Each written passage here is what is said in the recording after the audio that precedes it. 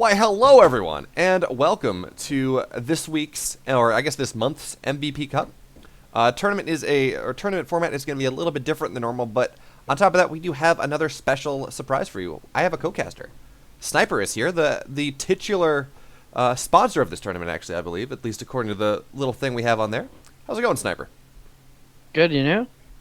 I'm having a good time. It's nice and rainy outside. It's not 117. I'm finally out of the fun time that is Arizona. I'm in a place that with weather and all those things, and I get to cast some StarCraft today.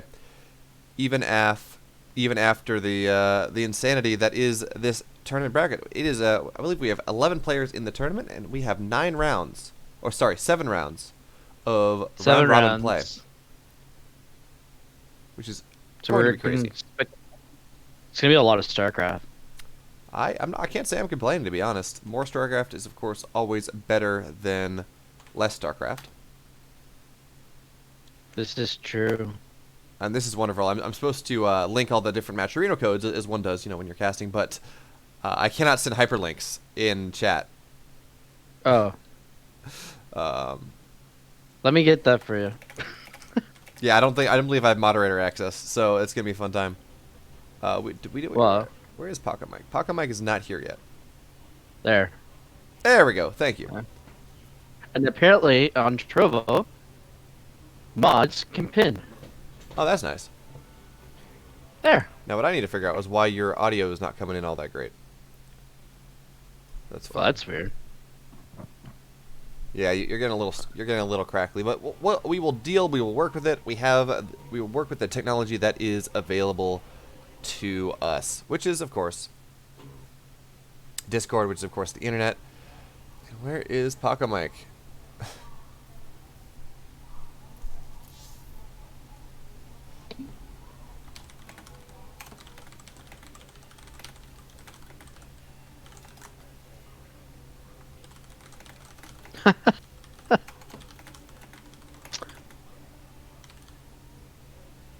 Bintic is gonna use this time to use a bathroom break. Yeah, that's fair. Paco, of course, pretty decent South American Protoss player. Actually, did he qualify Mexican. Me- He's Mexican. yes, so Central American. My apologies. But of course that means he can play in both LATAM and in A qualifiers. I believe he Yeah, did that's Latin American this one though. At least that's when I was casting him. Did he? I forget. Did he qualify for DreamHack? I'm checking right now. All right. Well, I keep tabs on my players. So, Paco Mike. Oh, all I right, didn't want deal. I didn't want to figure out the tournament's format. I know how it works.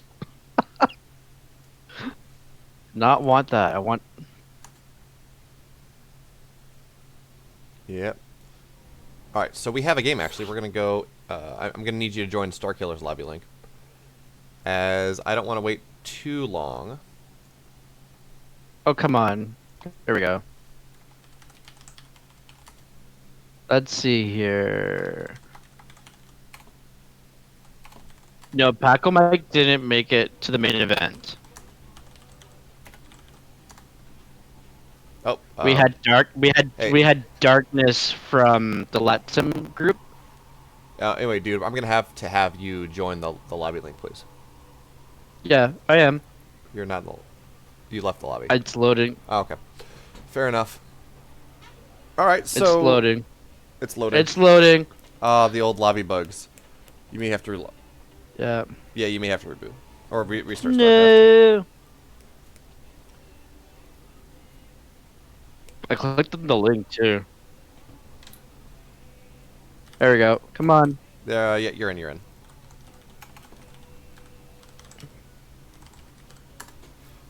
So, of course, if Geeth's dad is watching right now, which apparently he may be at some point, welcome, Geeth's dad. We appreciate you showing up, supporting your son or daughter or Whatever. Zergling, whatever it is. We promise not to be too harsh on them as they get pounded into the ground by Starkiller. But With his cheeky sneaky cheese builds. yeah, I'm excited to see many hatcheries that are probably not built in where they should be for Starkiller here. because, the rule of StarCraft, right, is why build things on your side of the base when you can build your things on your opponent's side of the base and just make them a little bit stressed out, make them a little bit uncomfy. Because uncomfy, the word makes me uncomfy. But, you ready? Oh, Keith's dad wants to see him get pounded. Oh, there's red. Wow. Hey, he's gonna teach his son something, right? Yeah, something. He's gotta learn somehow, right? But anyway, so this is going to be a ZVZ, and it's... Oh, okay, we're not going to see hatches on the other side of the map in a ZVZ. Most likely not. Although this is definitely a You mismatch. might. You might with this map. That's fair. Submarine is rather small. So we're sitting here loading in. So Submarine, I don't know what the other two maps will be, but this, of course, all matches in this tournament are best of 3. It is round robin. So even if Geeth may want it to be a best of 1 after the first map, he has to suffer through another. And, normally I'd be saying, oh, yeah, each player has an opportunity. But Geeth is Platinum. Starkiller is a pro player who wins smaller tournaments. Yeah, that's not a situation. I've actually met him at DreamHack Montreal. So he's a pretty cool guy. Starkiller or Geeth? To hang out with. Yeah, Starkiller. Ah. I met half the dragons there when I was up there. And the dragons are the Alpha X pro players? Yes. Okay. I don't know these So things. they're I all just pretty- talk about StarCraft. It's they're- fine. They're all pretty cool to hang out with. If you were to watch the past streams of Starkiller, you think he looks short the way he's sitting, but he's actually tall. So Oh. he's got one of those perspectives on you. Fun times. Why? Okay, my mic seems to be good. Let's drop this down a little. Desktop's being a little loud. Why are we taking so long to load? What is up with... Okay, Geeth, this is taking forever. Got it. This explains why he's in Platinum. He needs a better gaming chair. Yes. And All better right. internet. Well, you know what? We're in game, so if you want to take it... Well, actually, 1 second. There we go. If you want to take it away. All right. Since I've had the G Fuel into me to get the excitement going. Up in the yellow, representing Alpha X, the team captain of the Dragons, we have Starkiller. Going for a rather quick pool, probably. Or maybe this is a version of the Scarlet build. But anyway, we'll talk about that in a second, because in the upper left, in the blue, the Platinum hero, it is Geeth. And you know what? I don't feel like we really need to say for Alpha X every time, because literally everyone in this tournament is on Team Alpha X. And that seems like it's going to be a little bit repetitive. I don't know. Oh, they're both going early pool. Yeah, Starkiller was going with a bit more macro version of that. Went for a 15 pool. And it's probably going to go for a 17 hatch behind that. Just going to be a little defensive. Geeth, on the other hand, of course, going for a 13-13 with a... Sorry, this is maybe 14-13... Was this 14-13-12? This is the Scarlet build that Scarlet used to kill Rogue in the GSL Season 1 with one key difference, right? Notice how... I was going to say notice how there are 2 gas, but he has not gotten speed yet. So generally the Scarlet build has 3 in gas the entire time. Yeah, so this is going to hit... No, it's not switching up. This is a mistake. It's going to hit a little bit slower. The point of the Scarlet build is you want it to hit pretty much ASAP. So you get that 3 in gas.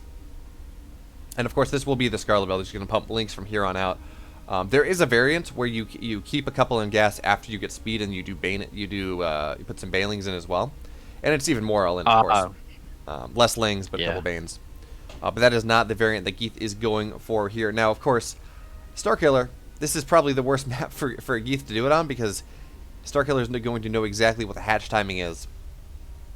And he's going to say, wait, this is not a standard hatch timing. I know what things are. Although, with his Overlord going out of the way, he won't see that pop.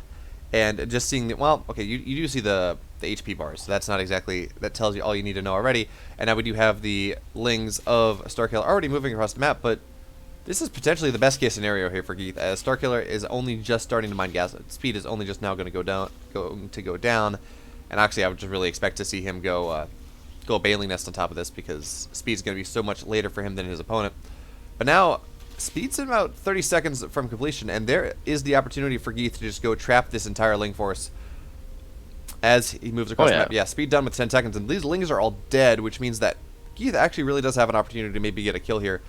Now, we don't even see the queens on the wall yet. And really the best way to hold this, of course, is you double wall the ramp with the queens and you just prevent things from happening. So Geeth actually has a very good opportunity. Is he going to get in? The Lings, the wall is, okay, the wall is just barely there. The wall is just barely there, but there is not enough transfuse energy on these queens. And that's a great drone drill here from Geeth, or from Starkiller as he tries to hold this. But this actually, I think we're going to see our first upset of the day.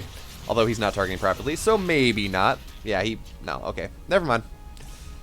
Got 6 drones out of that, so that's pretty good. Not enough. Oh, he's going up, go straight to the main. This maybe get enough. Yeah.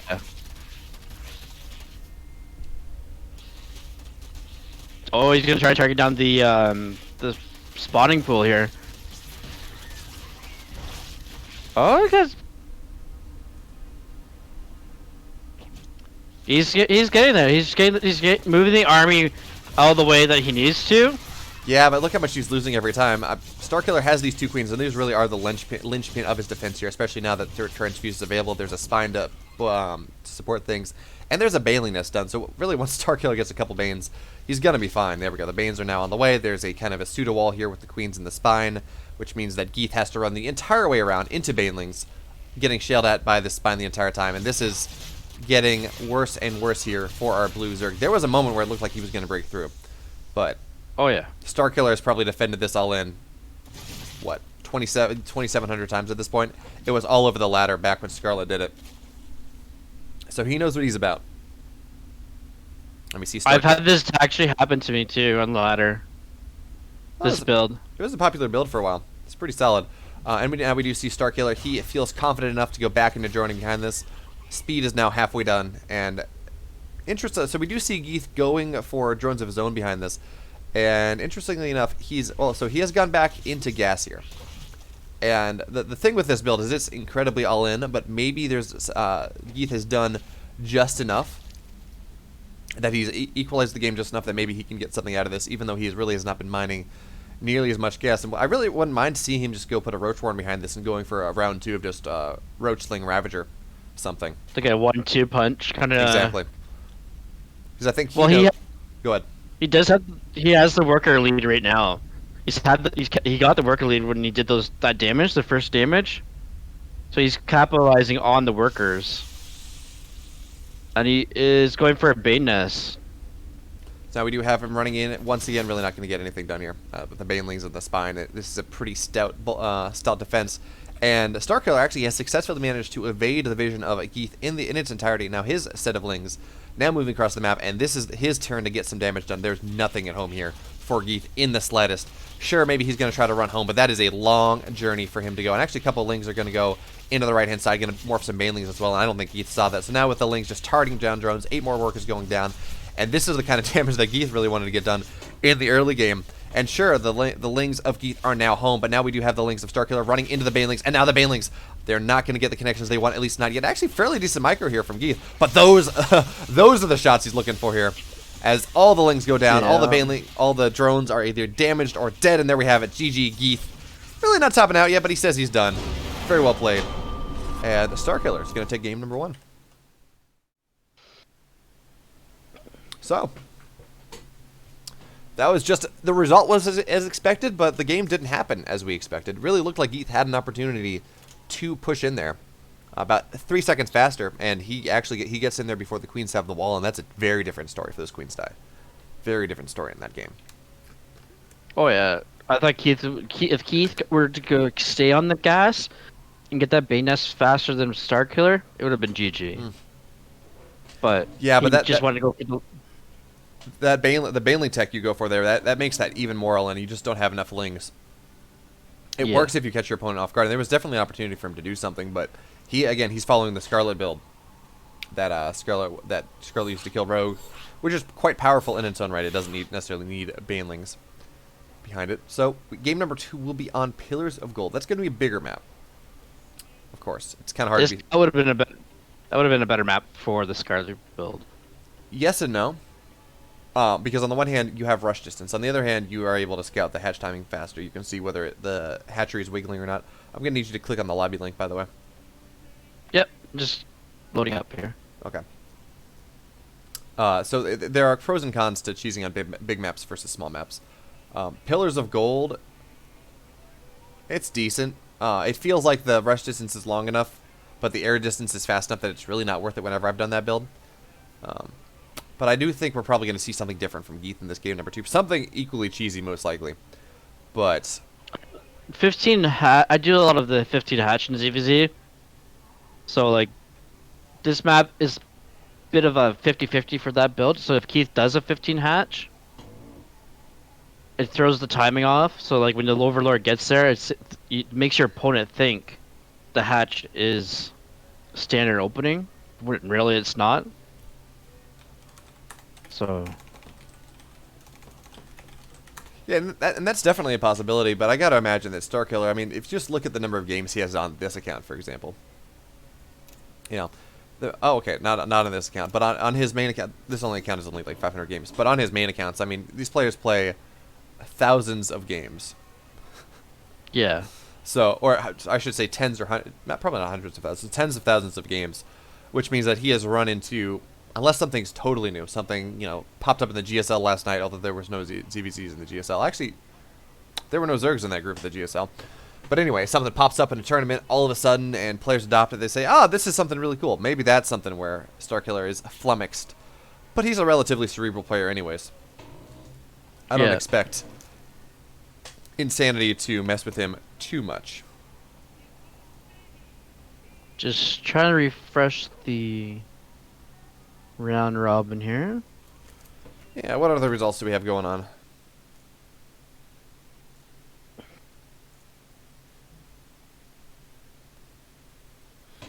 No results as of yet.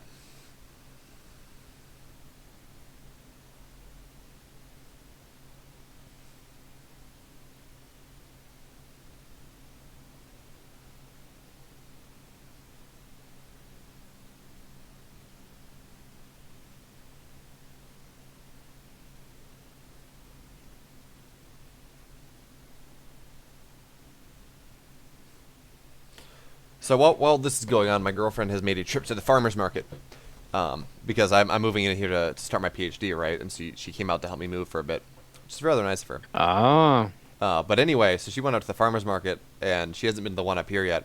Well, neither have I because, I'm casting today. But I just got a message that the farmer's market is a dangerous place. I shouldn't be. I need to go. I need to go before I spend too much. So I'm simultaneously excited for all the fun things I get to cook and terrified at the pocketbook. So we'll see. Wait, if it's worth the money, it's good to go. I live in Ontario, Canada, so we got the big one here in St. Jacobs. So St. Jacobs Farmers Market. Yeah. So it's usually with a normal day without COVID, you're body to body on a Saturday. Oof. Luckily, I'm in small town New Hampshire right now. Starting my PhD at Dartmouth. So that's like Hanover, New Hampshire. It's a rather small town. When 10 cars back up in the town I'm living in, which is like a town over, you call that traffic. But I mean, that's kind of where I grew up anyway. So I'm used to small town farmers markets. I'm just amused that I don't know if she's ever been to one before because she's from a big city that the farmers market is rather inaccessible out in Arizona. Yeah. So all I know is I'm excited to see what kind of fun things I get to cook with when she comes back. Hey, at least she has a man that cooks, right? Yeah. Okay, so we have Geeth. He is back, and we're going to get ready to go into game number 2 in a second. And that's exciting. I like going to game 2s. It's better than not going at all.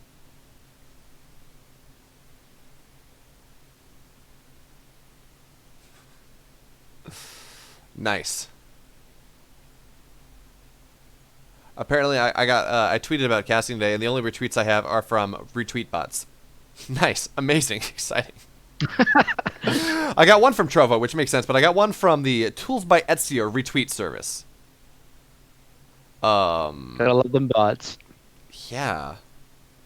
But I love that that Woozbot is subbed on my Twitch channel for what it's worth. Someone just randomly gifted some subs. I remember that. Yeah. Okay. I don't know if you're watching when that was happening, but it was beautiful. Yeah. I know you were there. Yeah. Yeah. But anyway. Yeah, I was there when that happened. That's why I'm laughing so much. Enough of that because we're in. If you would like to take it away, my good man. Yes, we are. All right. As the Zello. Oh wow, I can't even speak today. As the yellow Zerg player going to the 15 gas extractor trick, we have Starkiller. All right, and in the upper right, into the blue, already down one in this series, but he has a lot of games left to go. It is Geeth. Although, not a lot of games left to go in this series. Oh no. Should he lose here? He's kind of dead. Dead in the series. Uh, Starkiller. There is Sorry, there is a bit of update in the bracket in the round robin. Aggro Fire went 2-0 against Last Surprise. A Rog Fire doing God's work for himself and his family and his Well, friends. the Baguette and the Baguette.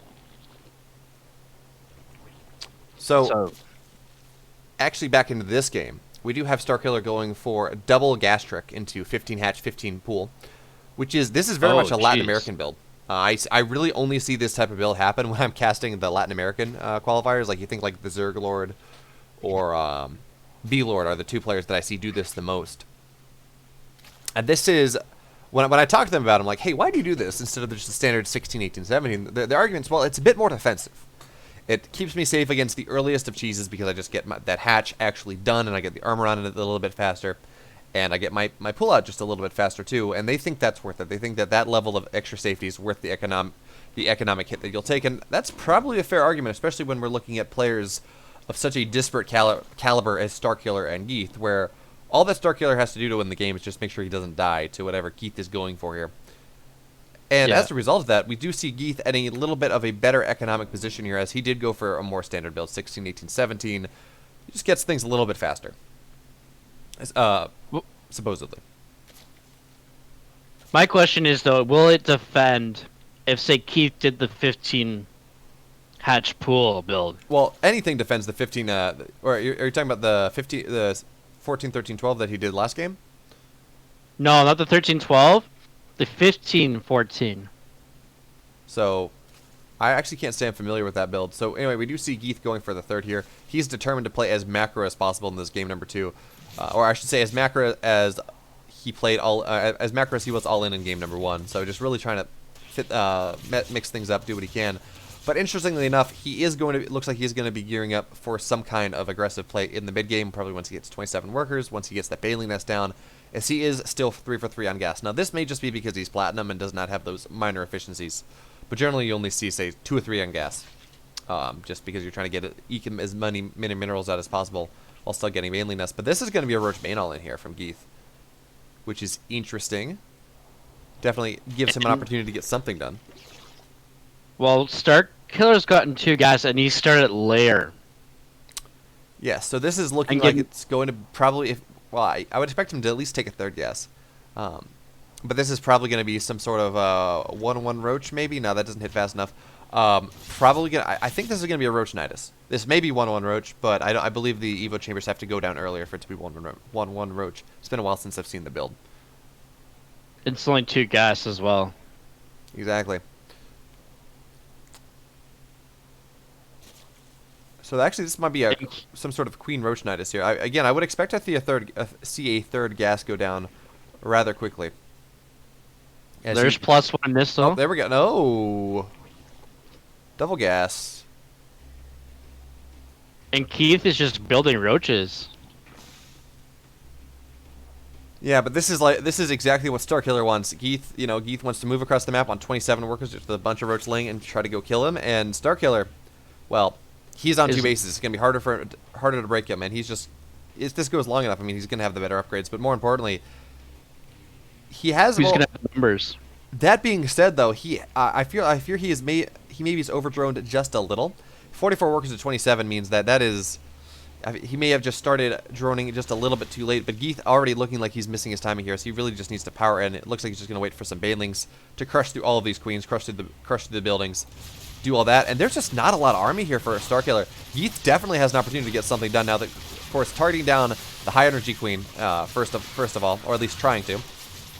And now we do have the army of Geeth crushing in here. Baneling's not getting the best connections as of yet. And I really like to see these Banelings. There we are, going onto the drones here. A couple drones going down, only getting 3, but this flood is looking like it's starting to get a foothold here. As the Lings are going to flood in, they're going to surround the Roaches, and Geeth, has he sandbagged his way into a victory in this game number 2? Looks like more and more. Maybe. No, it looks like this is really just stalling out just a little, as it's just Lings on the way behind this. And with Roaches continuously being produced, 1-1 just about done, which is going to make these Lings just about useless against these Roaches. But while it's still 0-0 versus 0-0, Lings are doing a great job of fixing the Roaches into position, as the remaining Roaches of Geeth do what they do best and kill everything on the ground. So once again, we do have a drone pill here coming from Starkiller as he tries to defend. But with more and more Lings streaming in, it is looking like Geeth, Geeth is looking like he's in a great position here. Now we do have matched economies and doubling the army supply of Starkiller. Again, that being said, the Roaches are 1-1 versus 0-0, and that makes a big difference here, especially with Defender's advantage popping in. But honestly, I wouldn't even mind seeing Geeth going back and defending. I would say droning behind this, but down 3 upgrades, that makes it rather difficult here for him to really get much done here. As 1-1, we really see the power of 1-1 versus 0-0 Roaches here, especially with Roach speed. As Starkiller now is just going to chase all the Roaches down, and this army supply that was doubling Starkiller a second ago is now just about equal, which of course means that's a lot more powerful of an army here for Starkiller than it is for Geeth. We'd like to see a little Ling around by, but Starkiller does have 2 Roaches here. From Geeth, but Geeth is just going to try and use the Defender's advantage to his advantage. But of course, the biggest issue here is these 10 Roaches that are now sitting on top of the third base. They're going to try to kill it. I believe they should be able to get it, as really we have +2 attack on the way for Starkiller and no upgrades on the way for Geeth in the slightest. He does not even have a lair in this game, which means the longer this game goes, the better position Starkiller will be just from defending quite excellently. So we do have a couple Banelings now trying to run into the mineral line of our Gold Zerg, but now the Roaches are in position. They're just going to target these down. Banelings are going to explode, and that will be that. Actually, Starkiller, interestingly enough, has decided to go for a +2 Carapace as well, and that's not something you see all that often. Because in all honesty, it's kind of pointless. The difference between +1 and +2 Carapace is not worth the, what is that? 10 Roaches and gas that it costs to produce. Yeah. It's such a minor difference. Well, Starkiller is doing that whole once ahead, stay ahead kind of attitude, and he's getting a Hydra Den behind this as well. So he's bringing out the DPS as well. You say that, but 2-base Hydra is not all the best. Now we do have Geeth once again. He's going to try to run in. He gets a nice surround on these couple of Roaches, and I wouldn't even mind seeing him just target down these Evo Chambers. Keep himself at a minor disadvantage, but this is a nice concave he has for himself here. As the Lings, they do get the surround on the Roaches. They do kill all that off. And Geeth actually, he's just going to target down the Roach Warren. So now at this point, all the Roaches that Starkiller has are the only Roaches he will have in this game for the time being. And now Geeth trying to micro his way back, but with this drone pool here, this drone pool is doing tremendous work. It's a little known fact, but drones are actually really good against Roaches, especially slow Roaches. Well, that's with +1 Carapace, and now sad day to be a Roach. It is in fact a sad day to be a Roach, as Starkiller is able to surround. And sure, he lost his Roach Warren. Sure, the Roach Warren is only halfway done, but we do have Hydras on the way here. And soon we're going to have 2-1 Roaches versus 0-0, which of course means that Geeth is very sad. It's going to be the one Hydra hero. Yeah, the Hydra's just going to exist to be able to clear off all the Overlords that Geeth has put on Starkiller's side of the map. Now, I feel like Starkiller has slightly overextended on the left-hand side of the map. But no, he's going to get back in time. 2-1 is just too powerful. There's a couple of nice Roaches. Well, just notice that the Lurker Den is down. So there's going to be Lurkers, but one Lurker at a time. So these Lurkers can do a lot of damage to Roaches. Yep, Lurkers do force a transition for in tech for both players. There are a couple options. Geeth can say, you know what? I think what I got to do here is go and I got to get Ravagers or something. Fine, okay, dandy. I don't think he has the economy for that. Mutas definitely are never going to work. Not when you have 2-2 Hydras. Look how little damage the Lings do to this Roach at this point. +2 Carapace is done. It takes them forever. And Geeth is... But if there was no upgrades, if there was like a standard Diamond Plat level against Geeth, oh yeah, a little different story. Yeah, this all in, of course. Yeah, if Geeth's playing a player of his caliber on the ladder, yeah, he wins this game because he wins with that first push. But because that push was held, Starkiller is just such an incredible position this game. He's evened up on army supply. I mean, if you want to consider one supply up, He has Lurkers on the way. He has 2-2 versus 0-0. He has Hydra range upgrade. Does not have Hydra speed yet. He's really prioritizing Lurkers for his gas expenditure here. And this is just a bunch of slow Roach Ravager with no upgrades. You want to watch something explode here.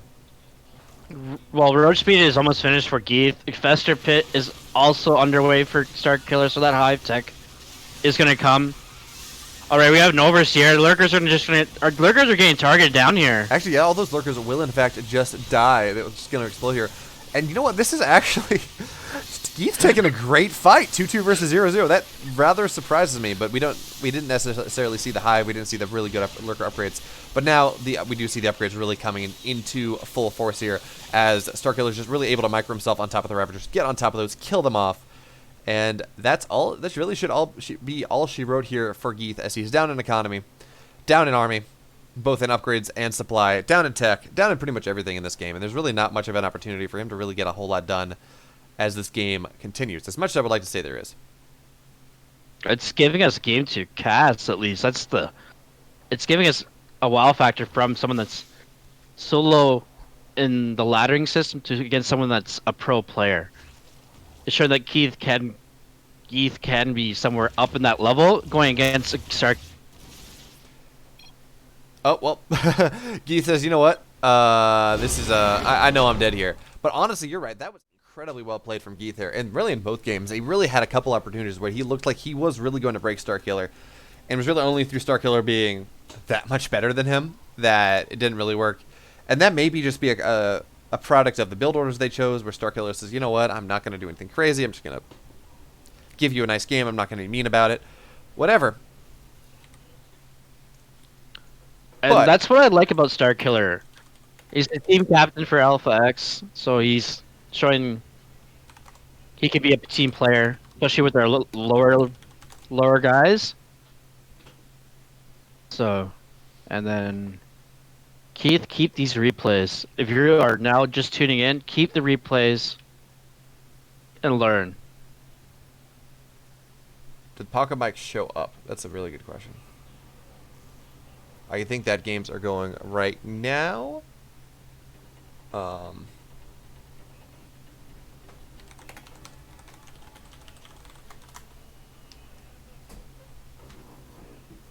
So, if we don't have any games that are going to be just ready now. All right. Just mentioned to Geeth. Wow, I don't know why I say Geeth. If you're a lower, if you go against in a tournament against higher players than you are, keep the replays. You can learn from them. Oh, hey, we have people in channel. I was not doing a great job of trying to manage that and look at everything else. So, hello, Sun Lily.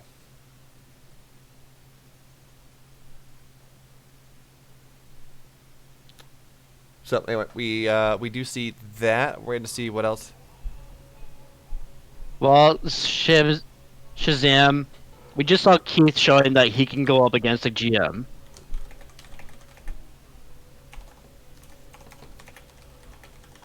Rip. Reality. All right. So are we just gonna follow Geeth?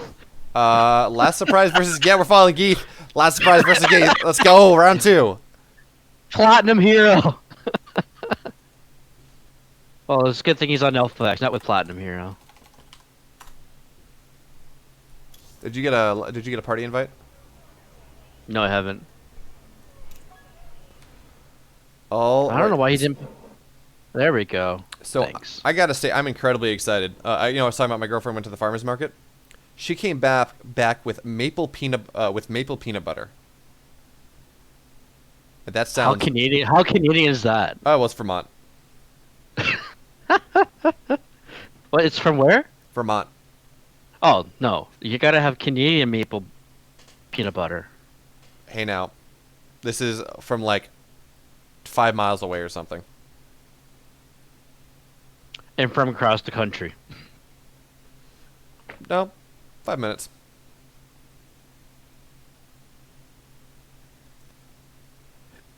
In Thetford Center, Vermont.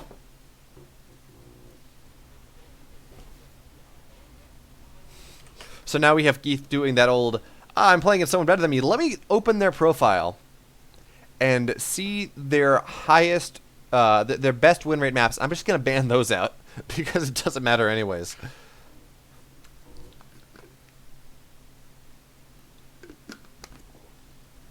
How are you guys doing on that side of CTL, anyways? Actually, I believe I'm playing in the ace match tonight. I think that is actually going to be an ace match, which is going to be rough wow. because I've been so busy casting and moving that I have actually not had an opportunity to practice all that much. I almost got a walkover, but I gave Tech. We are on the verge. We are on the verge of being in the playoffs, or not being in the playoffs. I think we are def lost out. I think we have lost the opportunity to be in that actually. Okay, so we're not playing internal. We're not playing on gold. Which gold? There's 2 golds. It's others pillars. You can talk about that. Last surprise. Come on.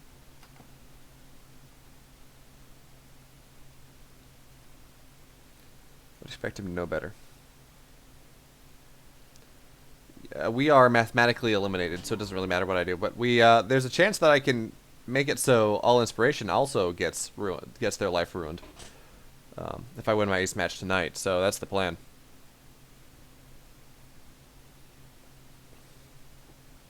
So as we get maps, Yeah. we'll look at what maps here. We see last. We still need one more veto. What was the first ban? What did? So What did we you have internal, Eternal? gold, pillars of gold, ice and chrome, or have been veto. Yeah, and we're now waiting on Geeth's last ban.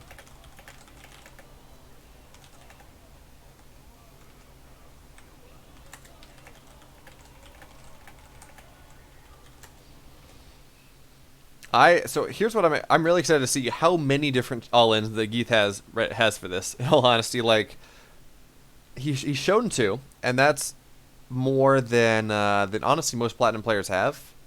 Just from a build perspective in general, you see about 1 build per matchup is kind of what you're told to do is what they do. Or when you're trying to improve. And that's not what we have here. Geeth has already shown 2 decently polished builds, to be totally honest. They've looked pretty good. So submarine is gone. That's a fair ban. So it's Golden Wall, Everdream, and Death Aurora.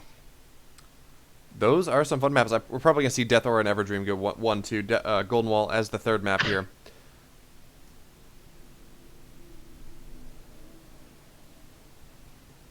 Everdream first is the first map. I think it's loser pick, isn't it? Oh, Golden Wall will be map 2. Geeth has something planned. So Geeth is just gonna pick Golden Wall for the second map. Yep, he will. Which I assume, of course, Ooh. means that he has something planned. Why does SnapXD ring a bell as a name? Pardon? Why does SnapXD ring a bell as a name? He's my back and forth diamond and master player. Maybe I've seen him in the Discord or something. He is one of my players. Yeah. Oh, maybe when I was, maybe when we played you all in ATL or something.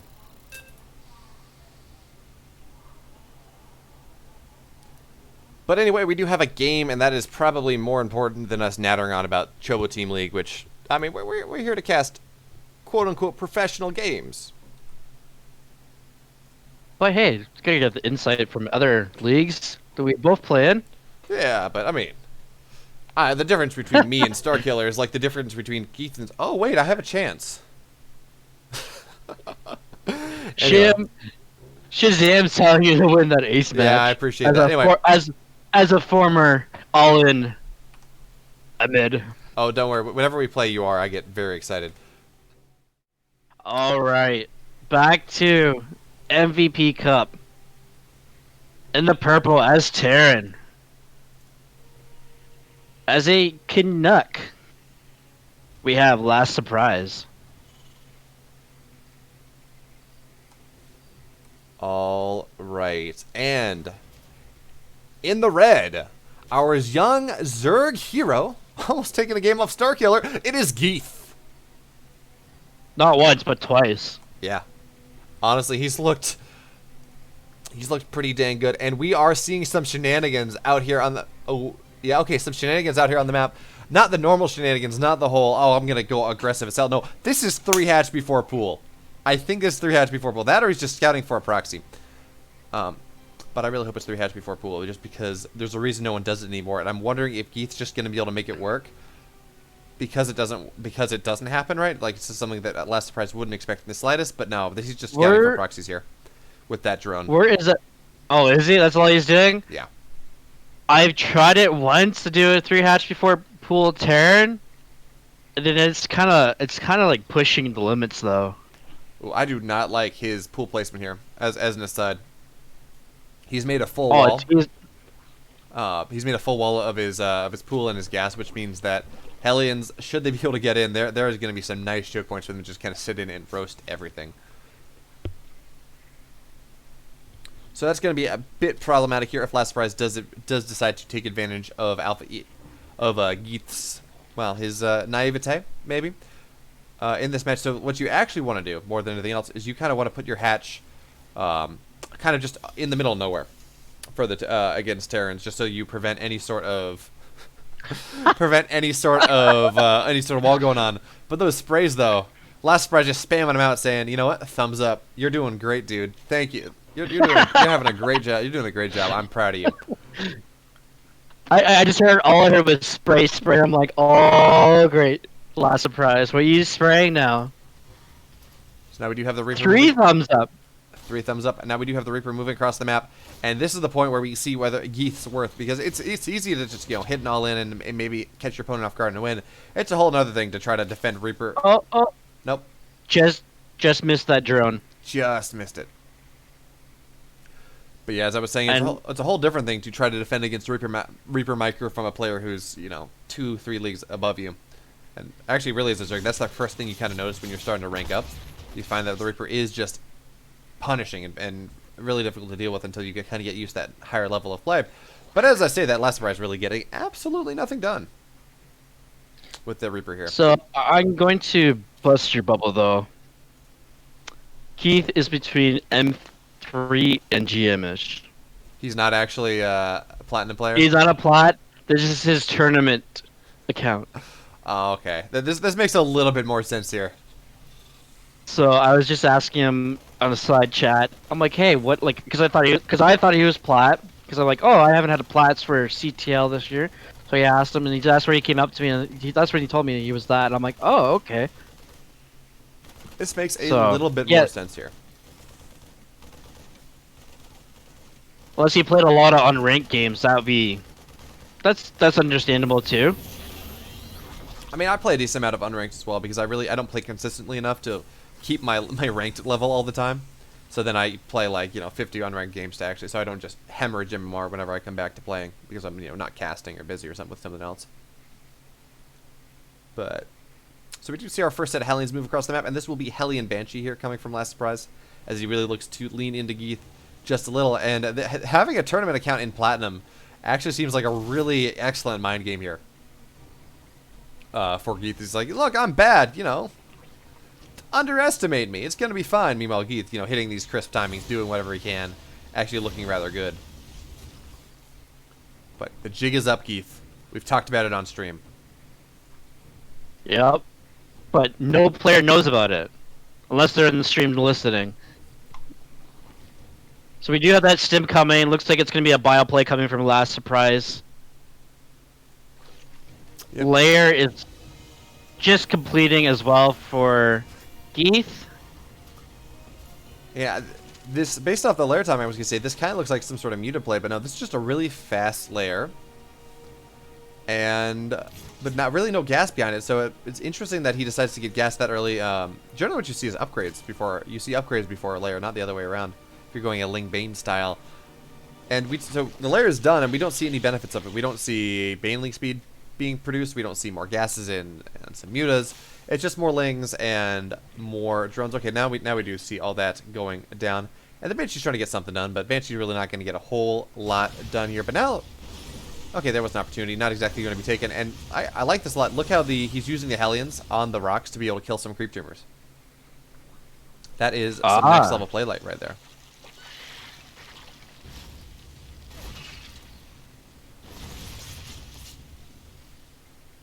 Geeth is getting the Bane speed as well. Queens are deflecting off these Hellions very well as well.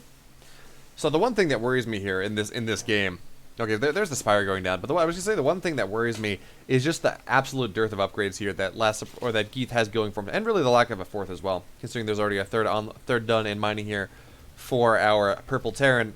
As you know, okay, so you go 2 base meter, you know you're gonna be behind on upgrades, but you're up in tempo. Right, that's how that works. If you're going a Ling Bane style, you do want to get fast upgrades, or at least fast Carapace, so you can contest the quicker 1/1 of the Terran player. Now, of course, Geeth, he's going for mutas, but he's going for rather delayed mutas. I mean, 2 base muta has already popped by now with your 7 mutalisks. So he's going for a faster muta, or he's going for muta as his lair tech of choice. But again, the Spire went down super late, and there are not even any Evo chambers in this game, which means that this 1/1 push coming from the Terran is just going to do tremendous damage. As you were saying, there was no Evos. He was putting them down, so he's got his Evos. There's no upgrades. Speed is done though, but combat shields is going to be in as well. So there's some extra armor. Yeah, go ahead.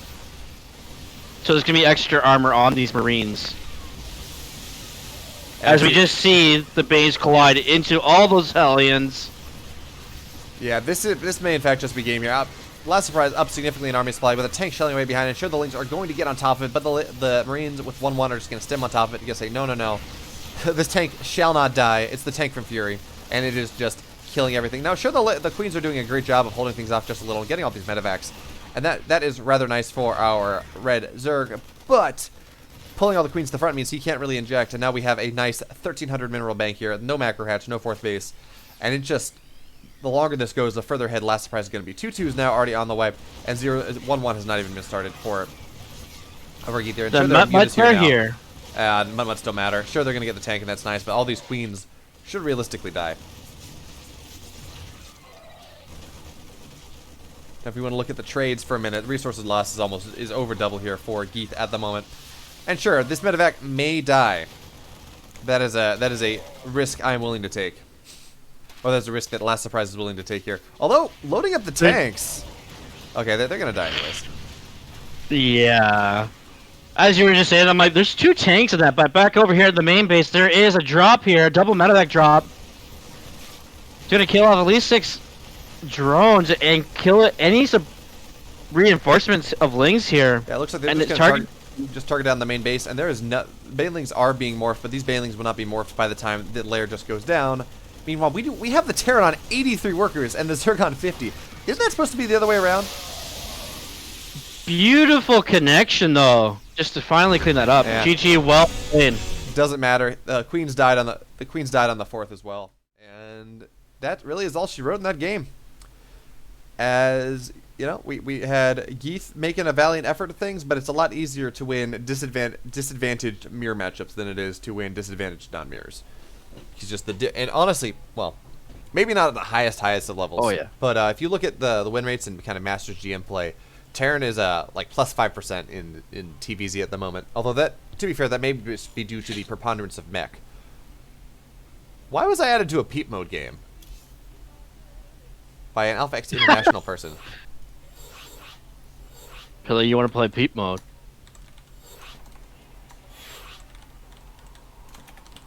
So, as we just, before we get into this game, we do have an update of the first round. Rodson takes Art 2-1. And it looks like Pacamike and Vindicta is still playing. So we're mostly on round 2 now. 7 more to go. It's going to be a nice long day of StarCraft here. What is this peep mode that this guy is posting? Who is Doodoo? I have no idea.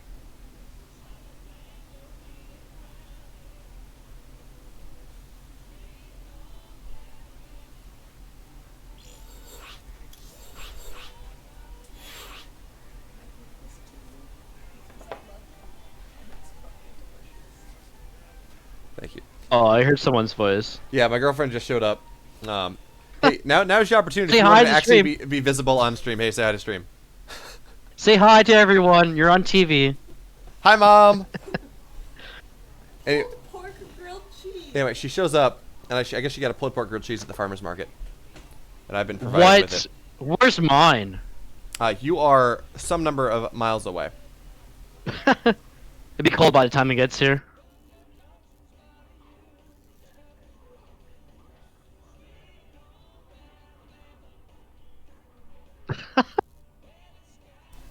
Can confirm, is delicious. I'm trying to mute my mic when I'm not talking, or when I'm chewing. Can't hear me. I can hear you. Oh yeah. She knows I have it unmuted right now because I'm talking, but I'm trying to like not make chewing sounds because that's just annoying. Right now it looks like we have a restroom break coming from both players. Is this the third straight restroom break that Geeth has gone for? Yep. Last surprise requested this. I thought- Oh, I they thought both got one. I thought Geeth did, and then yeah, Geeth said 1 sec. So last part I was like, yeah, I'm gonna take a break too. We'll be right back. Hey.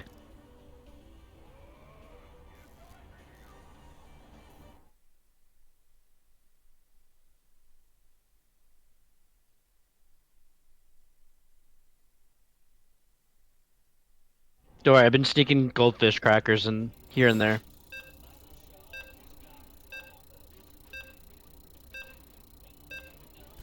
All right, so Golden Wall will be map number 2. Our players are in fact back, which means it's time for us to get a countdown and hang on the countdown ending, because that's how StarCraft works. But it's okay. It's exciting. It's wonderful. And now we're loading into Golden Wall for map number 2. And at this point, I should probably take the time to shield the fact that if you want to contribute, if you want these players to get paid, if you want to do that, well, we have a couple of Matcherino codes that are actually pinned at the top of chat, and it's absolutely free to use them, and they'll provide 50 cents to the players. So that's an exciting thing, but we'll shield things more in a second here as we're loaded in to map number 2. Did you read chat? I'm looking now. She exists. But anyway, if you want to introduce you want to start here, my friend. All right. Continuing as the purple Terran, winning the last game using his upgrades to his advantage, we have last surprise.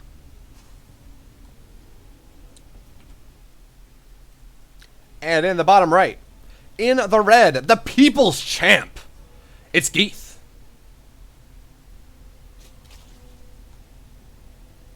America's champion. America's sweetheart. The platinum hero who is apparently not platinum, so I hate him now. The plat, not plat. I hate him. He's lied to me. He's lied to us all. But it's okay, because But it's a worthwhile lie. It's It's a mind game lie. It is, in fact, a mind game lie. As he says, "Look at me, don't hurt me, I'm fine." Meanwhile, he actually tries to play stuff. And again, we do see the effect of it's a lot easier to win a mirror that you shouldn't win than it is to win a non-mirror you shouldn't win. Just to how the race disparities work and how skill really shows itself, especially in a ZVZ, which can be pretty tumultuous. Pretty, what's the word? Flip-floppy is not the word, but fair enough. Close enough, I should say.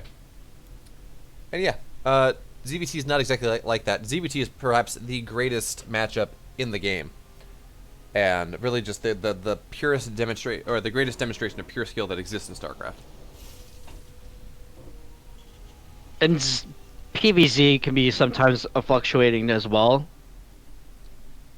But with ZVT being the most rivalry matchup, I have to stand by your point. Hey, now, if you're going to try to balance wine on stream, this is a nice professional cast here. We don't balance wine. We just subtly express our dismay and shock that a player that is 2 leagues below his opponent could win in this most glorious matchup. Please don't go mech. Oh no. I mean, That's all I gotta say. yeah, we don't see anything that's going to show mech versus bio at this point. But, you know, honestly, Golden Wall's not the best map for mech. It's too wide open. It's too hard to really secure a fourth base here for the Terran unless they go bottom side, at which point the Zerg just owns the entire upper right and this win through economy. It's possible, and especially, you know, if Last Surprise is that much better than Geeth, it is definitely possible to win with mech on this map, but this is no Death Aura, this is no Everdream, this is no Eternal Empire, for example, that are just really good mech maps. First thing I thought the drone wanted to fight with the queens against the Reaper, but no, he's gonna get the golden. He's gonna get the golden base. That's what Geeth is gonna get for his third. Yeah, and actually, I really don't like this when you see Zergs taking the gold here, because it's just so easy for the Terrans to drop behind the gold mineral line and say, you know what, you just never mind here. I'm gonna put 5 Marines, and unless you get the minerals mined out, or you get the minerals behind your base mined out, you're just never really going to have access to clear those 5 Marines that are just gonna get dropped there. I guess until you get mutas, but it really just makes it not worth it, in my opinion. Actually, if you put a spine, it reaches. But I mean, still, If spine will- if you have a drop there, if you have a double drop or something there, it's just one spine. Yeah, does not a hold make. And as our great Australian caster Mater would say, we're gonna have the butthole. No, that's actually pig. But anyway. Actually, Maynard says it too. No, yeah. That seems to me to be a big pig thing. But anyways, we will see the butthole coming up, and this is actually potentially the best Nidus map. And we do see an Overlord in the bottom left already to drop a Nidus in on the sneaky point. And there's a Banshee on the way, there is no Cloak on the way here, which does of course mean that things are going to be a little bit. The hold's going to be a little bit more difficult because there will be queens going into this Nidus. This is actually going to be a 5-queen Nidus. Yes, a couple queens go in. But, of course, the Hellion Banshee or the Hellion Reaper, they do see that. And now they're going to back up. Sure, they're going to lose their lives, or at least one of their lives, but that's fine here. And we do have the Banshee shelling us down. There's just going to be a full wall around this Nidus. Sure, some things are going to get out, but not much further than that. And with the Hug of Death here from the SCVs, I really don't... Yeah, this is just not going to get enough done. 1 queen, 2 roaches are all that are going to get out. Sure, they're going to kill a couple workers. But with the Banshee here, it's really not the kind of hold that, or the kind of all-in that Geeth was looking for. Now we do have another one coming in on the natural, and that's nice. But the Hug of Death is happening once again, and I don't think there are enough. Okay, there are 2 more queens in this Nidus, and that is nice. Maybe they'll be able to do that. But yeah, okay, no, they're just gonna go out as it dies. And I wouldn't even be surprised to see Geeth just GG out at this point. Maybe he's gonna get the 3rd one out, but. The mind games are real.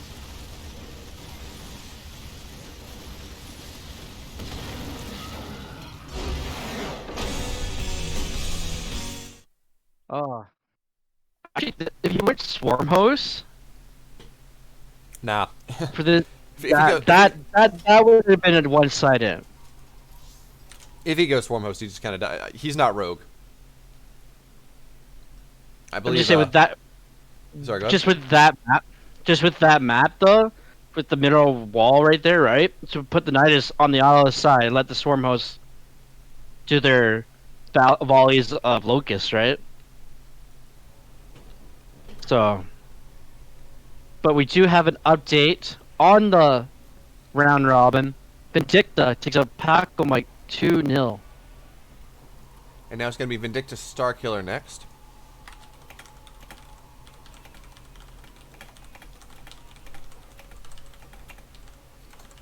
And then... And we're absolutely going to take Vindicta Starkiller.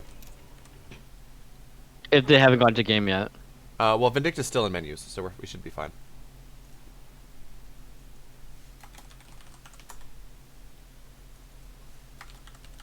Oh. And Starkiller is offline.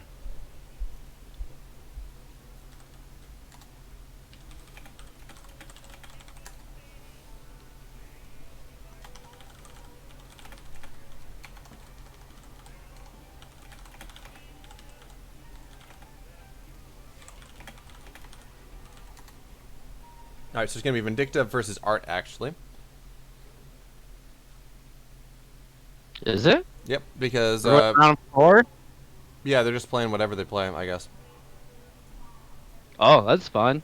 So it means we have to go back and forth between EU and NA.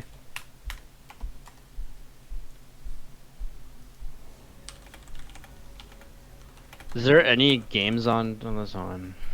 All right, but while we wait for all this to figure out what's going to happen, we're going to Alpha X has been casting a lot over the last week, over the last month, over the last while, and in doing so, they've cast some pretty cool games.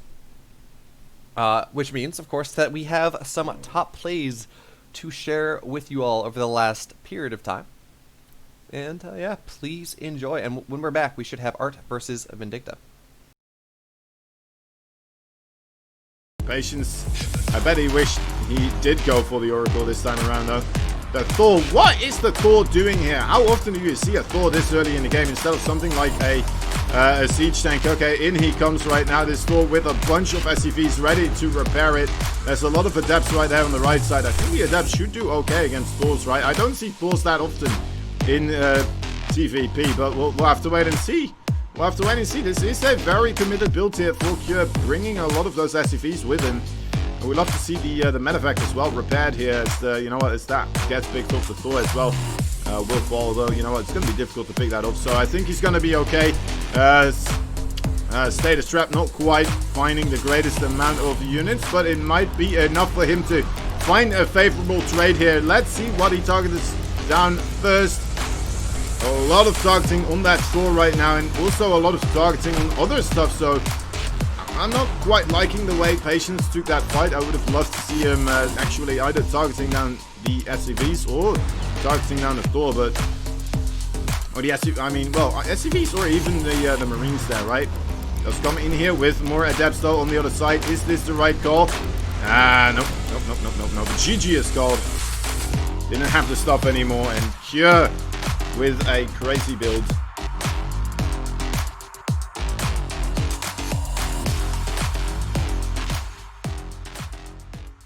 The SCV, but it should be taken down nicely here. Need to see a cancel on that bunker. There we go. The other one's still going strong, of course, though.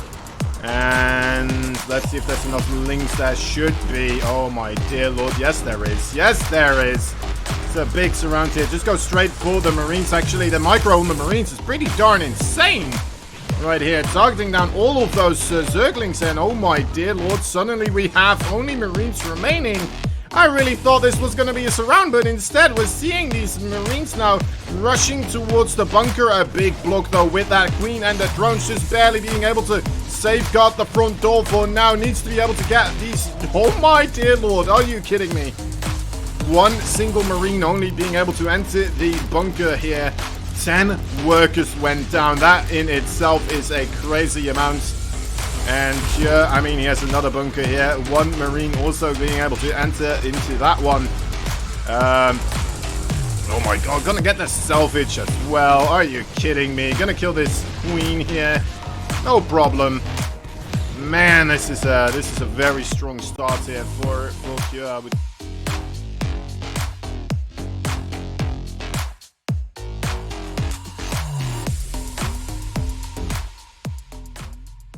Sees that the army is on the low ground there near the third base. Runs a little bit of a pathway for the War Prism to deploy a bunch of those Zealots, and oh my dear lord, look at that warp in right there in the main base. The Stalkers here jumping right on top of that siege tank, trying to take advantage of this situation, and I mean doing a pretty good job so far. Does manage to get the command center here up in the sky. The Blink Stalkers may want to just continue onwards with their onslaught here into the main base. The Zealots as well, providing a good buffer for some more Zealots being warped in continuously. And Zest, you know what? He has stopped producing anything. This is actually quite a committed attack here. Let's see if it's going to pan out in his favor. The Zealots, oh great Widowmine hit there though. Let's see what is still remaining. There's still a siege tank and a Widowmine on the low ground there, and the siege tank hasn't been shooting at all whatsoever. You know what, guys? I think Zest may be doing this. GG is called.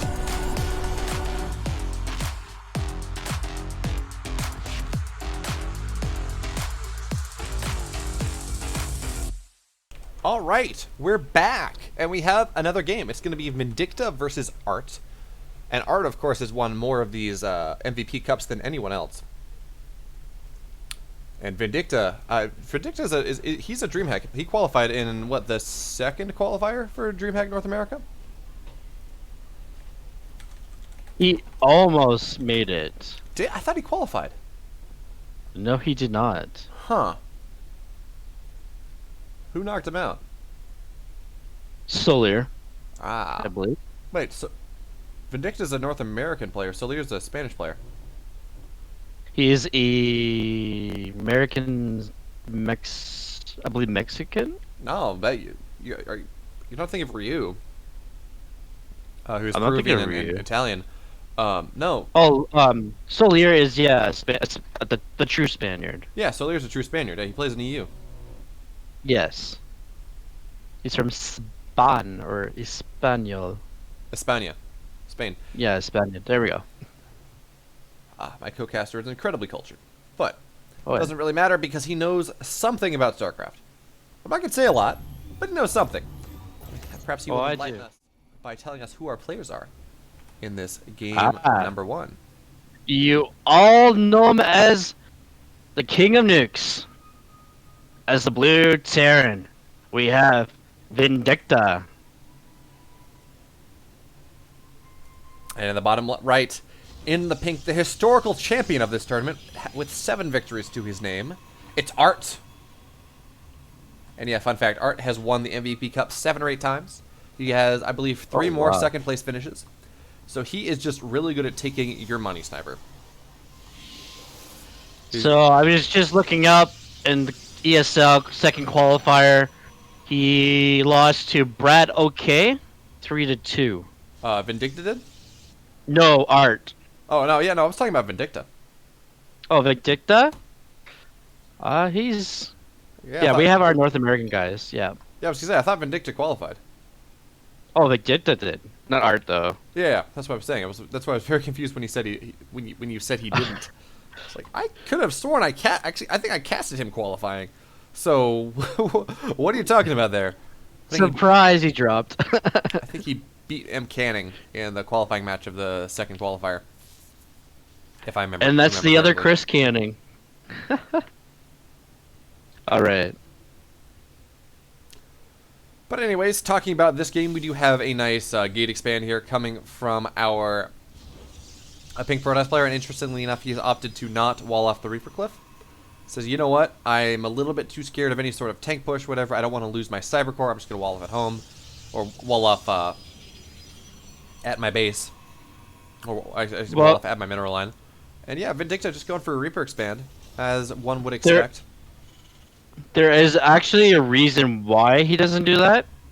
It's because no matter what, there is another Reaper wall inside the natural base as well.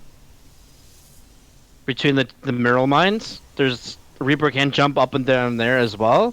And like you said, the tanks would have free range right there for the Cyber Core or that pylon as well.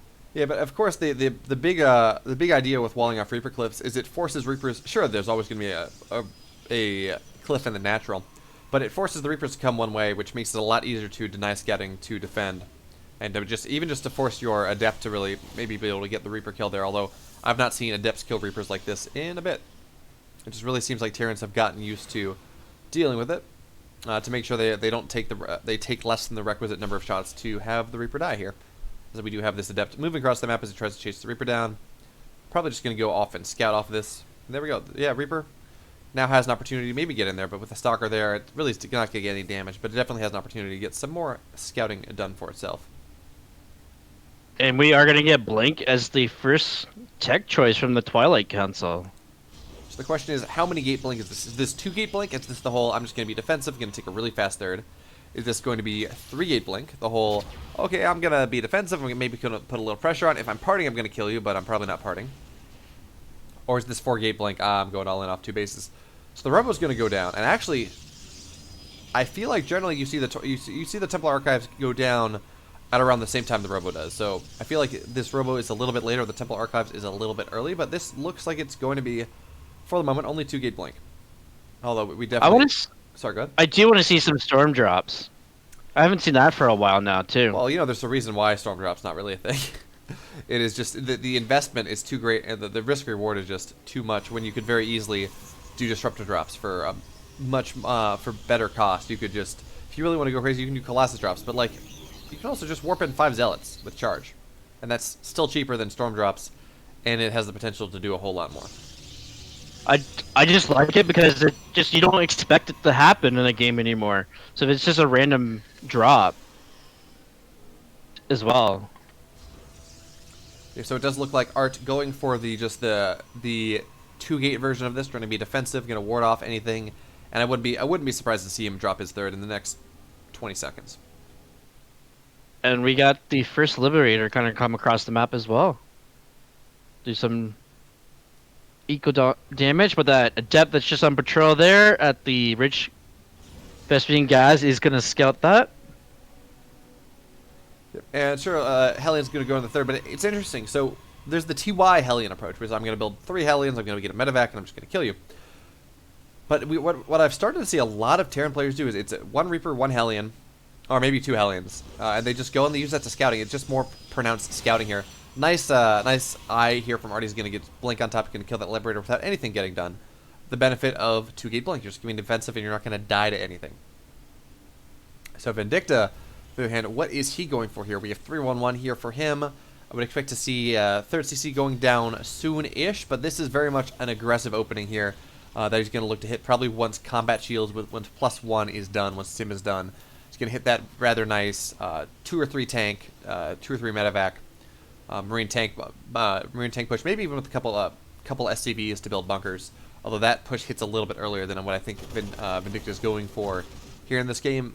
And a counter that, of course, Art, well, he does have Extended Thermal Lance on the way. First Colossus is just about done. We should see a second one out in time to deal with whatever push Vindicta is going for. And actually, Vindicta not going for a third base at all, dropping 2 more barracks, going up to a grand total of 5. Oh, jeez. So this is going to be a 5 racks all in here from Vindicta as he looks to really put the pressure on his opponent, really lean into him in this game number 1. Do what he can to just say, you know what, I don't want you to be greedy in game number 2. I want to make it difficult for you to countenance the type of greedy macro play that you were looking to go for here. And Art, while he should catch wind of this soon enough as he looks to maybe put a little bit of pressure on with these 6 Stalkers, but the fact that there are all these tanks shelling away, the fact that the bio shooting from the high ground, actually just this Observer is going to tell him really all he needs to know, because that is a scary army from Vindicta. And that was a money scan. Money scan, That yes. was a good... But I feel like if you look what Art has, I mean, that was useful for Art to know that happened. And we do have Charge now done as well. So we do have the both Templar Archive upgrades that really make it easy, or make it possible for Art to defend this. That coupled with some nice Blink Stalker micros, he just works to shave a couple Marines off as they move across the map, slow everything down, force a siege up if he's lucky, but that's not all that likely. And now we actually do have a couple medevac. Oh, this is really cool from Vindicta here, although Art will not take the bait. Vindicta boosting head with a couple medevacs to try to cut off the Blink Stalkers of Art, but again, Art going the other way, which means he may be boxed out from this fight, but he also is not going to lose all his Stalkers to the double medevac drop. And now this 3rd Observer will see the army. Does not look like Vindicta is prepared to scan that, not paying attention. No, he scans ahead of himself, sees what he can get done. And now with 2 Colossi on the map, this is going to be a rather difficult hold or attack for Vindicta here. Now the Stalkers are going to blink on top. They're going to get 1 tank immediately, 2nd tank going down rather soon, and these tanks are just getting targeted down, and I think, this is just going to be a hold for Art here. An excellent hold here, as he just managed to sandbag Vindicta's push just long enough. And now with these charge lots, with the Blink Stalkers, and with these 2 Colossi with Extended Thermal Lance behind, Vindicta's army is just going to be swallowed up by the Protoss might that is Art. And just to mention, behind this, Art was getting a Templar Archives, so we are going to eventually see Storms, High Templars, Archons. All the splash damage from the Protoss is going to come out in this game. Yeah, it looks like The we're just longer going to get it goes. Archons for the moment, as that's a nice cheap just buffer more than, sure they do splash, but really the big thing is their nice HP sinks. And you know what's interesting? Interestingly enough, we don't see Art pressing his advantage across the top of the map. He says, you know what, I'm just going to take a 4th. Win ahead, get further ahead. When they attack, defend. When they defend, expand. In the night, to paraphrase the Art of War. Well, it's like that saying too, when behind, get DTs.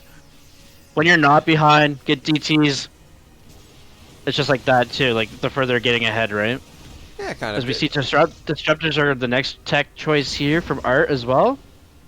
Although I'd argue the whole, went ahead, get DTs, went behind Dark Shrine. winning a game at Dark Shrine. That's more of a balance point than anything else. So we do have a nice little drop here from Vindicta into the third base. Gonna try to see when you get done, but four workers, not bad. Not amazing, but you know, any sort of damage you can get done at this point in the game is rather nice, as we do have a couple Liberators now moving into the main base of Art as well. Vindicta did see that, but it looks like he's not exactly, he doesn't know what they are, he just saw the dots. So now we do have the Liberators that are going to go in, they're going to force a couple Stalkers to warp in, and be forced to back up, and suddenly we find Art up 40 supply. Oh, jeez. As Todd would say, look at the supply. It's very possible for us to get our own things as well. We don't have to quote the great casters of old. Although, what did happen to Todd? You know, it just seems like he stopped casting all of a sudden. Yeah, I missed the Frenchman. I didn't see any sort of retirement announcement or anything else, so I don't know. But do have a nice little Marine hit squad moving on the bottom left side of the map. Is a double drop on the triple drop on the right hand side. So it looks like Vindicta is going to try to tear his Protoss opponent apart here. Says, you know what? You got a scare army, yeah, but it's got to be all in the proper position. But with the nice amount of Stalkers that are sitting on the fourth or on the third base on the bottom left, that none of these drops are really going to get anything done. And now it's Art's turn to really put the pressure on here, as he has a massive army, three Colossi, a bunch of Archons, a bunch of Stalkers, a bunch of Char Slots, and Gravitic Drive on the way as well. So any sort of Warp Prism is going to be able to get a lot of damage done as he attacks in the main army. As you see the Warp Prism now warping it, going to warp in a couple Zealots. Maybe Dark Templar, but most likely Zealots. The Dark Templar, the Dark Shrine's not exactly done yet. And yeah, Art, I expect to see Art just really attack in two places at once, hit with far too much for the Terran player to really be able to deal with in the middle of the map, as he just puts Zealots into the natural. But we shall see, as has not exactly happened yet. But now we do have an engagement brewing. And Stalkers blink on top. They're not going to be able to blink close enough quite yet. But now they will. So they're going to be able to target down at least two of these medevacs. Third one will get out, but with a shell of the army that it has within it. And you know, actually forcing the medevac this way may be a good thing, as it may scout this Warp Prism.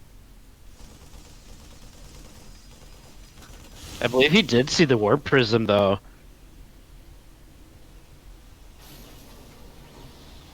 So now we do see Art go.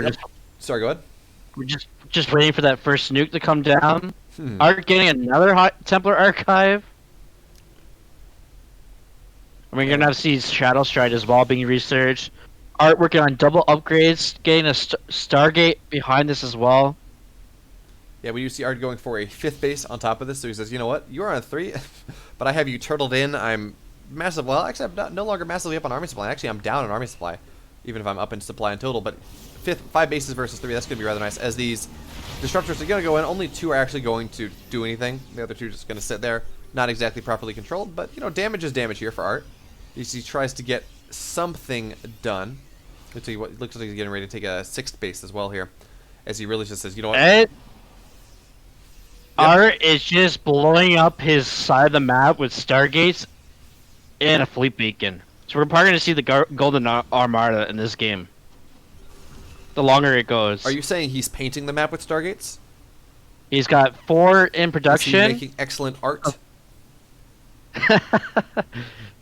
No pun intended. Oh, pun absolutely but yeah, there's intended. The fleet. But anyway, we do have an engagement brewing here. Only 3 Vikings, though, so versus the 3 Colossi. That's not exactly the type of, the amount of Vikings you want here. But tanks deal with Colossi just as well.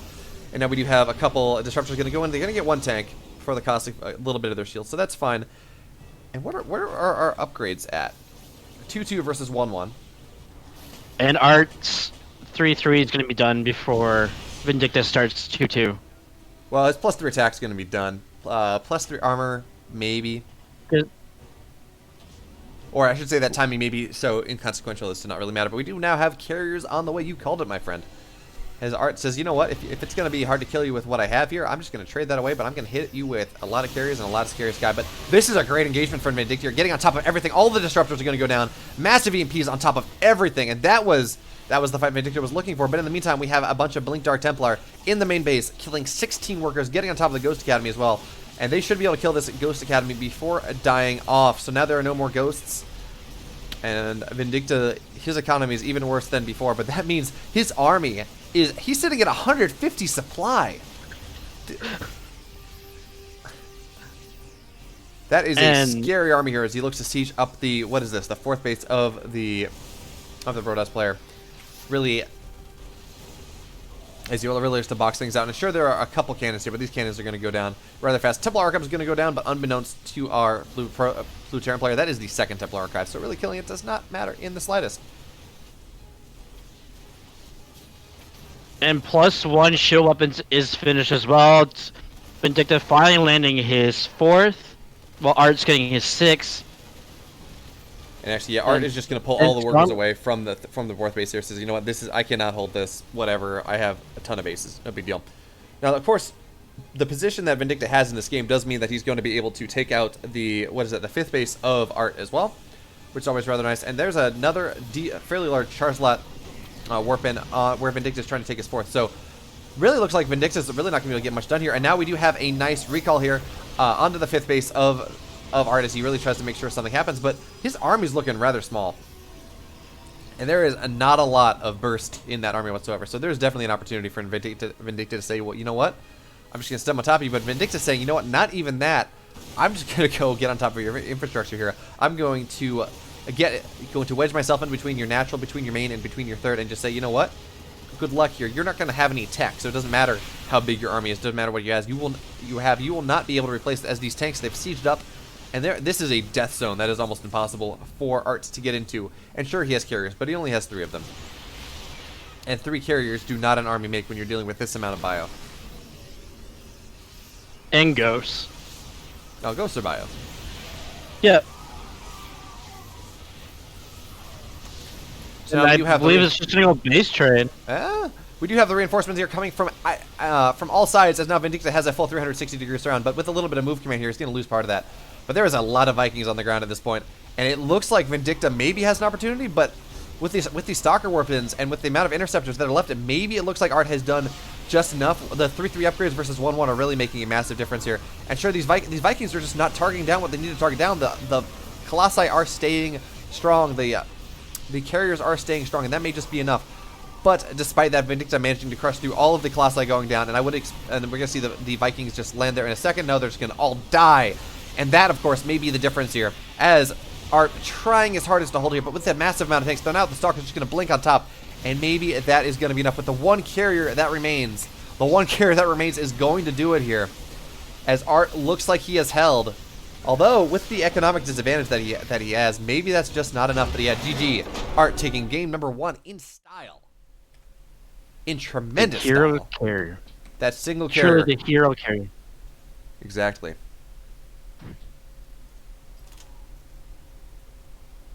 All right.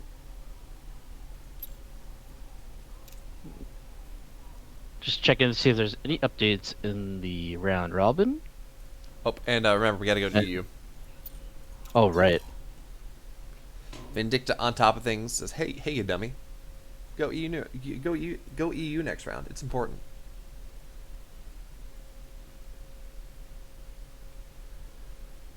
No other bracket updates of them. Eric Fire 2-0 Starkiller and for round 7.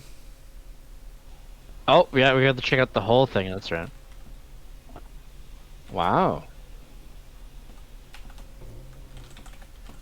It's ALPX, right? Yeah. Yep. I'm gonna cheat to get the EU.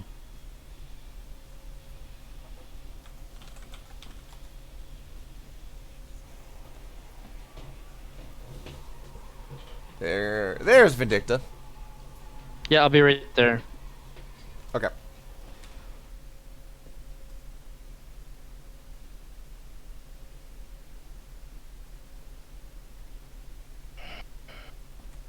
So as we sit here, I should probably take the time to remind people that if you want to contribute to these players, if you say, look, Vindicta played a great game, Art played a great game, I want to make sure that they get the money, make sure that they get paid. Well, lucky you, you don't even have to put your own money towards it. If you look at the pinned chat link at the top of this chat, you can see there are a couple of Matcherino codes. And Matcherino codes are this wonderful thing where you can say, hey, look, if I log into Matcherino and I go to that page, I can use that link. I believe one of them is MVP Cup 820, and use that. That's going to contribute 50 cents towards the tournament. And of course, 50 cents towards the tournament means that, well, that 50 cents towards the tournament, that's 50 more cents that the players get to play with.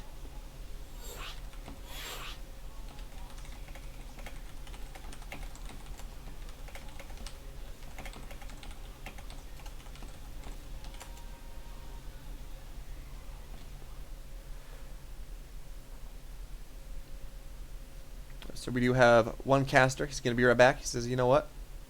That game was too hard on my heart. As it's too difficult. He's got to take a break. He's got to calm the beating heart of his. As we saw Vindicta almost make an incredible comeback. Down like 6 bases to 3. Down tech, down upgrades, down everything. And he just almost made it work just through the fact that he had a chance to max out at 150 supply. And that is a scary amount of bio that is possible there for Vindicta. But at the end of the day, upgrades meant too much.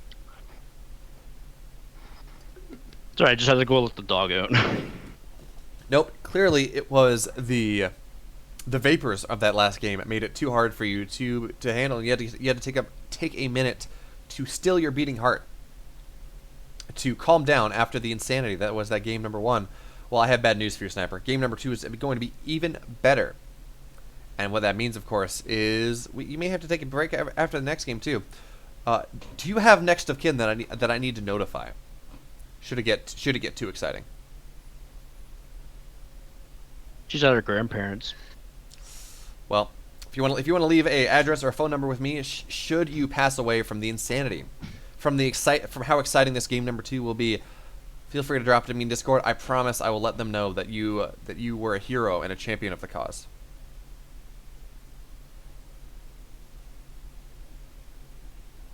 But if not, maybe this game's going to be boring. Maybe the players spent so much time, so much energy trying to win that game number 1. We're waiting for you on EU, by the way. I don't know if you've logged in. Yep. I'm loading in. Okay.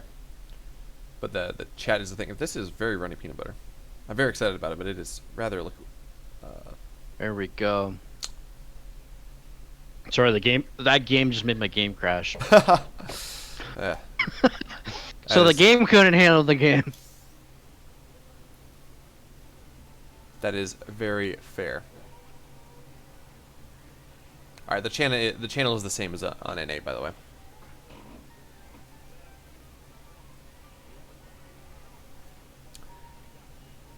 There we go.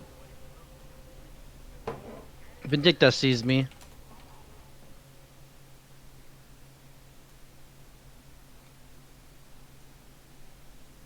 All right.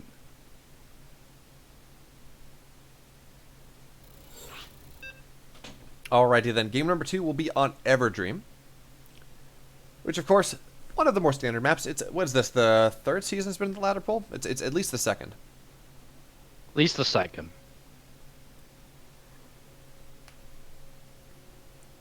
Now, if it makes it to the next ladder season, that'd be nice. It's a nice map. Yeah, but at a certain point, you should kind of just get tired of playing on it. I think we need another dream pool, because that worked really well the first time. Kind of reset everything. For the last one we had, it kind of reset everything. And then when you bring out new maps after the dream pool, it helped everyone realize just how good the new maps are. I'm excited to see Yeah. maps with like 3 or 4 layers on them, if that becomes a thing. Anyway, we are loading in. I guess we're waiting on your slow computer, because I'm going to blame it on you. Absolutely, it's just a EU 100%. server. It's that, and I find whenever I load StarCraft the first time, the first game I play, the first lobby I load into is always the longest load, just because it has to cache things into memory. But that's fine. It just gives us more time to talk about how awesome that game number 1 was, because it was quite awesome.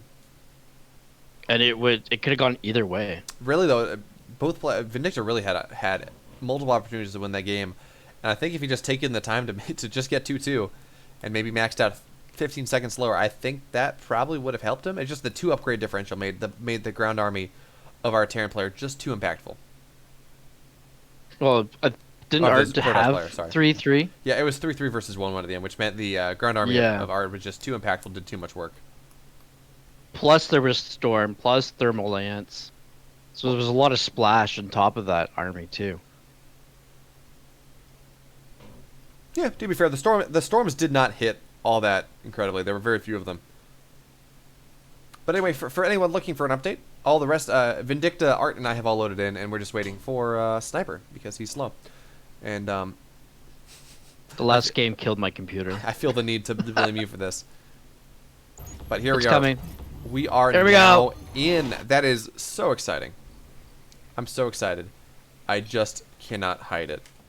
I know. I think I like it, and I think I like hearing your voice. Tell me about these players, Sniper.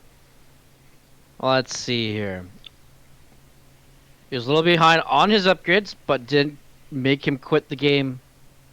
It made him keep on pushing like the little blue train. We have, as the blue Terran, Vindicta.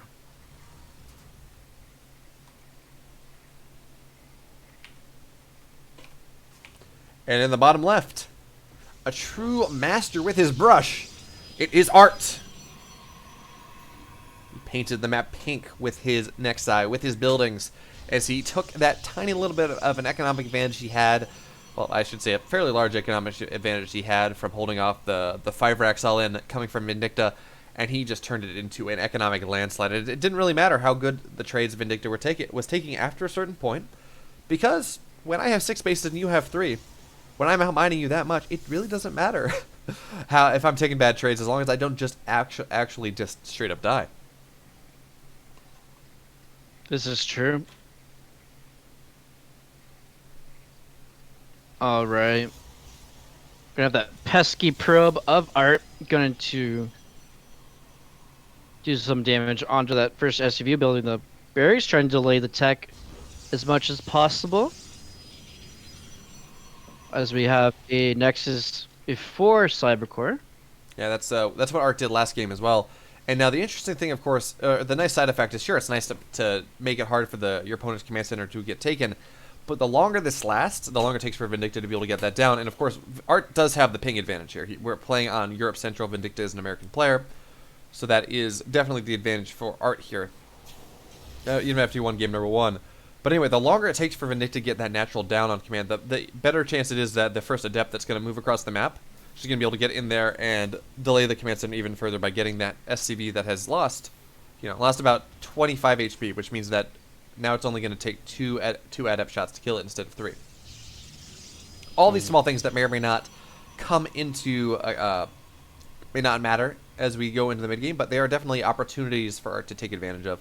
And as I say that, we do have a nice proxy factory on the bottom right, as Vindicta really wants to change things up in this game number 2. We're probably going to see a starport as well.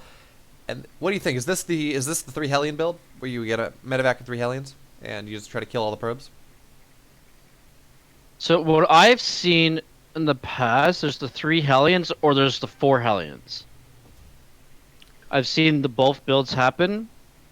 The three Hellions has been more popular lately, but there's also a possibility to have the 4 Hellions, the medevac, and then the Liberator as well.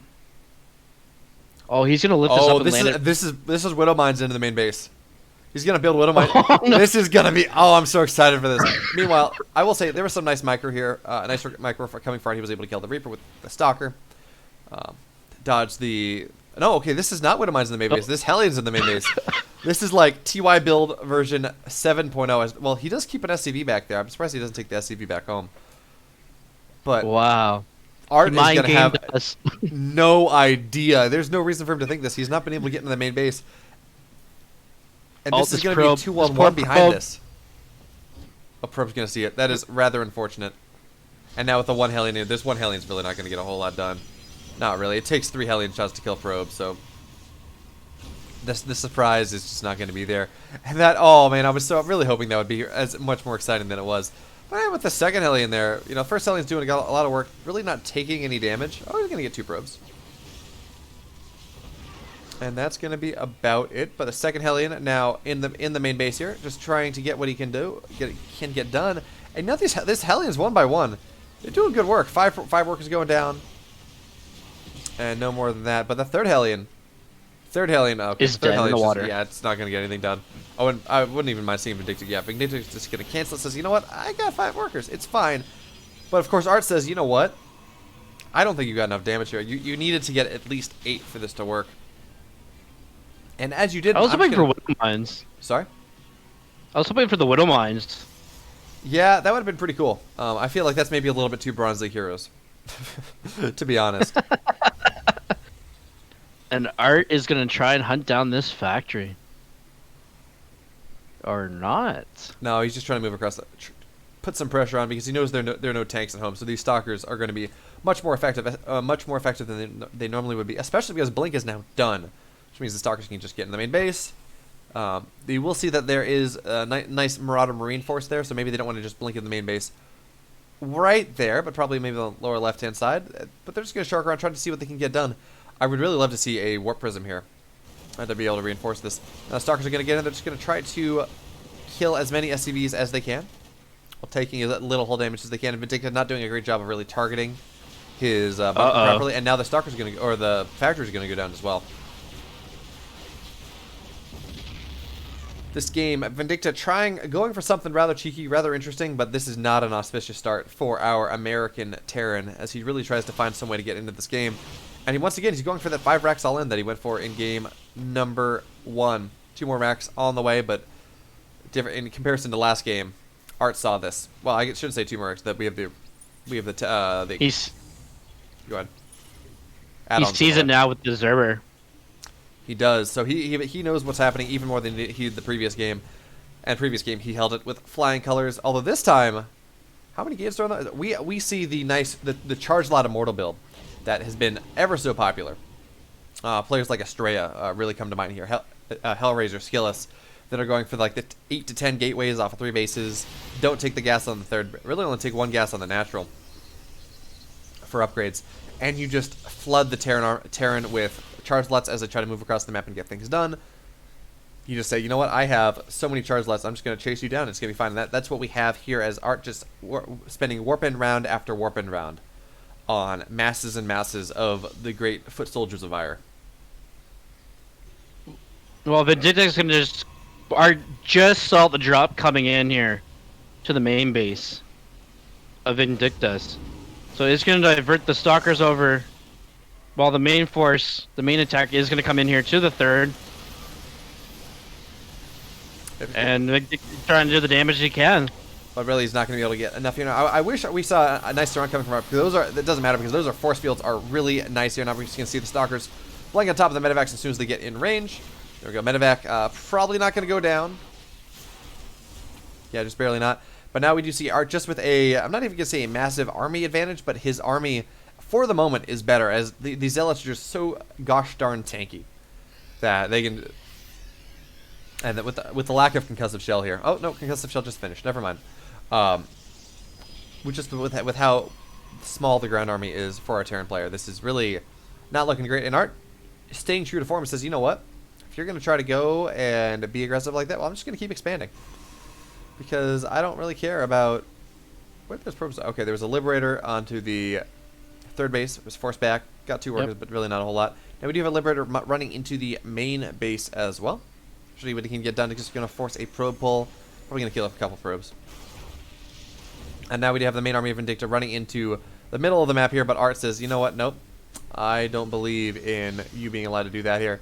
As really he's going to get 7 probes overall, and that's nice. That's a nice comeback, quote-unquote, but again, the third base just barely done. There's no command. The orbital is just now being completed, and Art is on 4 bases just about. He's up 11, he's up, what is that, 22 workers? No, 12 workers. 12 workers now. Yeah, he's in a really good spot. And just want to point out, Art got stormed a lot faster as well this game than the last game. And there's ghosts on the way as they upgraded EMP. Let's have that, but And we're gonna- of course the High Templar are sitting in the Warp Prism, as all good Protoss players do, which is of course going to mean that any sort of EMP really is not going to mean a whole lot here. Now we have Art going on the aggressive, blinking ahead so his charge lots can get through. And now we do have Vindicta on the back foot, down 30 supply, down 20 army supply. And okay, actually the Warp Prism with the High Templar, it will overstep the main army and just get EMP'd and shot down, which that was a lot of the oomph of this army, as Vindicta really just trying to sandbag his way into the mid game. So you know what? I can't No. win that. I can't beat this army now, but I can if I just get up to enough army supply here. And there was 2 High Templars in that War Prism as well. Exactly. So again, that Sure. really just ended the aggressive potential for Art here. So really, there's not a lot of strength in this army on the ground. The big strength was those storms that he was going to be able to force. And now with the this pretty scary Ghost Widowmine Liberator Bio army, it's going to be rather difficult for things to for Art to engage here. So Vindicta posturing ahead. The army supply differential is not all that great. Really, the only difference between these two armies, or between these two players at the moment, is their economy, which of course means it's better for Art in the long term, but the short term, that doesn't really matter. Now we have the Charlottes running in. Some nice Widowmine shots, not doing a whole lot to really, well, they're doing a whole lot to kill the Protoss army, that's for daggone sure. As this first storm will whiff, and there's no more energy on the other High Templar. Vindicta charging forward once again, now finds himself up 20 army supply, 30 army supply. And that's a pretty good situation for the Terran to be in here, especially now that the shield battery overcharge is done. So the next step, of course, is there are some nice... Oh, those are going to be some massive shots.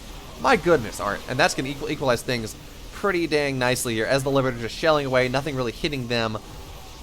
And I'm not sure, even with those incredible Liberator shots, I'm not sure that that is quite enough, as Vindicta is just rallying ahead. And now the Disruptors are dead as well. Although 2 more are on the way. Vindicta is really wanting to win this. Art showed it last game. Ping doesn't matter. Now it's Vindicta's turn to show that ping shouldn't matter. If you're from the west coast to the east coast. But there was 3 SUVs that died randomly out by Vindicta's third. Yeah, there was a Zealot warp in the third base. Only one Zealot. But you know, you say ping doesn't matter, and that may be true, but you know what does matter? Economy. And the fact that Art has been so far ahead in economy for the majority of this game means that, you know, because Vindicta didn't straight up kill him, now Art's in a pretty good spot. Once again, this Liberator is going to go in to try to get the third. It will not get anything done. And we're even-ish on army supply once again. Now we do see a bunch of Disruptors balls all going at once, which is really not what you want to do. You want to stagger them out so the Terran army can never engage, because of course a Terran army that is microing back is a Terran army that is not fighting. So we just see another Disruptor ball going out. And I would like to see our Protoss opponent maybe going into a higher tech somewhere, because this Disruptor Storm thing he's got going for him is really just not enough. Meanwhile, there is a nice Liberator on the, what is that, the main base? The natural, somewhere. Liberator got seven probes for itself, although it looks like it was eventually killed off. And Art, well, you know, as I say that, well, I would like to see Art maybe get a little bit bigger. His upgrades are just, again, it's a tremendous advantage. We just see Vindicta doesn't like to get 2-2, does not like to get that armory. And now we have 1-2 versus 1-1. Soon it will be 3-2 versus 2-3 versus 1-1. And that's just, again, that's what won Art that last game, is he was able to just relentlessly defend. And it looks like it may be happening once again. And we have a bunch of Stalkers moving on the left-hand side. Meanwhile, Charslot run by moving into the third base. Try to see what he can get done. But the army of Vindicta is there. Says, you know what, no. And follow up with a lot of Stalkers behind that as well. Oh, that and it's going to push that back. Yeah, I was going to say, that is not a fight that Art wants to take with just the Stalkers. Stalkers are a nice army unit. They're a nice body. They're army unit. They do well. But when you're dealing with medevacs, when you're dealing with even supplies, Stalkers, they get bad pretty fast, especially with a lot of Marauders here. As both players really now, they've entered the portion of the game where StarCraft gets really cool. They're fighting on 2 sides of the map at the same time. And it looks like Vindicta is taking positive trades on both sides, as they're nice EMPs. He's able to get on top of the Stalkers on the right. On the left now, he's able to land some nice EMPs on the army as well. And this is a nice concave here, but with all the disruptors here, this could be rather difficult. But now Vindicta just targeting almost all of them down. Now, a couple are going to land at the very end. But even then, this is a fairly nice trade here for Vindicta. He's able to get on top of the third base, or the fourth base as well. But again, nice disruptor shots here. And Vindicta's army is just evaporating. And there we have it. GG Art taking the series 2-0. You know, those fights look good for Vindicta, and then the disruptors landed, and the fights did not look good for Vindicta.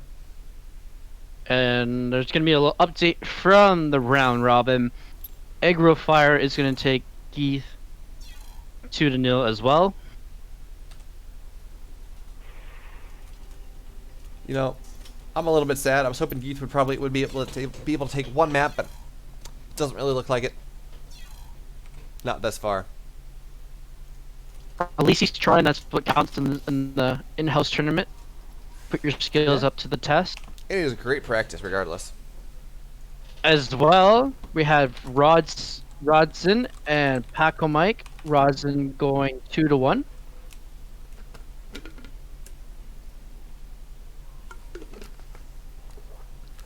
All right, so now we're looking for some more games. Most And players I'm have gonna somewhere post between up- 5 and 6 series remaining. And I'll post the bracket into chat as well. All right, this whole back and forth. Do we want to follow Geeth again? I thought we were going to stay with Keith, but I mean, I'd rather cast some more even matches, to be totally honest. this is true and fair enough.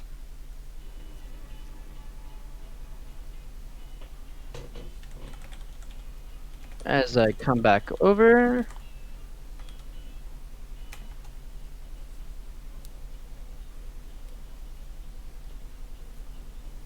Yes, Shazam, you should know that person. Yes, Rodson's in the chat as well. Yeah, I'm really frustrated that your sound is coming through so poorly. Is it really? Yeah, there's just a lot of static. That's weird. Gotta love bandwidth though. Yeah, I don't know.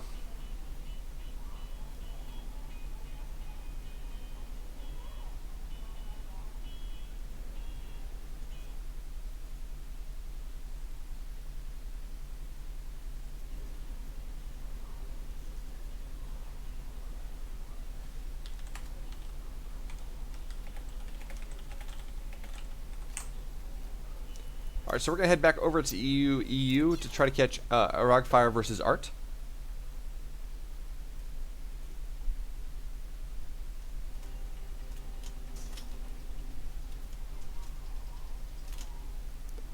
I hope you have them on friends list because I don't see them in the channel at the moment.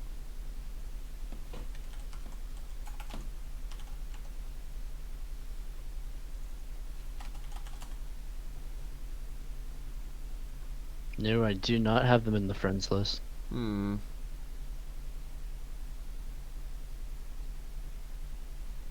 Well, we may not be able to get that series then. I'm just gonna ask Black one if they are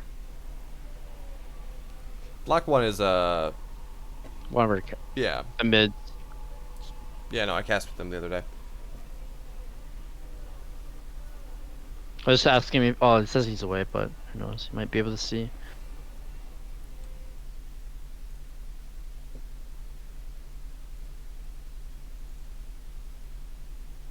So most likely they are in game then. If they we cannot see. Well, they may not have just not have joined the thing. This is true.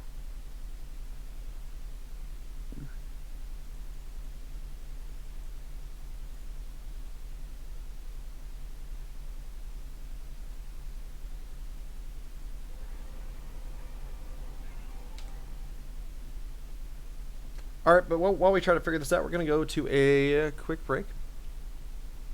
And when we're back, actually, yeah, let's just show the that fun video again. Showcase our other casters, our other tournaments that are going on. And when we're back, oh, never mind. Art is showing now. Sweet. Yeah, I just friend him on.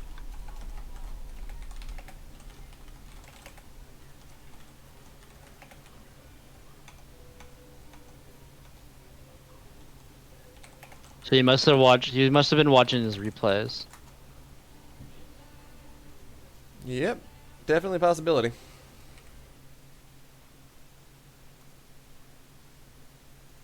So we are waiting on Agrofire. A Rockfire, yeah. Yeah. Oh, he's very aggressive. He's a very aggressive player as well. One of our younger players we have.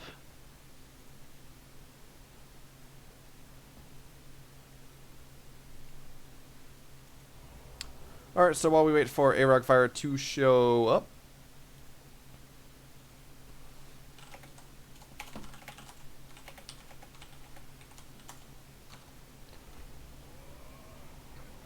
We wait for Eric Fire to show up. We're going to go to a quick break. And when we're back, more MVP Cup action. Don't go anywhere. It's going to be fun. It's going to be snazzy.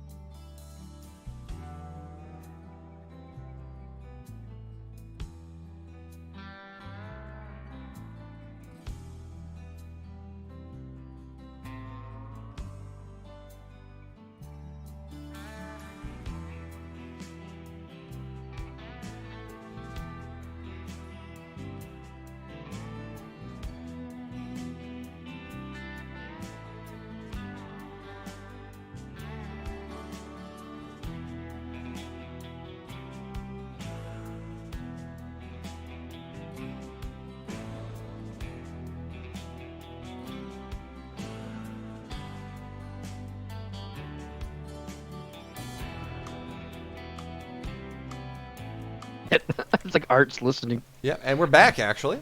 We have games. It is exciting. We're going to have Art versus Arog Fire. It's going to be a PvP, which is perhaps one of the more interesting, more compelling mirror matchups after the most recent CO battery change, especially on Eternal Empire.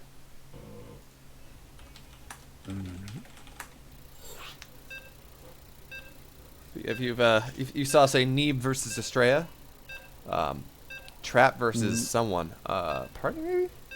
There have been some really good PvPs in Eternal Empire recently. I heard a lot of rumors about the Australian Eve game, and Have I you heard not watched there's it? a lot of. No, I haven't watched it. I don't like watching PvP at all. He's one of your players. He's I know I missed it. I was sleeping it at was the that DreamHack time when you finals, playing. and it was one of the best. It was like one of the best PvPs ever. Which one? Which this Eternal Empire. seasons? The DreamHack North America finals on Eternal Empire. Oh, I against missed Neeb. it. I missed it. I was at work. You disappoint me. The working life. But here we are, and we have our game loaded in. We have our players, and in the upper right, in the pink, it's Art.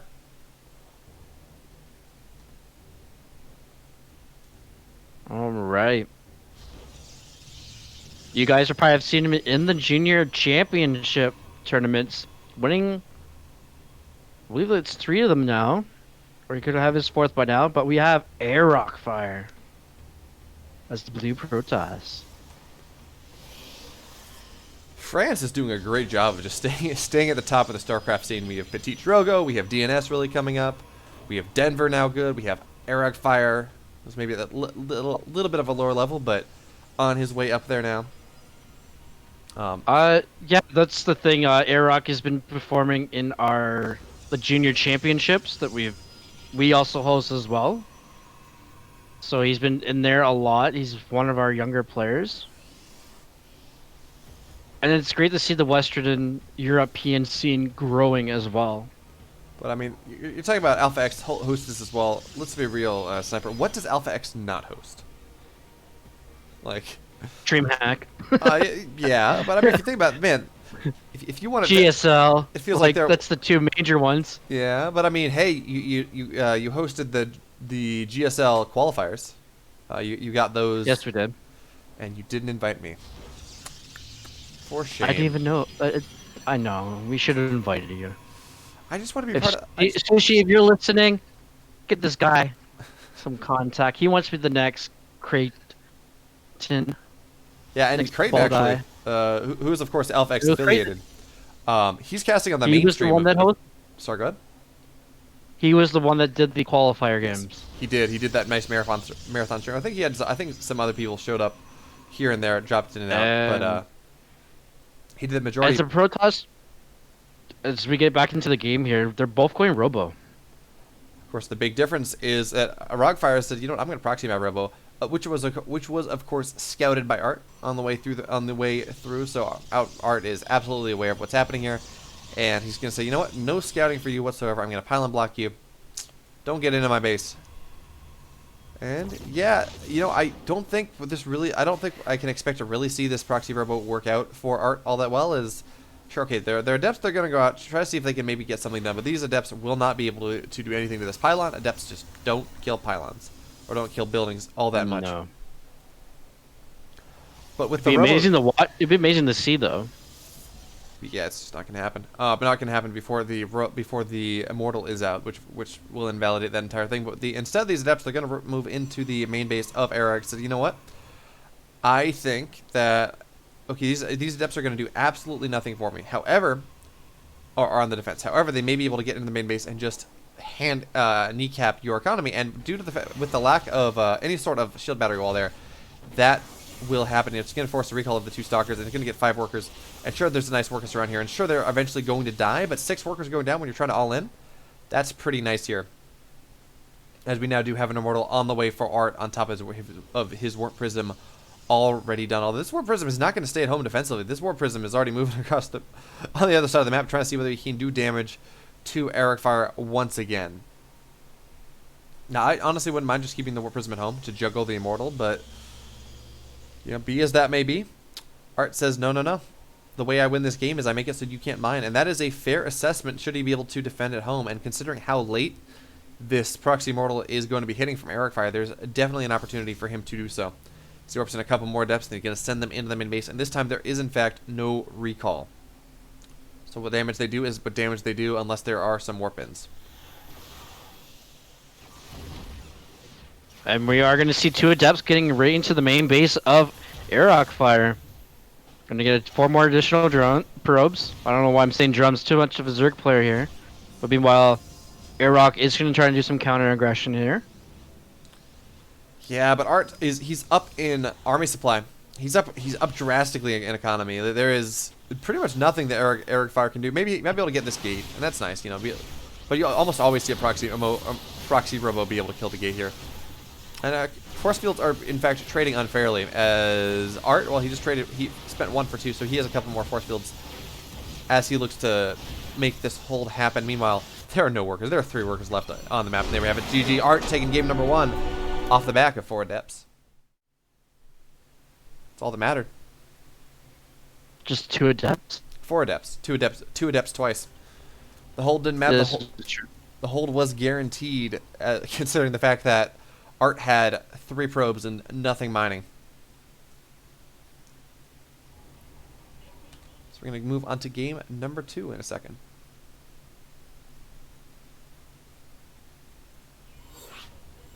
Game number 2 will be on Death Aura. And there are definitely some fun proxies you can do here with the rock walls that you see in the middle of the map. Definitely room for some interesting things. Yeah, Eric has done a couple of those. Done proxies using the rocks. I've seen that. Yeah, I think Parting was the first one I saw do that. Oh, really? It was Airlock for me. Yeah, Parting in the GSL against Innovation. So it was a PvT build, but he went and proxied a Robo on the other side of the rocks. And that went into a weird game with storm drops and proxy bases on the double gold. Really cool match last season. I think it was the round of 16. Highly recommended. Yeah, there's got to be something cheeky about when Parting is playing. Well, only thing cheeky Parting is his skill sometimes, as he just dominates people just for just being ridiculously good and having insane micro. You know who also has pretty good micro? It's Art. And bottom right, in the pink, it's the aforementioned player. Wow, that was a really terrible introduction. Can you do better here? Let's go. We'll put that behind us. Hailing from France, as the Blue Protoss, we have Airlock Fire, who watches too much Maru. Eric Fire watches Maru? Maru likes to keep his buildings outside of his base. Oh, that's fair. There are plenty of players that like to do that, though, and Maru is proxying less now than he used to. At least watching the tournaments I see him play in, kind of bit him one too many times. Although, to be fair, he did turn that into a macro build. But I feel like just the way things have changed, those proxies are less useful, unless it's against Zerg. And the win rate of proxy 2 racks, proxy 3 racks in tournament settings is absolutely insane. I never see it lose. No, I remember when he first came out, and all he did was the proxy. He was like the proxy king. Oh no, for Terran. I guess you were not privy to that meme then. No, I'm not. I think it was Rainer that was starting to tweet out about how broken proxy 2 and 3 racks were against Zerg. The phrasing was, win rate of proxy 2-3 racks in tournaments is absolutely insane. I never see it lose. And then just everyone, it became the copy pasta in the StarCraft community for a bit. I must have missed that one. Yeah, this was right around the time of TSL 5. But we do have another proxy for Eric Fire once again. And interestingly enough, okay, actually no, he's not going to... I thought I saw a second pylon there. There's only one pylon in the main base, which means that Art knows that at the very least there's a pylon on the map. Now this, he knows very well that this may be Schrodinger's pylon, the whole... I'm just going to put a pylon on the map so you don't know where my tech is, but really my pylon is going to be... But really it's not going to be a proxy, it's going to be fine. But no, Eric Fire going for that proxy robo once again, and Art looking like our Art is going to scout it once again. Which of course means that Art is probably going to hold it once again. Although what I wouldn't mind seeing is seeing Eric Fire go and just do that wall. Just put a permanent wall there so he doesn't really lose all those probes that early, which means maybe he can actually get something done. And Art, once again, he says, you know, my response to seeing this proxy is I'm going to put a proxy of my own down as he moves his probes around, and it's going to go, looks like he's going to go put a proxy there outside of the potential third base of Eric Fire. As Eric Fire, once again, just going to try to kill his opponent with some nice, cheeky early play with 3 gates this time. I believe it was only 2-gate proxy robo last time, more of a focus on the robo units than the gateway units. But this time, 3rd gate going down. So I'm leaning into this even more. And it's gonna be a Mortal first, not a Warp Prism. Yeah, that's what we saw last game too. We saw Warp Prism first for Art, Immortal first for Eric Fire, which is valid. Because you want to start because the Warp Prism is just so much faster that you want the army and the Immortal to already be moving across the map when the attack happens. Now, the key difference, of course, in this game is there are no Adepts moving across the map. That nice kill move that he had is really not going to show it. And Art's going to trade a Stalker for Stalker, which is always a nice move when you're trying to whittle away your opponent in the game, and you do have Defender's advantage. Although that Defender's advantage is not long for this world, as we do have a Warp Gate is done. We have a Warp Prism on the way, and a couple sentries are going to get warped in for our Blue Protoss as he tries to get something done. Meanwhile, there is a probe out, or there's the pylon outside of the 3rd base, and the probe's going to go in, trying to see if there's a wall. But this time, our Eric Fire has learned. He says, "There's just going to be a full wall here. You're not going to get in. No way, Jose." Actually, this Immortal's going to get trapped here. With the lack of a Warp Prism, this is incredibly problematic. Surprisingly enough, Art is. Yeah. Okay. Good recall. Now, the interesting thing, of course, is Eric Fire did not target. Eric Fire very easily could have just targeted that down, but he didn't. He was just fighting the main army, and that is such an easier piece of aggression here for Eric to try to get something done here if he's able to just kill that Immortal and make it 2 Immortals to 0. But again, it's not the end of the world, and there's definitely an opportunity for him to maybe elevator things up into the main base from the left-hand side, get some nice force fields, burn Sentry energy because there's only one Sentry now, 2nd one on the way. And in the meantime, Adepts have gotten in with the Warp Prism, and once again, Eric Fire is losing his entire economy. This time though, Eric Fire with an army supply advantage here. Looks like he can maybe get something done. He's going to target down the pylon now, 1 gate, and the Cybercore will get targeted down. Shield battery is going down as well. Now he's on top of Immortal that just popped out, and this is actually looking really good here. Game number 1, he just waited too long before he lost all of his economy. All right, after he lost all of his economy, this time it's saying no as he's just shredding the economy in equal measure here. And with the slightly better army, maybe there's something he can do here. Especially with the Warp Prism on the way. But now the Stalkers are going to get on top of the Warp Prism. Warp Prism is going to go down, and with that, the Stalker warping it. And with that, potentially, Eric Fire's chances in this game, but maybe not. Now this 1 Immortal is in. The 1 Immortal will stand strong. And it's going to shoo the Stalkers out, going to shoot the Immortal out. And we're even? 12 workers to 10, 6 army supply to 7, 19 total supply to 18. What? Wow, I thought Eric Fire was gonna have that, but that Immortal just came out just in time to save him for Art. Yeah, and looks like there was a warp in of a couple Stalkers at home, which means the Warp Prism of Art did in fact go down in that insanity. Oh. Wow. It's not a good day to be a probe. It really isn't. 12 workers going down for Eric Fire, 16 going down for Art. Both losing 2 Immortals. Both losing 1 Warp Prism. It's pretty even. Yeah, it's gonna be an even game here for both players. Ooh, I don't know. If I like, we have an Immortal drop moving across the map here. It's gonna run into the Stalkers of Eric Fire, and that is that is not good. He's good reaction times from Art. Says, you know, this is not. No, I can't let this happen. No. And now he's gonna try to bulldog forward. Says, you know what? I am faster. I think maybe I'm gonna be able to cut off some of these Stalkers and kill them. But this is a scary game here. But again, Stalkers without blink is really not much that he can do. And now he's going to go warp in, and that is okay. The warp in, that was not a smart move here. But now the Immortal, left to its lonesome, going to go in, going to be able to get these warping in Stalkers before anything happens. And now, okay, the second Stalker warping is going to die. I would expect him to see the target of the pylon down, but he says, you know what, it's too scary. There's too much now. You can dodge my shots with the Warp Prism. And the game's getting crazier. Art now on an army supply lead. And Eric Fire just doing what he can to really screw with the AI of the Immortals. The Immortal now runs home. Now there are 2 Immortals here. And that's it.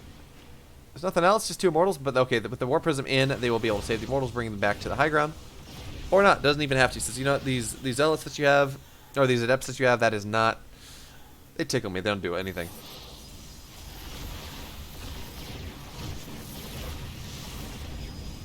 And the force shield is going to block those Immortals coming down, but Art's going to elevator them down. And the Stalkers are working to get that, to get the Warp Prism of Art, so the Immortals do not have anything to go back to. Yeah, but the Warp Prism will get out. It's going to go on. Looks like it wants to go into main base now, but this is a ballsy play here coming from Art, as he has 2 Immortals in there. The bulk of his army is in this Warp Prism, and the Warp Prism has 18 HP, 34 shields. That is not... that's like 4 Stalker shots. So this is about to get one tap, and now the Immortals running in. They do have their hardened shields available. They're just going to try to assassinate these Stalkers. And Eric Fire not paying attention, not quite. And all these Stalkers, well, they're going to be trapped in here. They will all go down, which means this Warp Prism now is a scary beast to be reckoned with, as it doesn't really matter And that Immortal just survived. 1 volley left from the Adepts, too. Yeah, and it doesn't matter. Oh, look at it is Immortal on 4 HP. That is an Immortal. That is truly an Immortal here. Hardened Shield's off of cooldown as well. And now we do have the Warp Prism going to go in. Going to be able to get 1 Stalker. Going to be able to get 1 Immortal, and the Warp Prism will get out just barely. Just barely will that Warp Prism survive. And now it's going to go back in. Art is playing with fire here in this game number 2.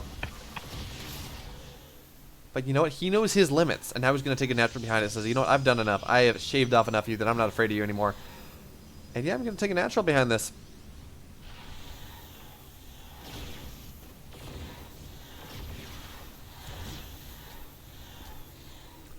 Now the most surprising... Sorry, go ahead. If Airrock Fire had an actual Stargate and had a Phoenix to help him with this would be a totally different ballgame right now. I mean, yeah, but that'd be an entirely different game we have in general. So, saying, oh, if these players had gone different tech paths, the game would be different. I mean, yes, you are correct. But would it help to get rid of the most aggressive Prism we've seen so far this game? Now we do have, once again, and this time, the Warp Prism taking hull damage, but not enough. And actually going to force the Stalker away. The Immortal, when the Stalker's away, the Immortals will play. And now the Immortals chasing down the Stalker as the Zealots are trying to chase it down. Who's chasing who? I don't really know. We need some Benny Hill music going on here. But now it looks like Eric Fire looking to be aggressive once again in this game. But he's down some army supply. To be fair, most of that army supply is on the other side of the map, just causing havoc here. And there is definitely room for Eric Fire to maybe get something done. Maybe try to cancel this natural. But with the 2 Immortals back at home, with all these Stalkers, with all the force fields, with the shield batteries, it feels like Art is in just a fantastic position here, especially with the recall. You can shave off a couple of Adepts already before anything else happens. And now 39 army supply to 24. Nice force fields, but the Warp Prism now at full shields once again does not have to be afraid. Although as I say that, it feels like it really should be.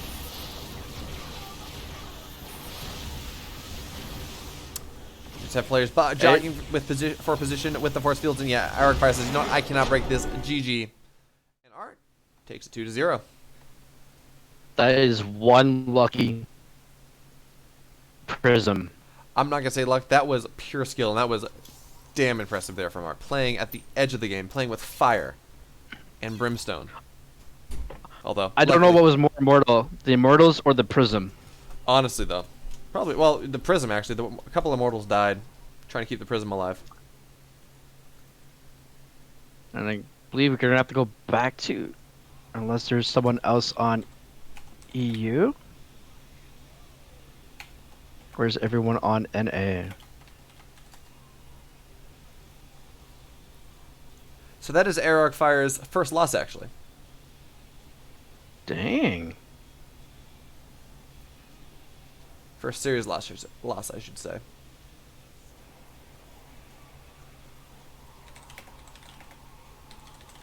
All right. Just making sure everything is updated as well.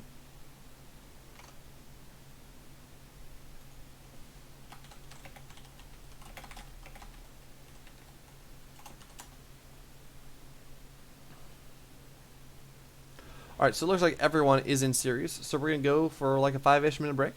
And when we get back, hopefully we'll have some series for you all. Well, everyone's having a wonderful day thus far. Enjoying the cast, enjoying the StarCraft, and we will be back. Patience. I bet he wished he did go for the Oracle this time around, though.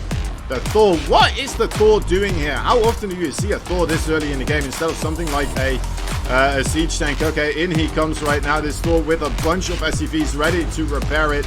There's a lot of Adepts right there on the right side. I think the Adepts should do okay against Thors, right? I don't see Thors that often in TVP, but we'll have to wait and see. We'll have to wait and see. This is a very committed build here for Cure, bringing a lot of those SCVs with him. And we'd love to see the medevac as well repaired here as the, as that gets picked up for Thor as well. Will fall, though, it's going to be difficult to pick that up. So I think he's going to be okay. Status Trap not quite finding the greatest amount of units, but it might be enough for him to find a favorable trade here. Let's see what he targets down first. A lot of targeting on that Thor right now, and also a lot of targeting on other stuff, so I'm not quite liking the way Patience took that fight. I would have loved to see him actually either targeting down the SCVs or targeting down the Thor, but SCVs or even the Marines there, right? Let's come in here with more Adepts though on the other side. Is this the right call? Nope. The GG is called. Didn't have to stop anymore, and Cure with a crazy build.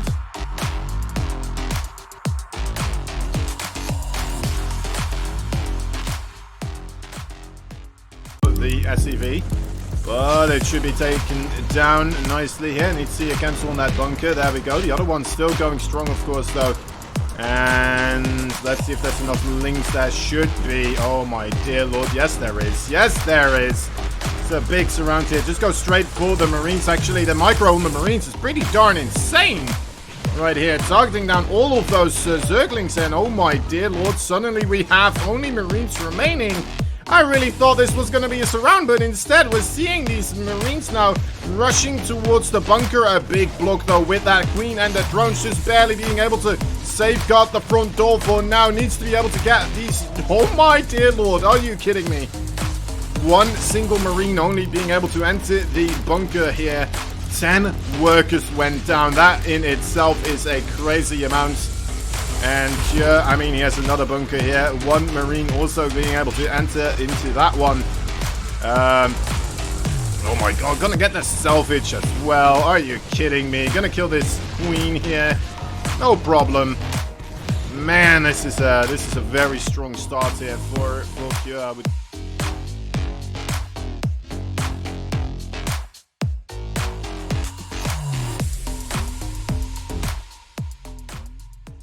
sees that the army is on the low ground there near the third base.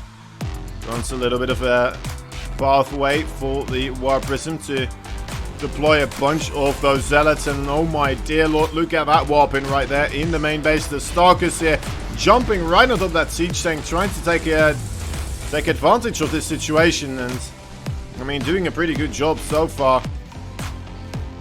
Does manage to get the command center here up in the sky. The Blink Stalkers may want to just continue onwards with their onslaught here into the main base. The Zealots as well, providing a good buffer for some more Zealots being warped in continuously. And Zest, you know what? He has stopped producing anything. This is actually quite a committed attack here. Let's see if it's going to pan out in his favor. The Zealots, oh great Widowmine hit there though. Let's see what is still remaining. There's still a siege tank and a Widowmine on the low ground there, and the siege tank hasn't been shooting at all whatsoever. You know what, guys? I think Zest may be doing this. GG is called.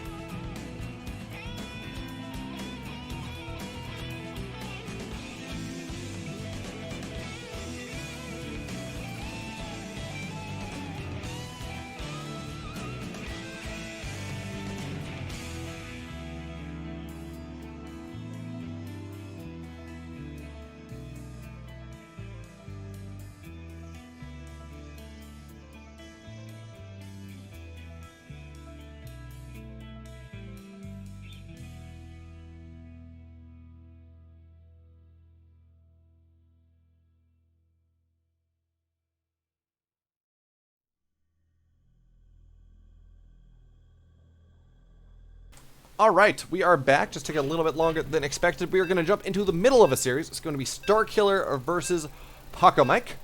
Now, Paco Mike is up 1-0 in this series thus far. I don't know what happened. I just know that he has the lead. So we're moving into game number 2. Game number 2 will be on Everdream, and unfortunately, they forgot to make it with Gameheart.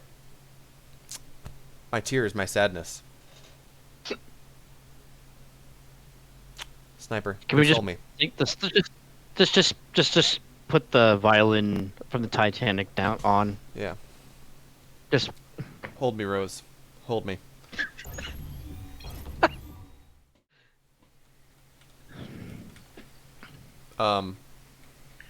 Okay, my StarCraft has crashed. Excellent. Oh, we're back. Okay.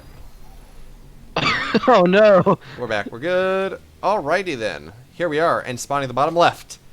In the extremely bright gold, it is Starkiller. He is from Mexico. As a Protoss player, as the blue, we have Paco Mike.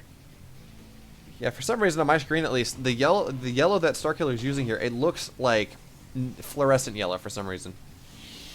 On the It's WCS. gold. It looks gold to me. Yeah, just not in the game, just in my overlay, just in the WCS overlay. So, Oh, it looks gold to me. huh? I don't know. Maybe it's my screen. I think it's just something was weird with maybe with things lagging out, but it's gonna be okay. You can kind of almost see his name there at the bottom. It's fine. What's this? Starkiller going normal? Okay, no, that doesn't mean he's Yeah. going normal. That just means he's taking a natural. Normally. Wow, the base is going down to the natural. So Uh-oh. and there we Uh-oh. have the proxy. Here hatch. we go. Now the question is this cheese or is this him just saying, "Hey Paco, you don't get a natural"? I think based on the fact that there's a natural at home and that we don't see a pool down yet, this is just a, yeah, you don't get a natural, my dude.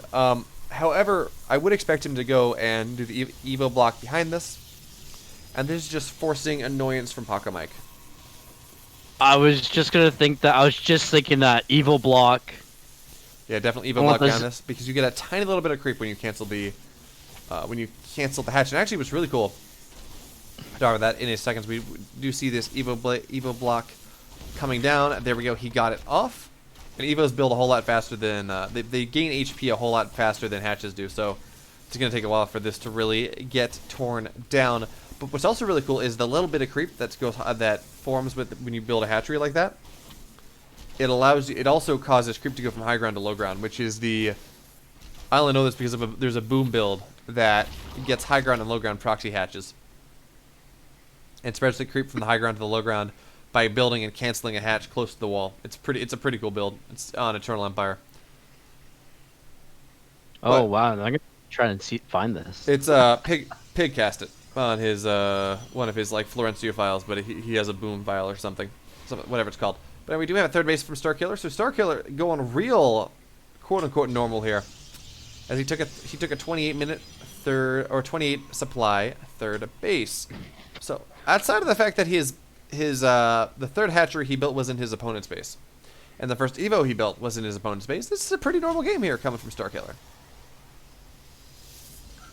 I was gonna say a 28-minute third. That's what kind of game that be? That's a very good question.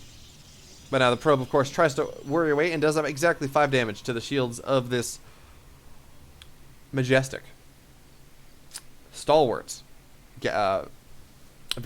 simulator here before it dies a grisly death to the zealot. And yeah, inconsequential as it may be, but the hatch block is nice because it means Starkiller is pretty much getting his third is done before the natural Paco Mike is done, which is never a position you want to be in. As it looks like Paco Mike is going to go for glaives off of this. No, okay, dark shrine. Never mind. Didn't look at the gas properly. And a dark shrine off of this here. This is maybe this is where I can get something done. With a couple speedlings move across the map, they will in fact see that Paco does not have any plants on a third base for the time being. They might try to get in, but they're really not going to be able to get in here. Although they will be able to kill this stalker, and that's rather nice. Good micro here from Paco as he tries to make sure that the Lings in fact don't get in. But the Lings, of course, they're gonna get in. They're gonna be able to surround this Zealot quite nicely. Well, they would, but now they're just gonna get into the mineral line. And here's the thing: do they see this Dark Shrine? Okay, now they do. I'm just saying, man, if they're able to be held in the front part and only get a probe or two, that's actually gonna be disastrous here, as it will look to Starkiller as if Paco Mike is just going for a Glaive Adept, and that's a little bit different of a hold. You don't get spores against Glaives. You do get spores against DTs. So we do have the DTs now on the way here in this game. Excuse me, this game number 2. As the Warp Prism is just about done, a couple DTs are going to be warped in full vision of this Overlord. They're going to just move on to third base to defend it. And this is almost a weird like macro DT play here from Paco Mike, because he realizes that the DTs really shouldn't get a whole lot done because Starkiller did in fact scout them. And that's kind of one of the things in StarCraft. You're going for something scneaky, going for something cheesy, and you get scouted. Well, it's just probably not going to work. Not at this level, at the very least. And he's got a Spore and Spine in each base but the natural as well. And getting layer and roaches as well. Yeah, this is just immediately going to go into Archon drops, which less upper bound of damage, but also higher lower bound of damage. You're kind of guaranteed to get something done. As they go in, and they're going to find a bunch of Zerglings, and well, Zerglings are pretty dang terrible against dealing with Archon drops. So now the roaches are going to go on. They're going to be able to handle it. But because there is no creep connecting the natural on the third base, that just makes it a little bit more difficult for the roaches to be able to deal with this. Actually, these Archons, they're just going to target down an Overlord. Do some nice splash damage on the roaches, and, see what they can get done here. Now, the Queens are not doing a great job of tracking this, which means there's an infinite shelf life on this for the time being. But that's fine, because we do have a bunch of Zerglings running in. Well, I guess it looks like they want to run into the third base, but with the amount of defense that there's there already, that won't really happen. Actually, they're going to try to run. Okay. Running into the third base. But there's really just not a lot for them to get done here. And in doing so, they're going to run into the natural. Okay, they're going to get a probe. Getting probes is better than not getting probes. And where is this Archon drop? Okay, Archon's drop just went home. I guess to try to make sure it's able to defend the Ling flood that was moving across the map. And if Starkiller could have got those sentries, that would have been a good call for him to get to, especially with the gas value of those sentries. And no more force fields, no more hallucinated scouting for Paco Mike. So trying to deny the scouting for him. As the Archon drop just comes right back into the main. Starkiller pushing this away. Paco Mike can scout. How many roaches that Starkiller has? A lot. The answer is a lot. He's up triple the army supply of his opponent almost. And sure, roaches are incredibly supply inefficient. They're not great units, but again, when you're up 100 supply to 40, well, I'm just gonna say that that's not the best situation to be in. But this Archon drop is just going to continue to be annoying. Going to be able to kill Overlords. Going to be able to force some of these roaches to stay at home, but I don't know if that's enough, as the main expeditionary force of Starkiller now moving across the map in mass, in bulk, and he's going to get on top of these sentries immediately. The sentries are going to go down without a fight, and looks like the main force of the roaches, okay, they're just going to dive onto the third base. Immortal is too scary. 3 Immortals are just too scary of a thing. But with these force fields, and with these shield batteries, Paco Mike has taken good trades for the moment, but now 2 of the 3 Immortals have gone down. And that gets a little bit sketchier here as the wall has been breached. And, well, when the wall's gone, that makes life a whole lot harder here for our Protoss player as he tries and tries and tries to hold. And with these DTs, and there's just no detection here, these DTs should be the key to the hold here for Paco Mike. That being said, though, he has lost, about 20 workers at the moment. His entire natural is cleaned out. And it doesn't matter if you have enough damage to be able to kill all these roaches. What matters is how much damage these roaches are going to be able to get done before the game ends. And the answer will be a lot of damage indeed. We're down on 28 worker supply to the 46 of Starkiller. And now Paco Mike has to go make something happen. But with the Lings floating across the map, he's going to be forced to stay at home. There's really not an avenue for him to really try to go strike back at his opponent on the other side of the map and really get something done here. And we just see him. That whole time, there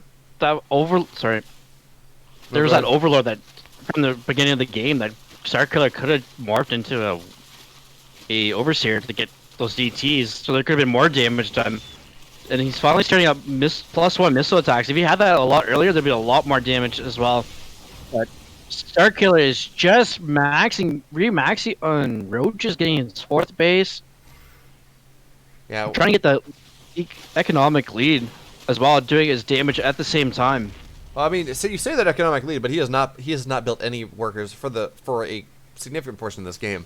And you notice he's still in that 48 worker supply count that he was at, what, 4 minutes Probably ago? like the lot. Yeah, and Paco Mike has done a great job of rebuilding his economy. It's not quite there yet, but it is definitely coming back, and his army is just better than his Zerg opponent here. And sure, you know, it's not great to be behind. It's not great to lose 30 odd workers to an all-in, but the key thing here is Paco Mike didn't really lose his army all that much, and this army is just, it's Immortals, it's Archons, it's Disruptors. This army is tailor-made to kill the massive amounts of Roach, Ravager, Bane that Starkiller has. So as we do see Paco Mike moving out onto the map, really for the first time in a while here. And he definitely has an opportunity to get something done with this one Immortal, with this one Disruptor. Actually, he's going to be able to segment off the Zerg army before anything else. And that force field, not all that great. But, you know, the second ones are going to be better here, so you're going to trade pretty nicely here. Now we're waiting for this Disruptor shot, see what it can get done. Right now it's just waiting and holding and sitting. And the rule is, you know, okay, so that Disruptor shot is going to be absolutely disgusting. Because it's going to go in and going to get 15, or going to get 10 Roaches, Forest Rebels. And now, well, it's always funny. You see these Disruptor shots go down, and then you look at the supply, you're like, okay, the supply is just where it was before that Disruptor shot went off. And with the loss of the Warp there goes Prism. the prism. Yeah, I should say with the loss of the Warp Prism, that just makes things, well, there's just no opportunity here for Paco Mike to really get what he wants to get done.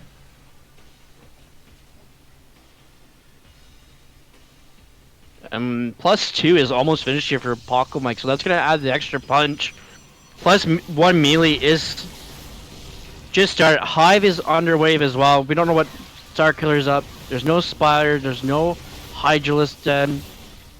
So This is just Roach Ravager Bane here. And now with the massive amount of Links floating around, and no Warp Prism to really help here, the Immortal will get shot down, will get taken down.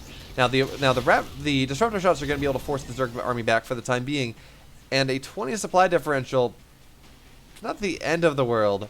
And both players, they're on even economies now. So there is a lot of links coming on to. Yeah, and it does not feel like Paco Mike has been building an army to deal with Links. He's building an army to deal with Roach Ravager. There are no charge lots. There's only one Archon. It's a bunch of Stalkers, and you know what's bad against? You know what Stalkers are really bad against? Lings, my friend. Lings. Exactly. Lings shred Stalkers. So maybe there's. But there are DTs. Well, I mean, these DTs are they're going to be aggressive DTs. They're going to try to move into, it looks like, the natural here of Starkiller. Try to see if they can get something done. As Paco Mike, well, he's already taking his 4th base, and I really wouldn't mind seeing something higher up the tech tree. I would love to see some. I almost would love to see some Colossi here. They're pretty good against everything that our gold Zerg player has, and we do have the lair is done, and actually with the Dreadnought Glance on the way, the spawning pool is going to get taken down, and the Roach Warren as well. So this, okay, now the Roach Warren's not going to go down. Overseer morphs just, okay, Roach Warren actually will go down before the Dark Templar get taken out, and now we do have the army of the Protoss once again on the assault. Now Paco Mike's banking a lot of money, sitting at 1k, and I would like to see him build something. But it looks like his tech of choice, his army of choice, is going to be 7 Dark Templar, although 4 of these will be turned into a couple of Archons. Because that is really what Paco Mike is missing in this game. And sure, Starkiller has Baneliness, and that's nice. You know, Banelings are pretty good units, but Banelings are a whole lot less nice against against Archons, against pretty much everything. Yeah, against everything that that Paco Mike has than they were about a month ago, due to the changes to how unit damage happens. Or yeah. Banelings feel really now going in. They always felt bad going in Archons, but they feel even worse now. Oh yeah, and we do have Adrenal Glands coming back. The pool is up, but Paco Mike is getting the +3.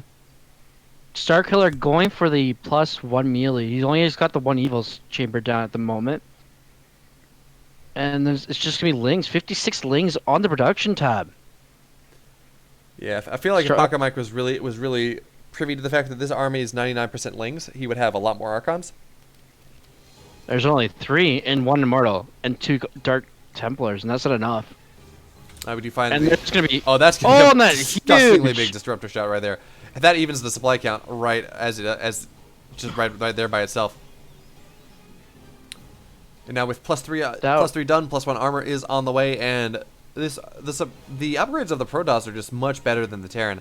But with these amount of Lings, they're going to run in. They will be shredded to their doom. Although maybe the battles are not going to hit. And That would have been Mike, nice if the League's got a surround on that, though.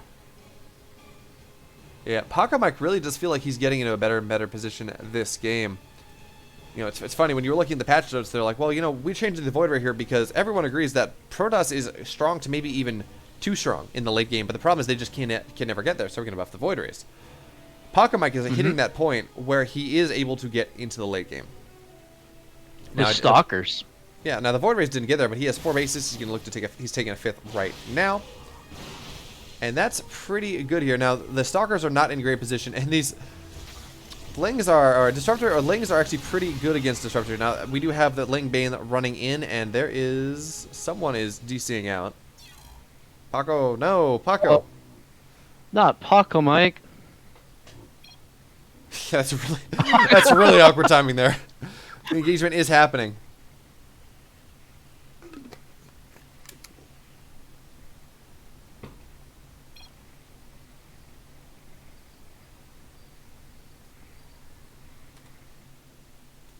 Oh, now once again happening. He's going to be able to get on top of this Disruptor and kill it off. Actually, that's going to be a massive Disruptor shot. Bunch of Banes are going to be going down. And this fight, once again, look, if you look at the supply is even now. The army supplies are even, and Paco Mike actually up on workers here. Looks like he's sitting in a pretty good spot as more and more Archons are being built. And big glowy boys are pretty good against Pureling Bane, let me tell you that. That's all that's on the production tab. Drones and Lings. Drones and Lings. Although the 5th base will be huge killed. counterattack. Yeah, that's a massive counterattack on the right-hand side. Left-hand side will kill the 5th base as it goes up. And there needs to be something here.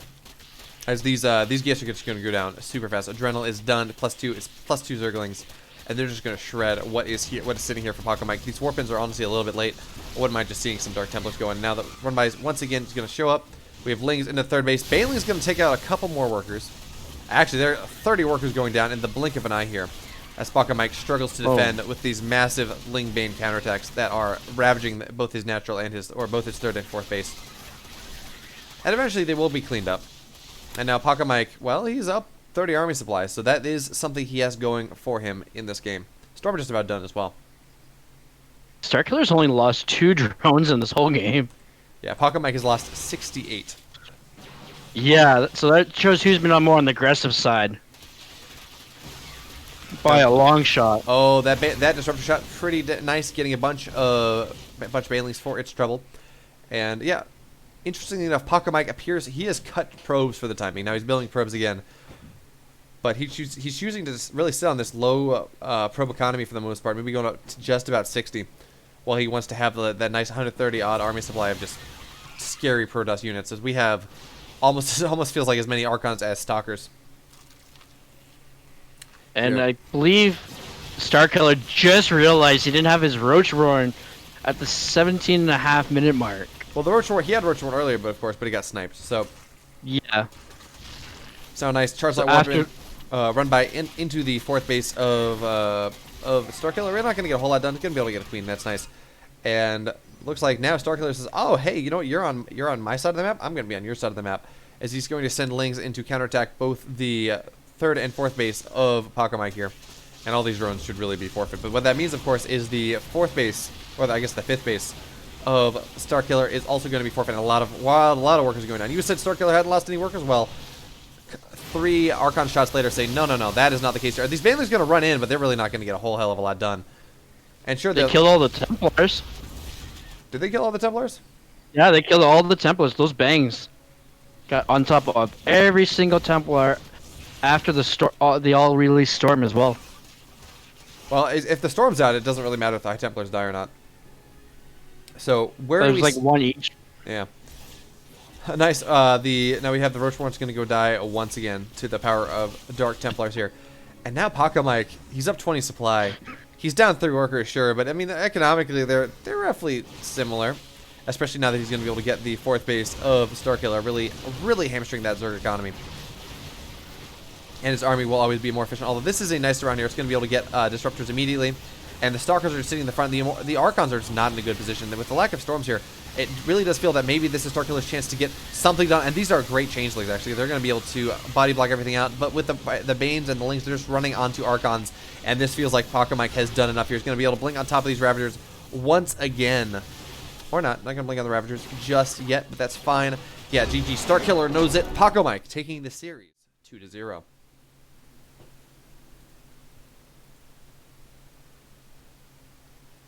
Wow, that was almost Starkiller's game, but Paco Mike came back.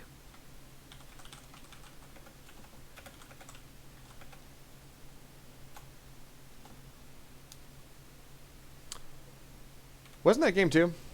Right? That was game 2. I accidentally hit a button that set the series 1-1.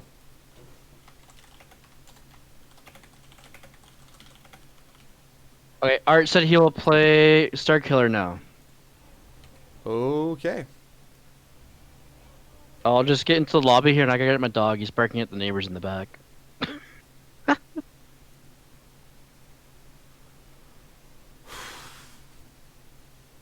So many games left to play. Most players have like 4 or 5 series remaining. Oh, Paco Mike has 5 series remaining. Oh, we're never gonna be done. Paco Mike. Alright, I'll be right back.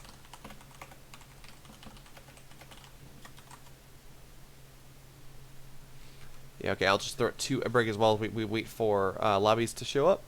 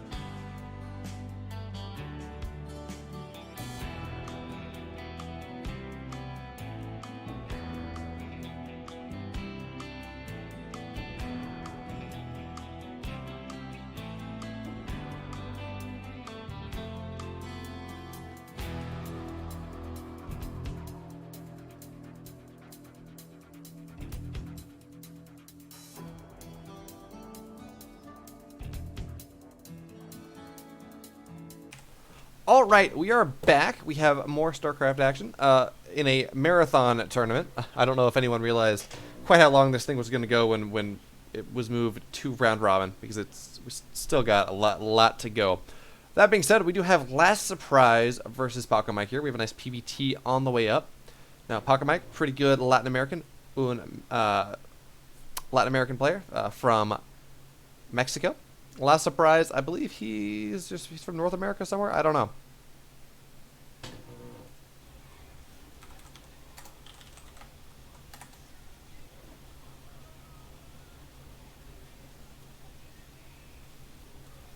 But excited to see what he's going to be able to throw out here. Actually, no, we are not quite ready at the moment. We do have a lobby, but it looks like Paco got a phone call that he has to take, so we're going to wait here a little bit longer, and I'm trying to figure out why my mouse is just moving around. I guess I need to clean my mouse pad or something. So if you see the mouse jiggling in game, it's not my fault. Well, it may be my fault, but I can't do anything to fix it at the moment. And yeah, we are now loading in to game number 1 of Last Surprise versus Paco Mike here in this MVP Cup. And as a reminder, if you would like to contribute to the MVP Cup, absolutely feel free. There are the links in the pin to chat, and you can do it even if you don't want to pay money for it, because there are codes that give free money, give 50 cents towards the tournament prize pool, regardless of whether you contribute any money yourself. But that's enough of that, because here we are in the bottom left. In the purple, it is Last Surprise. And in the upper right, we have the blue Protoss. He is Paco Mike. De Mexico. Sí. Fue de Mexico. For Paco Mike, wherever he's from, wherever he goes. Where did he come from? Nobody knows. Save for maybe. I don't know. I'm just rambling here as we wait for this game to really start in earnest. Both players kind of going for that same opener. Last Surprise going for the nice Reaper expand that we've seen so much of. We're probably going to see a gate expand coming here from Paco Mike as well. Might be a cyber expand, but most likely a gate expand. Just kind of watching how the Protoss have been playing today, seeing how Protoss players really just play in general. Paused. Actually, we're going to pause, so we don't know what's going to happen yet.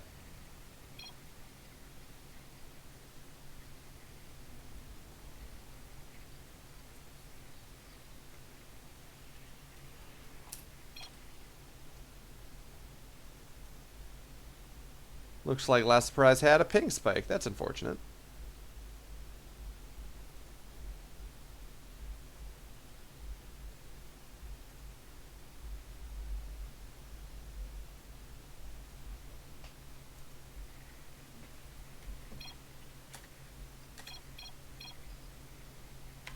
Game resumed.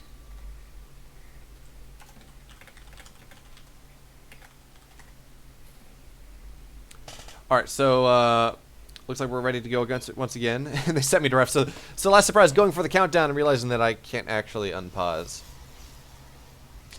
Anyway.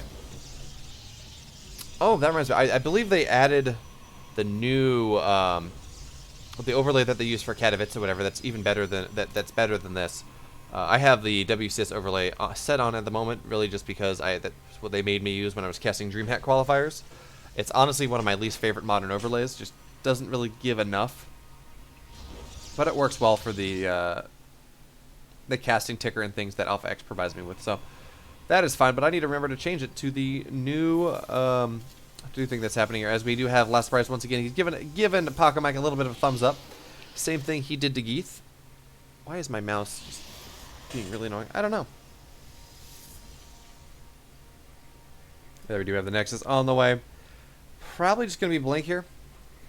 I just say that because that's what Protoss really just seem to be sticking with at the moment.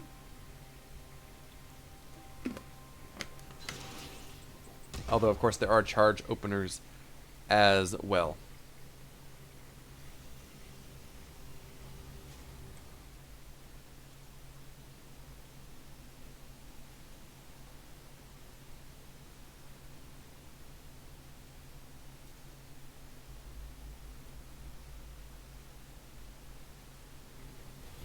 So what do we really have here? Nothing all that weird. We are seeing at least one Hellion go out. I don't think this is going to be massive Hellion aggression here coming from Last Surprise. He really just tries to see what he can get done. We might see the double Hellion one Reaper thing where you bump the Protoss player out of the wall and just run in and try to see what he can get done, scout some things maybe. But it doesn't really seem to be what's happening here. And actually the Stalker's going to sit in front and the Hellion's going to take some damage before anything really happens. Can my mouse please? I'm sorry for the observing. Again, my mouse is just on the fritz, so we'll see what happens here. As now we do have the one Hellion moving across the map. Should be intercepted. Really should not get a whole lot of work here done. Stalkers, they're going to look for it. I'm not really going to find it, but now they will. And now that Hellion will not die, but will stay on low enough HP that really nothing much is it's not going to be able to get in. Nothing much is going to get done. And this is a full. Oh, it's not a full wall. Okay, now the Reaper and the Hellion is going to be able to get in. Hellion is really serving as a meat sink there. Tell the Reaper to really get in and try to get a full scout on things. Now, didn't really need to go in. He got a really full scout from just looking at the front, but he's able to check gas timings. See how much gas is there for Paco Mike.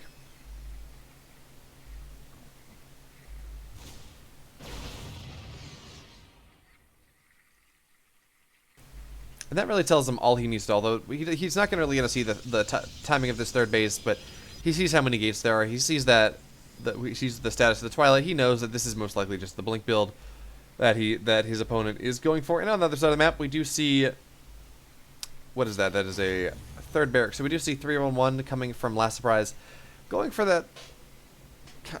You know, there are definitely two routes here. Whether he goes for that, drops an extra 2 racks like we saw Vindicta go for in both of his games against Art, or whether he goes for more macro style and gets a third command center off of this. Both are valid, both are viable. But what I would like to point out is just the Sim City here with this tank is really nice. It means it's going to be that much harder for Stalkers to really blink on top of it and get something done. Should this be aggressive blink, but it seems like Protoss players for the most part have really shied away from playing the aggressive blink game like we saw Parting do in Season 1. Sure, they're using the build. Sure, they're opening with 3-gate blink, but they're just using it to secure a quick third base, and they're really not trying to get a whole lot done. We don't see them moving across the map with a Warp Prism. They might blink in, get a couple SCBs or something, but this is not the I'm going to tear you apart build that we saw Parting do. There we have it. Paco Mike looks like he wants to blink in. He will, in fact, do so. He's going to be able to tear off this Raven before anything else. Going to lose a Stalker for the trouble, but I think most Protoss would say, yeah, I will absolutely trade one Stalker for one Raven, especially when I'm going to be looking to defend your next push with my Colossi. However, that is not what Paco Mike is going for in this game number 2, or game number 1. Instead, it looks like he is going for Uranite. Oh, yeah, never mind. As I speak, well, there we see the Colossus coming out. We do see Extended Thermal Lance on the way. I was going to say, well, it looks like he's going for the mass charge build. That has seemed to be so effective here, but this is not a really massive committed pressure build from Last Surprise in any way, shape, or form anyways. Last Surprise, of course, dropping a third command star on the way, and he's going to put on some extended pressure because the third base is only going down at around 630, 635. So the onus is on him to get something done. But it's not the I'm going to really try to kill you. Here are my five barracks. I'm just going to get a bunch of army supply and kill you with it. No, this is a bit more macro than we saw here. And there is going to be a nice 1-1 or +1 stim combat shield timing here coming for our Terran player. But it looks like he's going to really not even make use of it all that much. As I say that, of course, the army is moving out, but it's not really going to hit on the timing. It's just going to hit after the timing a little. And this is leaving a nice opening now for Paco Mike Stalkers to run into the base of Last Surprise. See what they can get done. Actually, it looks like they're not even going to do that. They're going to be in a position to maybe take out reinforcements. Is that what the plan is here? Because I would expect them to either be moving into the natural and getting something done, or okay, actually, the nice thing here, they will in fact. Why it's so weird seeing players do this. The Terran players do this. They go and they pull SCVs, and then they don't. But they do it after getting a third base. It doesn't make a lot of sense to me. But anyway, now we do have the army of Last Surprise going to be seizing out the third. And these are excellent Widowmine shots, but they're really not enough here. There are enough Stalkers here. and this will in fact get cleaned up. But in the main base, that's where the big damage is being done here. As 21 workers are going to go down, and this double drop is going to depower pretty much everything. It's going to get, not going to get the Robo Bay, which is rather unfortunate. But killing 21 workers when you are on 3 bases, that's a pretty good deal, especially when you're on even supply. It's not like you lost a massive amount of supply in the exchange. Although most of that supply for the Terran at the moment is sitting behind the natural of Paco Mike. And Paco Mike has a relatively scary army with a couple Archons and a Colossus sitting there looking to maybe do some damage to Last Surprise's 3rd base here, especially with the 2nd Colossi coming in at the moment. And we have seen no Vikings in production here. This is just Bio and Widowmine here for Last Surprise, which I don't really like. I mean, I feel like the time for Widowmines is really over in this game. As now with the 2nd Colossus here and everything else, this is really... He's not going to be able to keep this 3rd. He's going to have to lift this 3rd rather soon. I think he would rather move his SCVs out sooner rather than later just so he doesn't lose them, but it looks like he's losing them anyways, as the army that is meant to keep him safe is in fact not keeping him safe at all. And the 3rd base is going to get targeted down, just barely is going to survive on the mass repair of these SCVs. They're going to be pulled forward once again, but the army or the hitting power of this Colossi really is just too much here. As once again the SCVs will get pulled, and we do have Marauders stimming, but the Colossus is just not getting targeted down here. And it feels like this one Colossus is winning the game here for Paco Mike, as he has been able to reestablish his economy behind this. He was able to kill off the double drop for Last Surprise, and as he got 19 workers in exchange, now he finds himself with the economic lead. And one was just about done for him too. So not this next attempt means his army will be that much stronger. And really, the only thing Last Surprise has going for him here, sure, +2 armor is on the way, but the big thing, of course, is he killed a bunch of Colossi. There are now no Colossi. Maybe there's one Colossus on the field. There are no Colossus on the field. They're just being rebuilt, which means that Paco Mike's army does not have a lot of oomph to it. Does not have a lot of staying power to it, or I should say, does not have a lot of killing power to it for the moment. Which means Last Surprise maybe has an ability to get back into this game. There we go. 2-2 on the way. Armor faster than Carapace. And we do see a Ghost a Ghost Academy on the way behind this. And I just cannot help but feel that Last Surprise, his tech, at multiple points in this game, has just been a little bit too slow. There we go. He's going to drop a 3rd command center, but this commander should get canceled post-haste. And the question is whether Last Surprise, down in supply as he is, will be able to hold this next attack from Paco Mike. The 4th base will certainly be canceled. Actually, the 4th base is just going to be killed here, and that's not all that great. Now, the Widowmines are going to just burrow on top of all these chargelets, and that's nice. These chargelets are just going to get evaporated here. And with the Vikings just able to sit on top of this Colossus, the Colossus should go down. Okay, Colossus is barely just not going to go down, but it is forced out of the fight. And sure, 5 workers went down behind this, but this is actually a pretty good fight here for Last Surprise. I would like to see him just stim on top of things, try to get what he can, and slow everything down. Just get on top of the Colossus. Colossus going down. And actually, this entire army is going to go down. Should be able to target down the Warp Prism as well, but not before the Warp In happens. Now he's going to be forced to flee once again.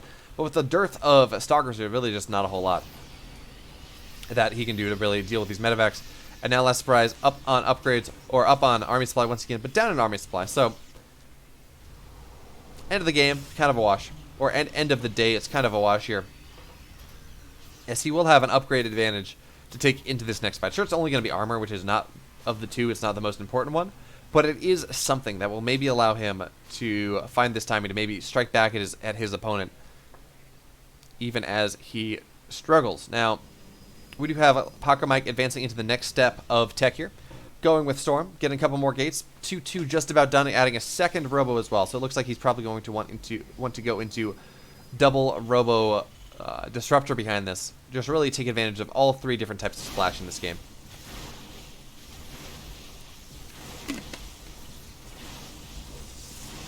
And of course, the scary thing for Last Surprise is not when the 3 kinds of splash happen, although that is annoying. The scary point of this game for Last Surprise is when Paco Mike drops that Dark Shrine and gets DT Blink and says, you know what? I don't care that you have detection. I just have enough DTs, enough chargeless that I blink on top of your Marines, and there's just not enough DPS. So now, once again, we do have Paco Mike moving in. He's up 20 army supply this time. And man, I almost feel like I would like to see some tanks here or something. Just to be able to hold things. And actually, the army of Last Surprise is absolutely out of position here. Now, our Paco Mike, once again, he's going to charge in. He's going to really just send a bunch of his zealots on top of these SCVs. SCV is going to go down in significant number once again. And these storms are absolutely massive. First one going down, doing a really great job. And actually, Storm's on the Vikings as well, so the Vikings will not be able to take this Colossus out. And now the fourth base should get canceled once again, but the third base is the important one. The third base will get targeted down. The third base will get killed without mercy. And now the bio of our Terran player is now sitting in a choke and just taking shot after shot from the Colossi, from the Archons. And there we have it, GG. Paco Mike taking game number 1 in this best of 3 here for glory, and to put himself maybe at the top of the table of this round robin series. Yeah, Paco Mike sitting at 1-2. So winning the series will not put him at the top of the table. However, it does give him an opportunity to maybe get up to the top of the first play, or get up higher on the table, because of course, you know, more higher on the table, more prize money. So of course, you know, for this tournament, with the format change with the dearth of players, first prize is now $50 and a pizza. What I want to know is, do casters get pizza? Yeah. See. All right, I'm back.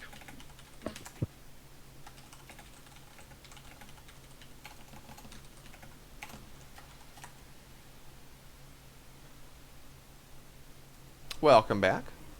Game number 1 was pretty back and forth. Pretty good game. I don't know if you were watching it or just... I know you were in the game, but I don't know if you were watching it or dealing with other stuff. I was watching a bit of it. The girlfriend came home from work, brought some food, so... Alright, so the But question yeah, is... Sorry, go ahead. the last few rounds from Paco Mike pretty much said, this is game, this is mine. I'm having this, no matter what. Even if you try to come back, it's my game. Yeah, really that came down to the fact that he was able to...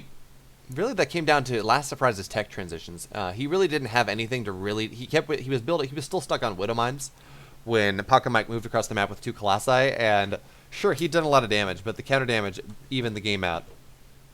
And that did enough here in this game, in the game number 1, but we have game number 2 already loaded up, so if you'd like to take it away, my friend. Alright, as the purple Terran player, we have Last Surprise.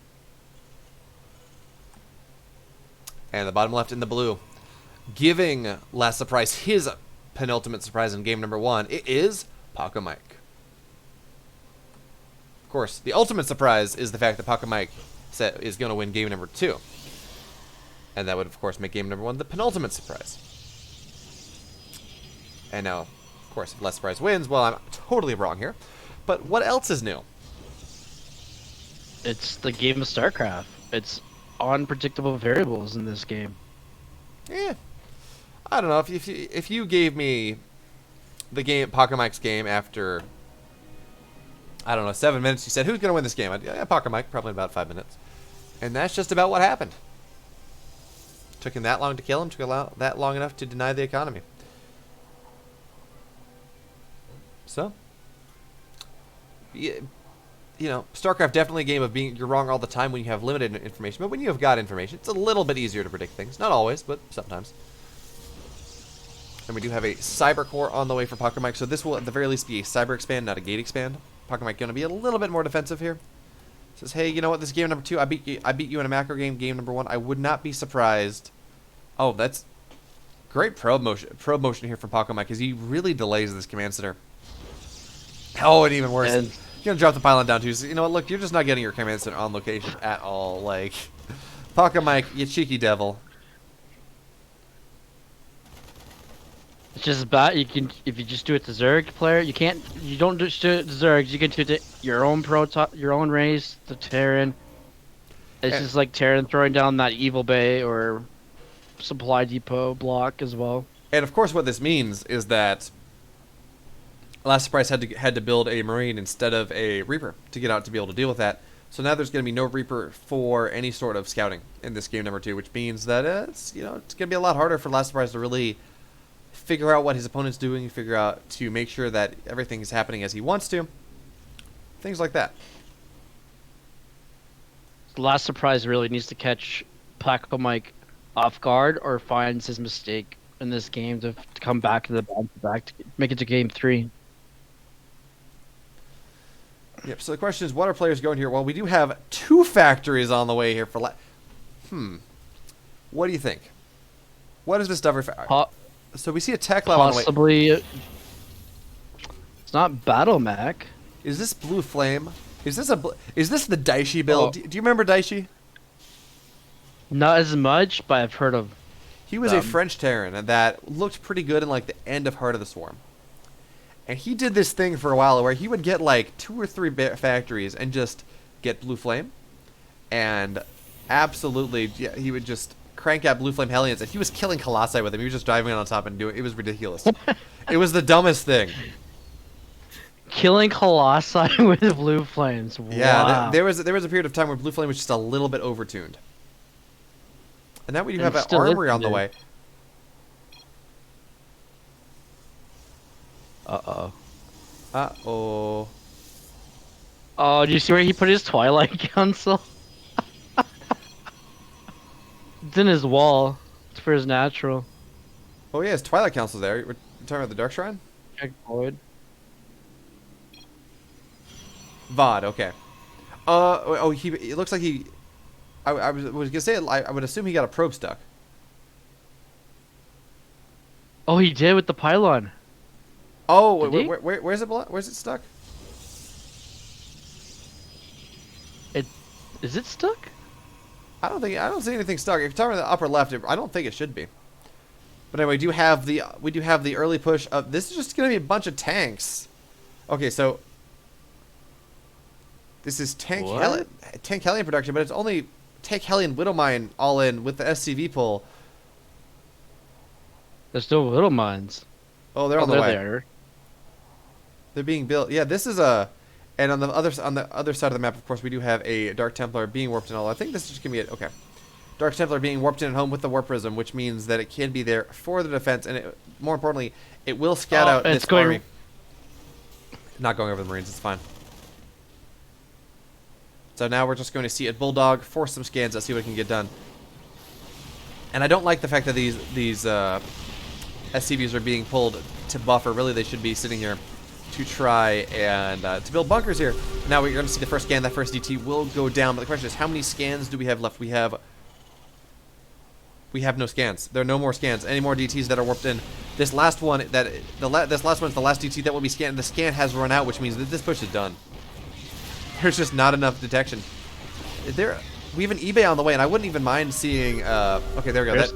That Dark Templar is there, but again, we're just gonna see DTs warp in every scan's done. But I wouldn't mind seeing a couple more SCVs on the way, and actually just a turret built here in the main base. But it doesn't really matter. Okay, this game wasn't built with game art, but there is a Dark Templar now in the main base of our Purple Terran, and there are no SCVs in the main. Tech is going down. DTs are on top of these tanks. Yeah, I mean, sure, the push is going well, I guess, but I mean, Pachamite can even afford to lose this natural, to be totally honest, and he'll be fine. We're gonna have Colossi on the way. I feel like Colossi are not exactly the play here. I feel like I'd rather see Immortals, but really not the end of the world. And here comes the SUVs to build the turrets. There we go. I tell the future. So Oh, here comes the DTs coming back. not even targeting the turrets down. They're just like, I just want to kill the army. It's fine. And another scan will happen. It's going to be able to force a Archon Morph that will in fact just kill the DT, which is just kind of some useless money spent. But you know what? As I say this, I say, oh yeah, Pachamite can absolutely lose his natural and be fine. I'm not sure. Well, no, Here goes yeah, the probe. I am actually because he is a third that Last Surprise does not know about. This third is an anathema, a mystery wrapped in an enigma here for Last Surprise. But now he's going to find it. But of course, with the Colossus there, only one Colossus, but that Colossus should be enough as long as it's microed in the proper location, doesn't take a bunch of tank shots, which is always going to be a problem here. Now we do have the Hellions. They're going to run on top of the Colossus, and we have Hellions killing a Colossus. No, we don't. One can dream. I told you. I've seen it happen before. So we do have a couple Zealots that have Zealots and Dark Templar that have warped into the main base, and they're just continuing to deny the mining. That being said, with the missile turret here, the DTs will really not continue to do a whole hell of a lot. But the Stalkers are being warped in now too, and yeah, it's nice And that the Terran has this foothold here, and this really is a hard containing. We have 2 missile turrets, we have a bunker, we have some Widow mines, but Pachamite's taking his fourth base, or his third base at his fourth. And with last surprise sitting at 19 workers to the 41 of Paco Mike, well, it's not looking good, to say the least.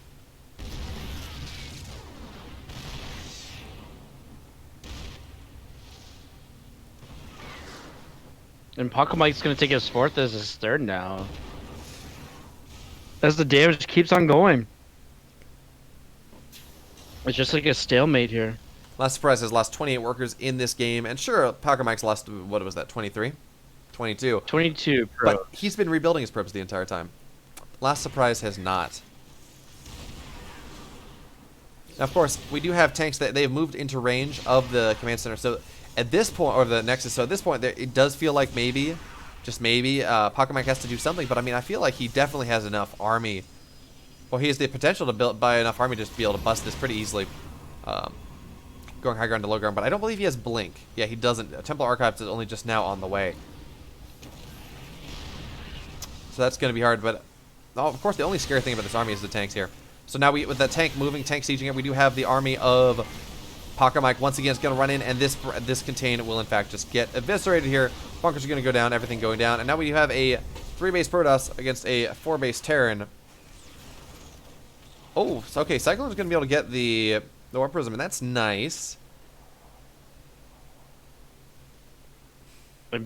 Paco Mike has enough for another Nexus if he really wants to be greedy. Because he knows he's ahead now. Yeah, but I don't think he needs to do that much. I mean, he is hella ahead. Went ahead, get more ahead doesn't mean just get more base. It also means put yourself in a position where you don't lead. That means cannons down if it's a Zerg and you're worried about mutas. That means just building more army, getting upgrades, doing all these things. He's getting charged behind this. Yeah. He's getting charged in another Warp Prism, so most likely he's going to go for a charge warp in somewhere. But there is a group of Hellions just coming right in. Nothing here blocking the ramp. Going straight into the mineral mine. And now we finally have a warp in, but not before almost all of the probes in the main base do die. Granted, there were not a lot there, so it only gets about 7 probes. And now they're going to look to move into third base. Really will not find themselves. But, you know, unbeknownst to us, or I guess kind of beknownst to us, I mean, it was 2 factory. But this is mech from last surprise. With a third And I factory just is realized- now done. Plus 1 mech armor is on the way, and it's just a bunch of tanks. It's a bunch of Hellbats? Sorry, go ahead. I was wondering why the Zognaga Tower was still being held, but there's a Dark Templar on it. Yeah. Yeah, so that's the last Dark Templar so far. That can just easily sneak into the bases here, but it's just going to hold that tower. Well, there's really not a whole lot of damage that can get done here, as there's a missile turret in there, there's a tank in the front. It's the time of the Dark Templar for the moment. It's really hard to get damage when your opponent's turtling on 2 bases. These charges are actually doing some damage just by forcing tank shots on top of them, on top of their corpses, which are actually going to do a decent job of killing a lot of these SCVs. Now the Cyclone is going to be able to get on top of this Warp Prism and kill it, or Warp Prism and kill it off. Now these, sure they're going to kind of get on top of things, but there are enough Hellions, there are enough Hellbats, there are enough tanks. They're really not going to kill a whole Hellion of a lot. Ha. Haha. Nice attempt there with the Disruptor. Really not going to get a whole lot. You're going to get one Hellion, but 1 Hellion less is 1 Hellion that is not going to eviscerate a mineral line later on. So decent work here from Paco Mike. And now we just have Last Surprise really just turtling up on 2 base. Sure, his 3rd command center's on the way, but now we see a bunch of missile turrets going and says, you know what? I've taken enough damage. I don't want to take any more. And now with the Hellions... Yeah, Go ahead. He's had enough of the Warp Prism harass, so he's finally deciding, hey, let's tank up. He's going to basically turtle up here into the Hellion tank style battle mech. And I don't know how I feel about that, because we do have a 4th base on the way for Paco Mike here. And I wouldn't mind seeing him just take a 5th. I mean, in all honesty, if your opponent's going to stay on 2 bases like this, yeah, just go ahead and take a couple more bases, because the time in which they can just kind of push across the map and kill you pretty easily is done. And I mean, it doesn't even look like Paco Mike wants to do it here. But I think this may be Paco Mike's, or Last Surprise doesn't even want to move across the map at the moment, but I feel like this maybe is Paco Mike's really first true indication that this is mech. I mean, sure, he saw the siege tanks, but he really has not been in the main base in a bit, and I think that 3rd factory went down after that. So the mass amount of Hellbats and everything we see, I want to say this is like the first true time that Paco Mike said, okay, yeah, this is absolutely mech. Maybe I need to move things around a little. The War Prism, once again, will get shut down. What is that, the third War Prism that has died this game? That's the third one as well. There's Blue Flame. Shadow Stride is being researched as well. So I'm guessing Pacomike wanted that War Prism to get those DTs in. However, Last Surprise has been building up his defenses really well here, making sure that Pacomike's army does not get into the base.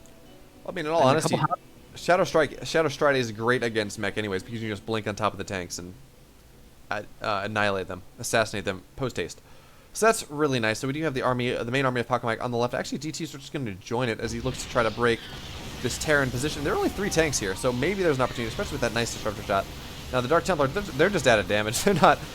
DT blink is not done, and yeah, the third base will get penetrated here. For our Terran player, will get taken down, will be forced back, and these Dark Templar are just doing so much here with no scans. They're just killing tank after tank after tank, and Last Surprise finds himself on 27 army supply. DT's just killing a bunch of SCVs as well. Now with the blink, with the DT blink being finished, they're able to get out. And the scan says, you know, scan really not being all that useful, just really forcing the end of the engagement for the time being. But now Pacomike up significantly. That being said, though, these Blue Flame Hellions, they killed a mineral line. Pacomike down on 56 workers now, but I fear that may not matter here, as there is really not a whole lot that can defend his home base. As just with the blink stocks and everything, these tanks will go down. And sure, there are 2 tanks left. We're just waiting on blink to come off of cooldown for the stalkers here, for these tanks to die on the low ground. There they go. And sure, the Hellions are doing a great job on the high ground, but yeah, that is not enough. And Pacomike is going to take the series 2-0. Well played from Pacomike. Excellent hold there. And well played from Last Surprise, trying to come back and bring his blue flames out. But yeah, that actually Pacomike's still showing that Pacomike is showing that he's still strong in PvT. That was actually a really solid game there from Last Surprise. It really did feel like he got almost build order countered when he went for a 1.5 base all in against DT Tech. I mean, with no Starport for the longest time, so he couldn't even get a Raven. He did a great job of trying to fight his way back into that game. I mean, it didn't work at the end of the day. It just didn't happen. But he did try. He tried so hard and got so far. So with that win of Pacomike over Last Surprise puts Pacomike just above Last Surprise. If you look at the standings, so yep. Rodson's at 4-0, Art is 3-1, tied with Vindicta, but he gets the tiebreaker point. So I believe he beat Vindicta. Yes, he did. So the top 3 are pro players. We have A-Rock Fire, our junior champion. They're in 4th, and then Pacomike and Last Surprise will be switching from 5th and 6th, and Star Killer, and then Keith, I should say, not Keith. Oh. But yeah, that's the standing so far. As we wait and continue the games to be tallied up and played. And of course, the top 6 payout. So first prize, $50 and a pizza. Then it goes down to 30, and then $10 for 3rd through 6th place. But while we wait for some more games, I think we're gonna go to a quick break. We're gonna show you some pretty cool plays. You may have seen this before, but those of you actually no, we're not. We're gonna go into Rodzin's game. Last Surprise versus Rodzin. Everyone's waiting for Last Surprise. And another PvT. Which is interesting. I really would have thought it would have been Pacomike, because it looks like Pacomike has the most amount of games left to play, but so it goes. That's how things are going here. This is Last Surprise's last game. Huh. So definitely no one's going to be waiting for him anymore. I think that's why Rodson went like, oh, I'm going to get this game done and over with.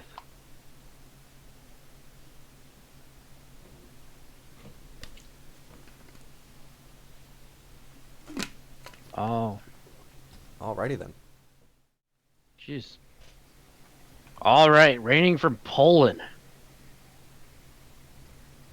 As the Pink Protoss, we have Rodzin. And in the upper right, in the purple, this surprise will be his last because it's his last game of the day. It is Last Surprise.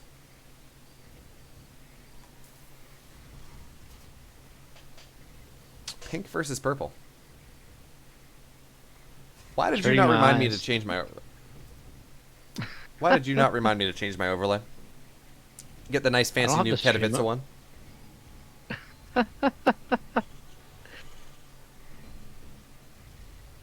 I trusted you, Sniper. I put my I'm not even my stream's on pause. happiness in your hands. And what did you do? What did you do? You disappointed me. You made me sad. I haven't paused since we started from the first art victory. Oh, I'm not talking about that. The fact that you didn't remind me. I'm not saying you had to look at the stream and say. I'm just saying I asked you, or someone, Oh, and you disappoint me. well, I guess chat disappointed too with the 2-minute delay. Yeah, I mean, there's nothing much chat can do. Chat's gonna see it and they're like, change it, change it, change it, and we're like, Too late. too late, 2 minutes behind, guys. But after this game, remind me. It's gonna be just a little bit better, so we get the nice icons and everything, and it's better. And the first time I've seen today, Rodson goes for the Reaper pylon, the Reaper wall. Yeah, that is. Well, first Protoss we've seen today. I don't think we've cast a Rudson yet. No, we haven't. We did, unless we did Rodson and art, but I don't. Think I don't we believe did, we. but No, we didn't. he's the first Protoss to utilize the wall.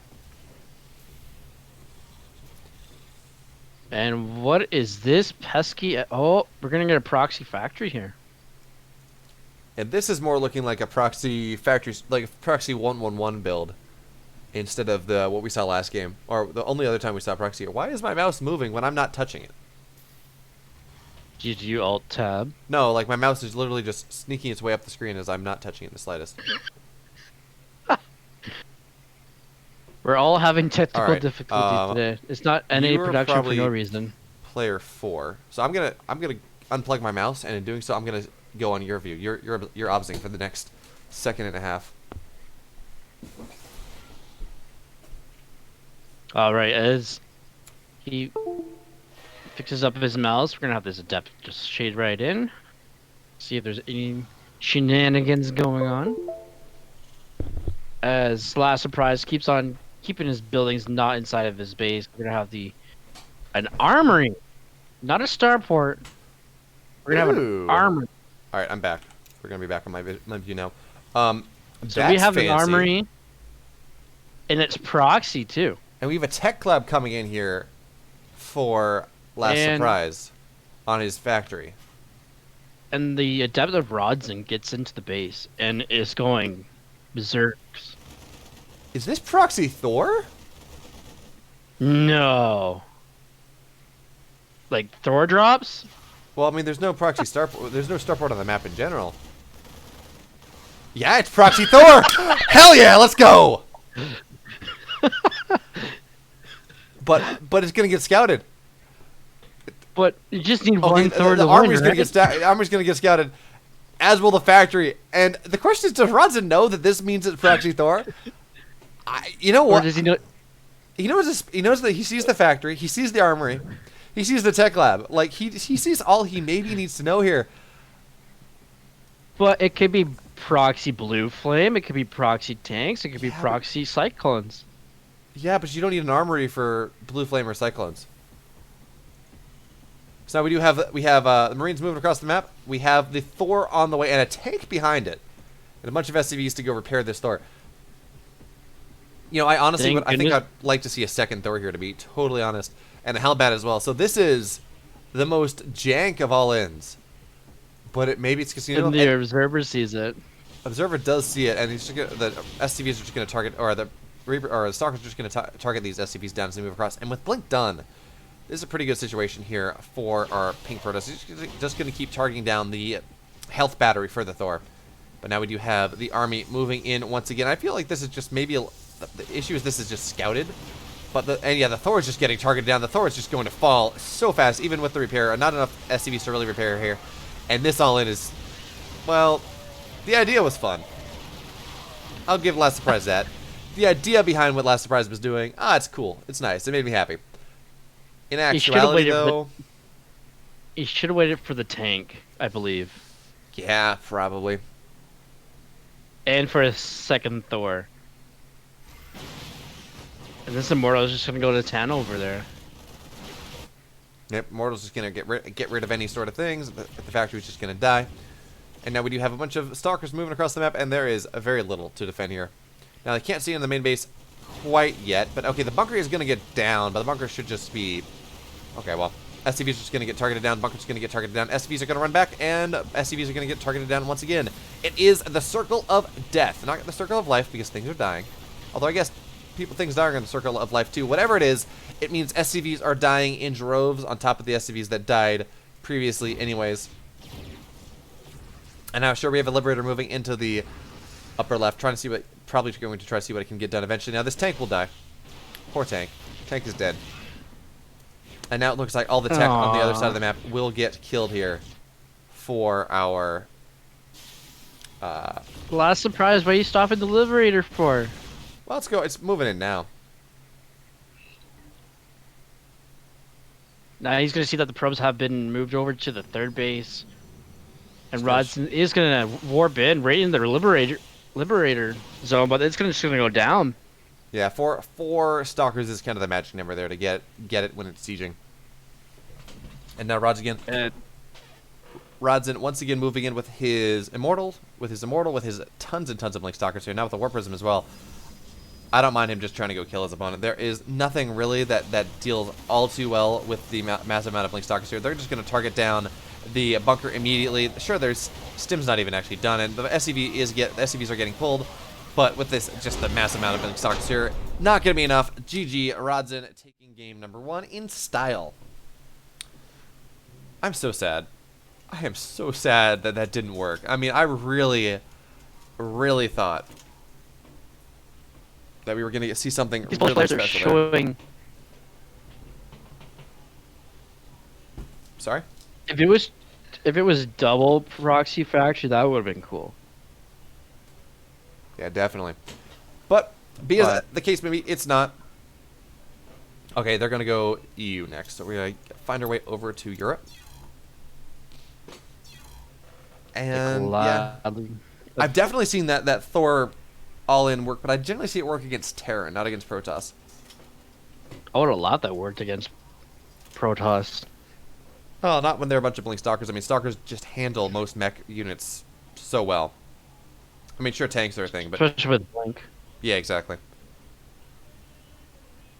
But there was no Blink. Oh.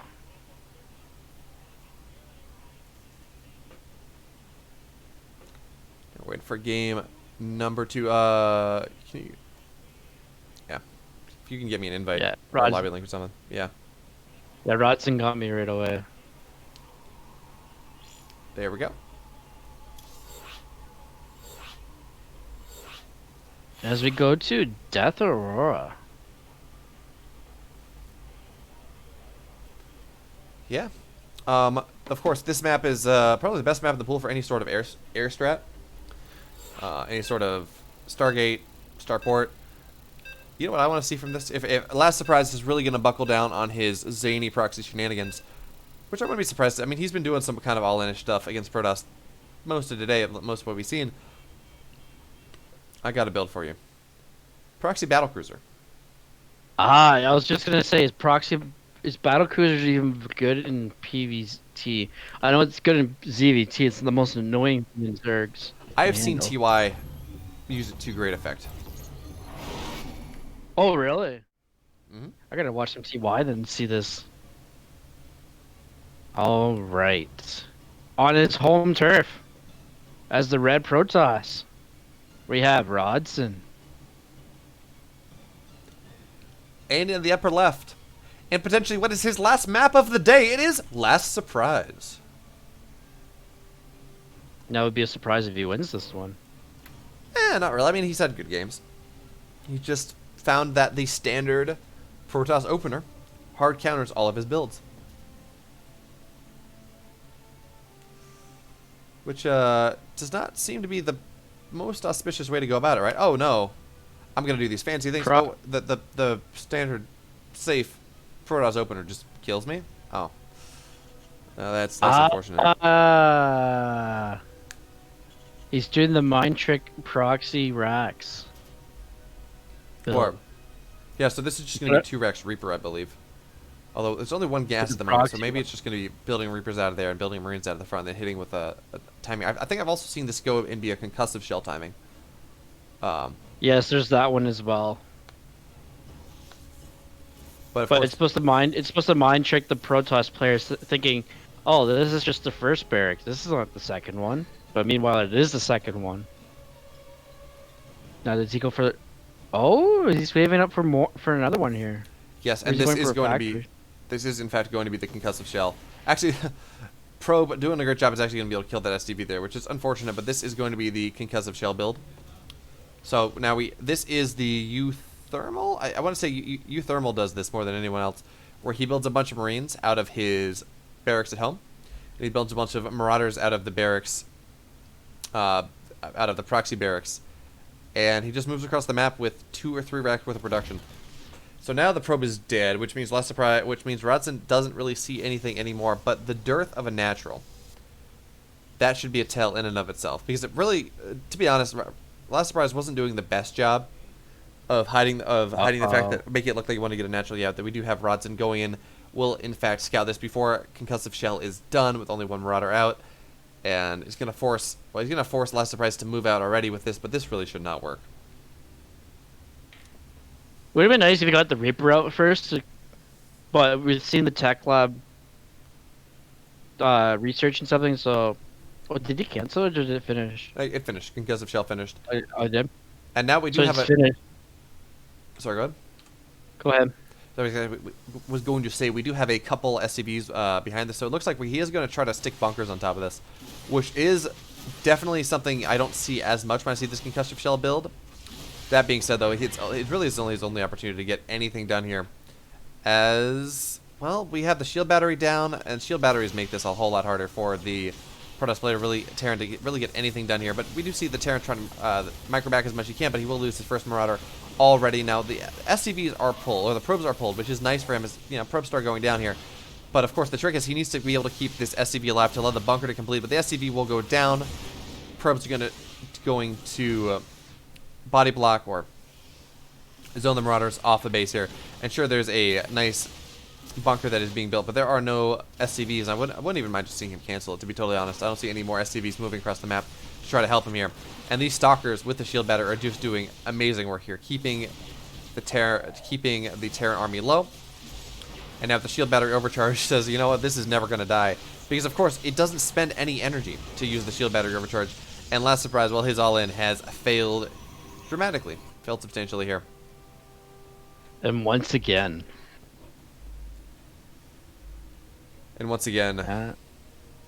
He started up Stim, but Stim's going to get canceled here. Yeah, he's going to try to get Stim. Stim will, in fact, not be allowed to complete. And we do see a 3rd barracks and a factory being built on this behind this as well. So it does look like he wants to just be aggressive. A natural is going down on the high ground, or another command center is going down will become his natural. But I don't think he's going to have the opportunity to do that, to be totally honest. I mean, we see the army of Rodson already moving across the map. Sure, it's small, but it's got an Immortal, it's got a couple Stalkers, and that is definitely more already than what our purple Terran can bring to bear here. Although with the concussive shells, this Stalker will die. So that's less of an army lead.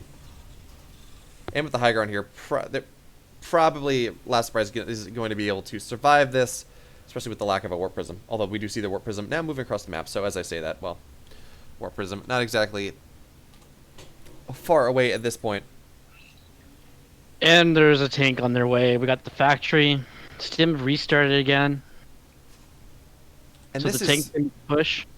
Well, this is not going to be that committed to push. Rodson only on 1 gate. Oh. So that's not looking good. Well, he's still, look, I mean, his standing army is still enough to maybe kill his opponent here. To be totally honest, I wouldn't even mind seeing him just faring on top of things.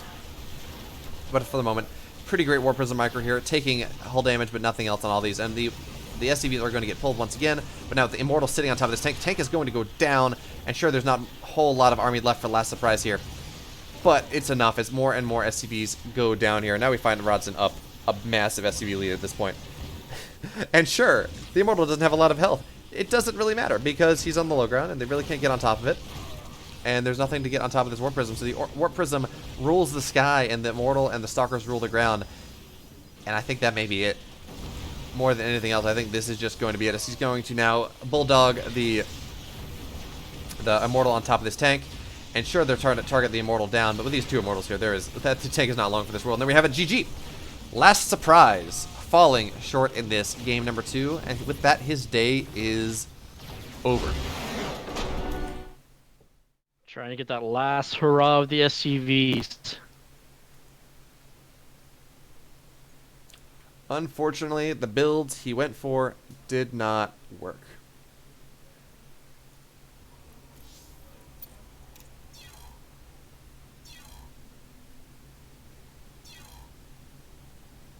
And that'll be Rodson's 5th win of the day in a row. Yeah, and he's sitting here there at top of the table 5-0. With Art right behind him at 3-1. We don't know if there's any more updates. As we wait. Alright, Art looks like Art just won his last game.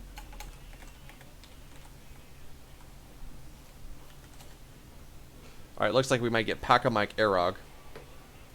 And Arog's actually fallen down. He's now sitting at 4-2.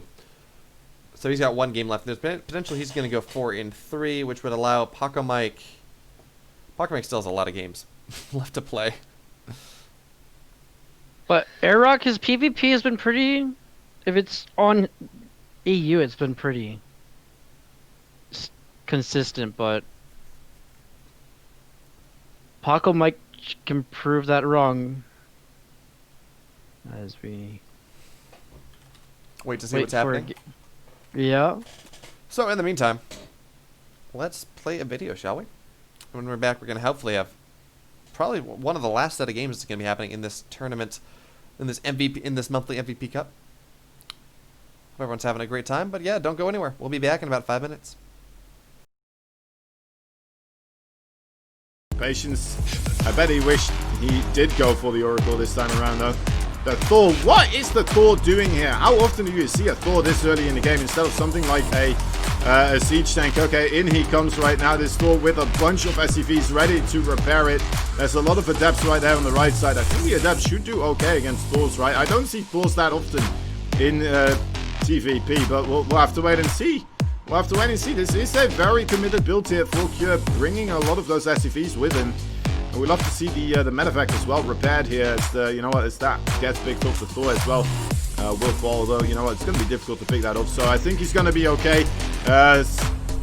Status Trap not quite finding the greatest amount of units, but it might be enough for him to find a favorable trade here. Let's see what he targets down first. A lot of targeting on that Thor right now, and also a lot of targeting on other stuff, so I'm not quite liking the way Patience took that fight. I would have loved to see him actually either targeting down the SCVs or targeting down the Thor, but or the SCV, I mean, well, SCVs or even the Marines there, right? Let's come in here with more Adepts though on the other side. Is this the right call? Nope. The GG is called. Didn't have the stuff anymore, and Cure with a crazy build.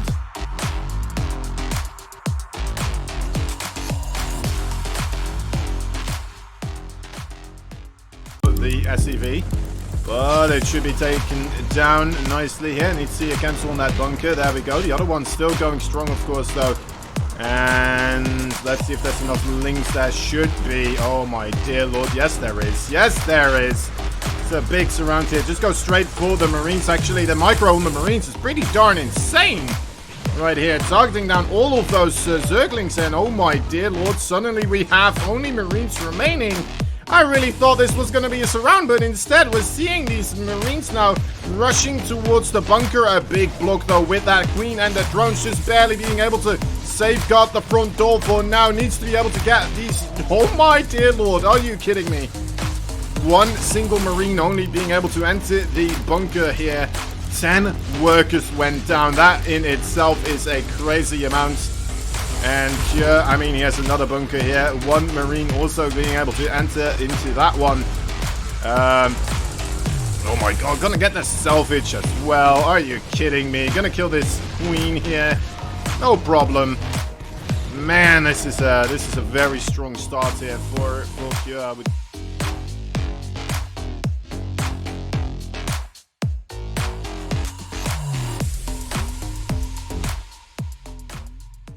Sees that the army is on the low ground there near the third base. Runs a little bit of a pathway for the War Prism to deploy a bunch of those zealots. And oh my dear lord, look at that warping right there in the main base. The Stalkers here jumping right on top of that siege tank, trying to take advantage of this situation. And I mean, doing a pretty good job so far. Does manage to get the command center here up in the sky. The Blink Stalkers may want to just continue onwards with their onslaught here into the main base. The Zealots as well, providing a good buffer for some more Zealots being warped in continuously. And Zest, you know what? He has stopped producing anything. This is actually quite a committed attack here. Let's see if it's going to pan out in his favor. The Zealots, oh great Widowmine hit there though. Let's see what is still remaining. There's still a siege tank and a Widowmine on the low ground there, and the siege tank hasn't been shooting at all whatsoever. You know what, guys? I think Zest may be doing this. GG is called.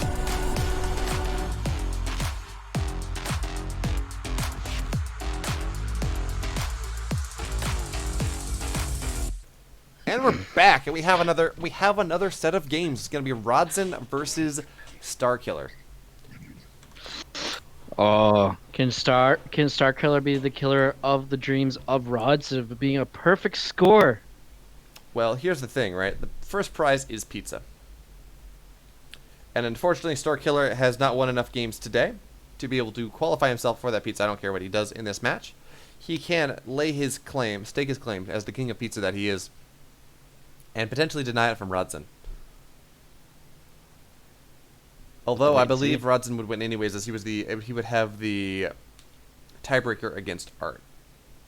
Yes, because he won against Art 2-1. All right. Well, we shall see. We'll see what the admin rules, but it's up to us to really just talk about some games. So let's get into game number 1 here, and in the upper right. All right. Oh. In the pink, it is Rodzin, the undefeated man of the MVP Cup. The invader of the NA. As we see Starkiller going with the extract trick. And there we have it. Starkiller as the teal Zerg. We all get Totally to flub. botched. We all get to flub one intro today. It's fine. It makes us human. It humanizes us to the audience that's there. I'm still waiting for Artosis and Tasteless to mess up on an intro. Oh, they've done it before. Everyone does.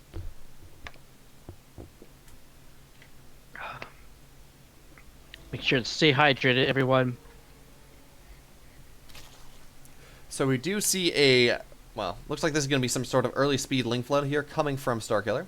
We don't see any probes or any drones on the map, so this will not be a hatch block in any way, shape, or form.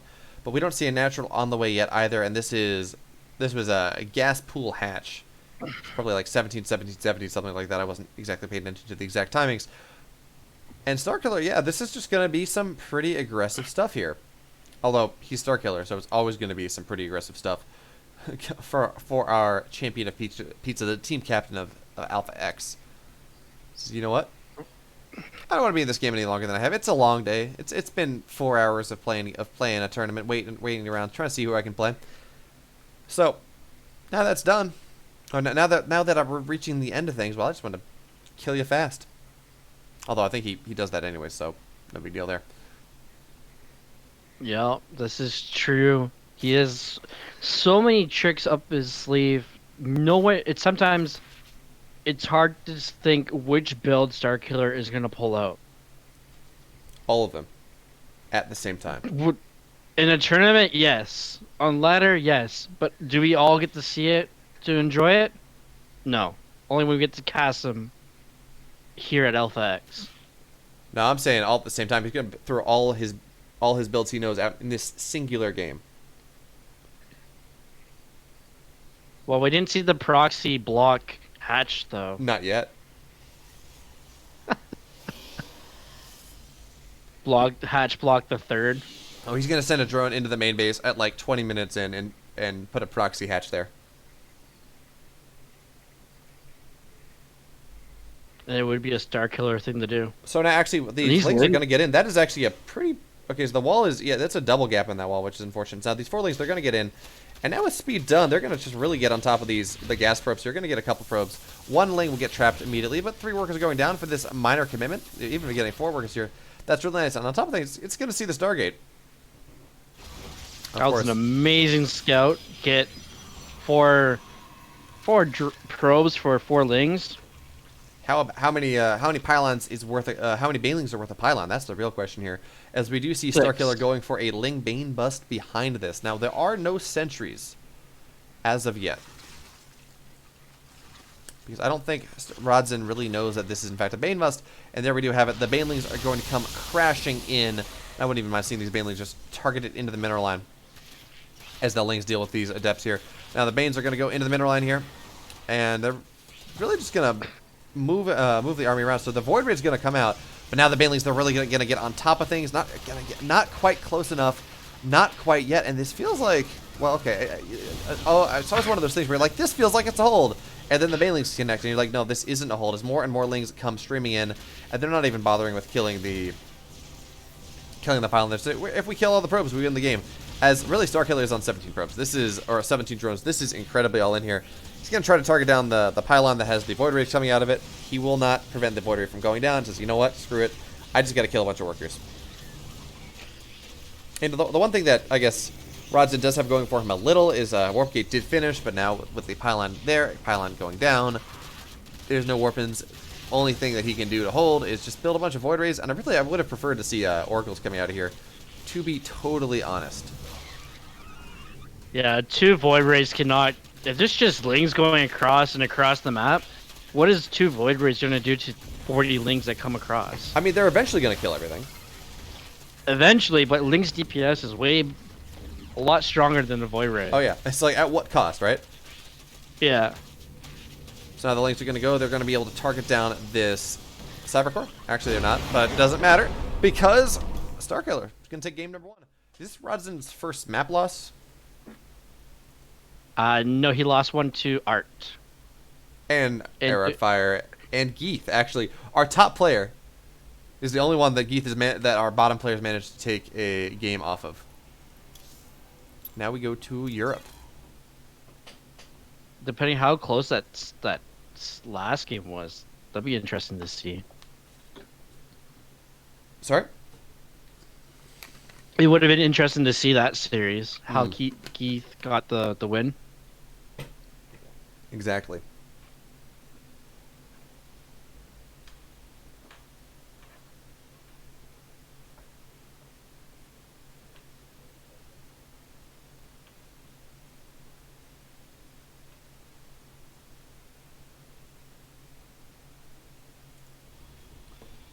So let's check the bracket once again. Pocket Mike apparently with a bunch of series left to play. Yep. I believe Last Surprise just wanted to get his games done. Oh man, dude, can you disconnect and reconnect to the server? Like, it's really bad right now. I'm getting back into the game. No, can you disconnect and reconnect to Discord? Oh, did I really? No, can you? You're getting real robotic.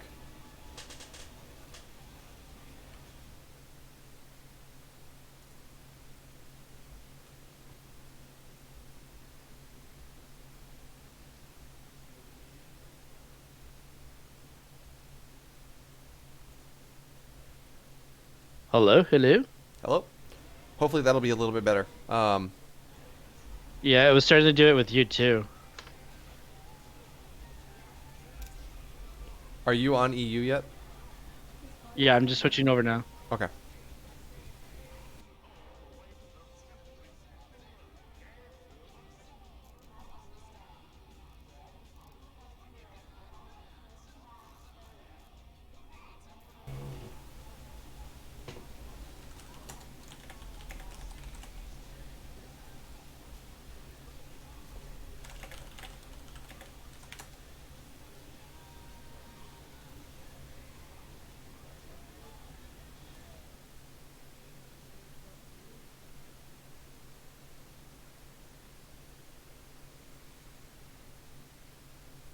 So we're just waiting Alright. for.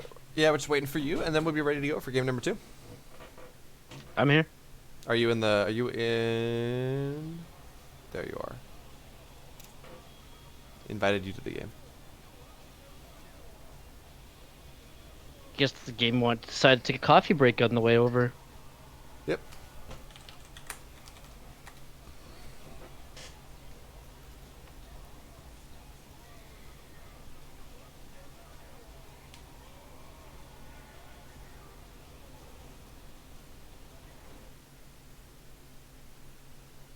Now we're just waiting for Starkiller to ready up, and you know, we have an opportunity. Rodson may lose for the first time in this tournament. Oh.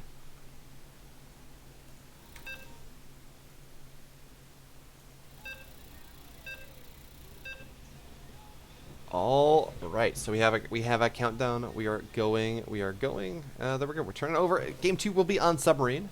I gotta imagine this was Starkiller's map pick. Like, what I know about him, smallest map in the pool. Oh yeah, Starkiller map pick, 100%. The question is, what's he gonna do? Is he gonna build hatches in his base or in his opponent's base?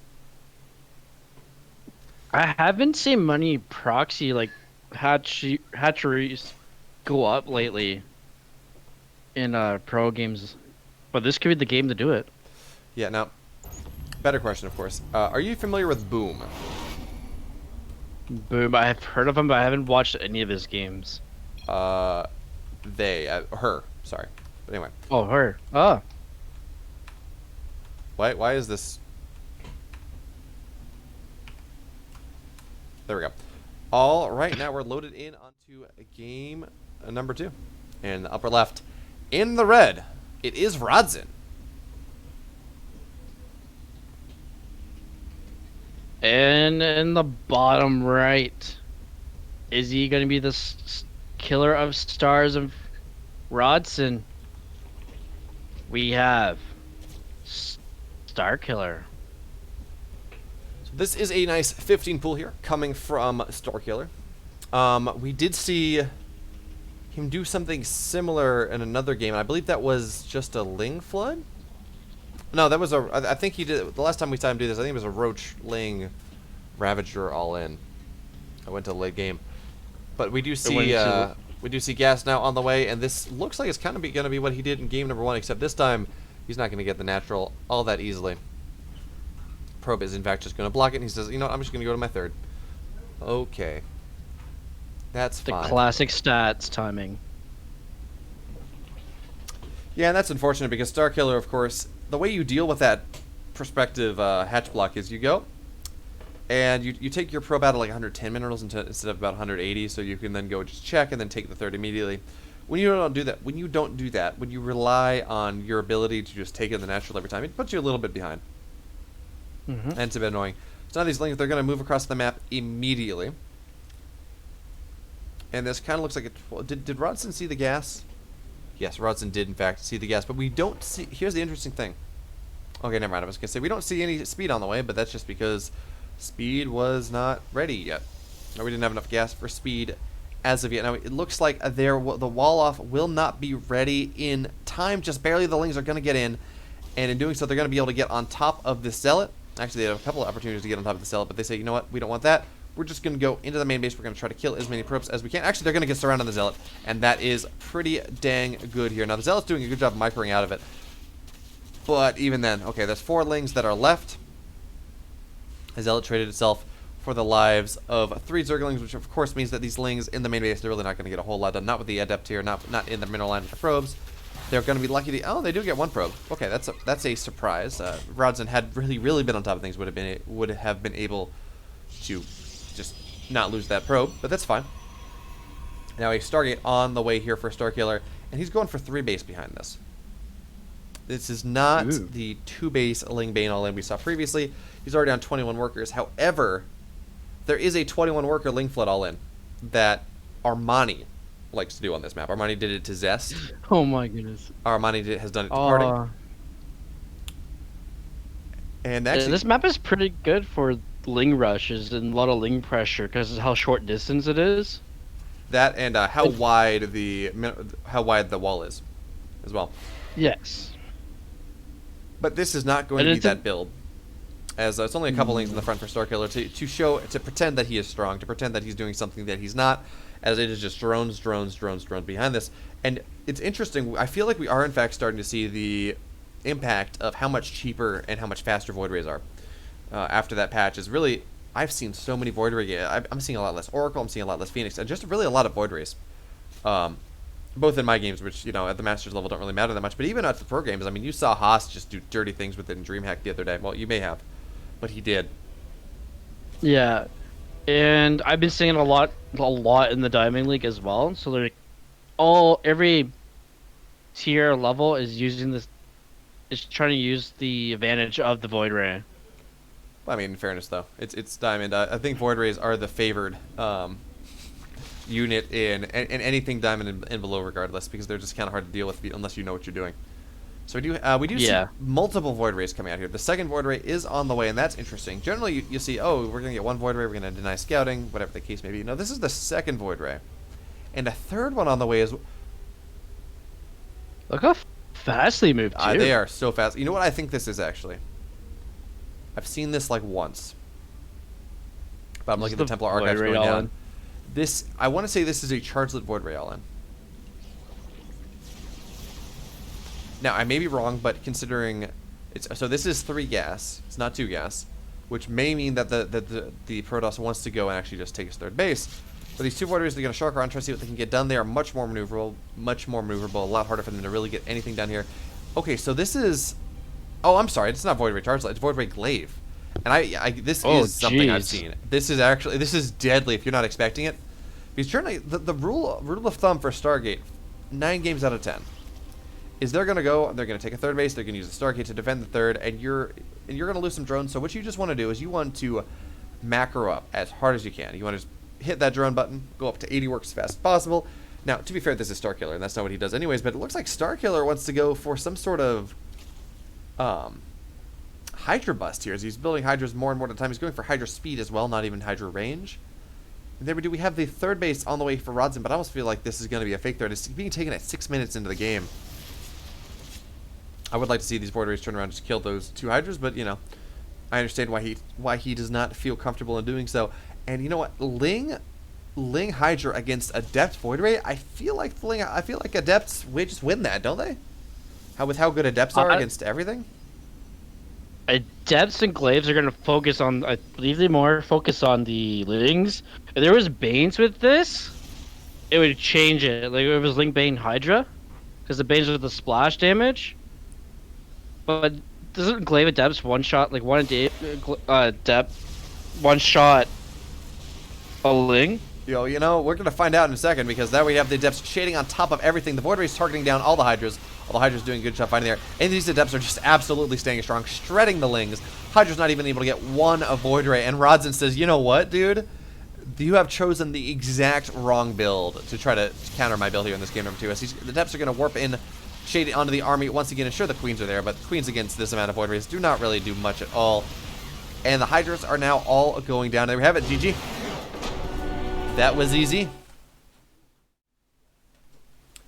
And that is, I think I've seen that exact same game happen like 4. I cast an OSC tournament yesterday, and I think I saw something very similar happen in that game as well. We had a player go for a Hydra bust off of like 50 odd workers against this Void Ray style, and it just is not working. But it also feels really bad, because when you get, I don't know, I don't feel like Zerg players have really figured out how to deal with this attack quite yet. Because so what happens when you hit the 4 or 5 Void Rays, they're going to move across the map, and they're just going to be able to fight the Queens uncontested. Yep. Right? So that becomes problematic. But also, so you want to go try to do it before they hit that critical mass. But when they couple it with this all in, and you can't get roaches, because, you know, Void Rays will just shred the roaches. So I don't know. I have not seen Zergs really being able to handle it all that well as of yet, and I'm excited to see how play innovates, because, you know, this always happens with the last patch, with the minor changes. We didn't really see a lot. Mm-hmm. But I think with this Void Ray change is proving to be much more impactful than maybe even people originally thought. It's a very strong build, especially if you don't, like you said earlier, if you don't see it coming, and even if you see it coming and it's too late when you see it coming, it's game over. Glaive depths are just too good. Void rays, just No, destroy absolutely. anything with arm. Now I am excited to see. So, I've seen a variant of this where you get once it gets enough damage early, you get double strike, and then you get then you get tempests with that upgrade. Oh, And that's even brutal. yeah, it's a You pretty start cool making build. Tempest, and you just stop making Void Rays. You just go straight to Tempest, and it's Tempest Glaive. Well, no, it's not Tempest Glaive, but you go in there and you get the new Tempest upgrade that does bonus damage to ground Oh. structures. So no more spores to defend. No more forests.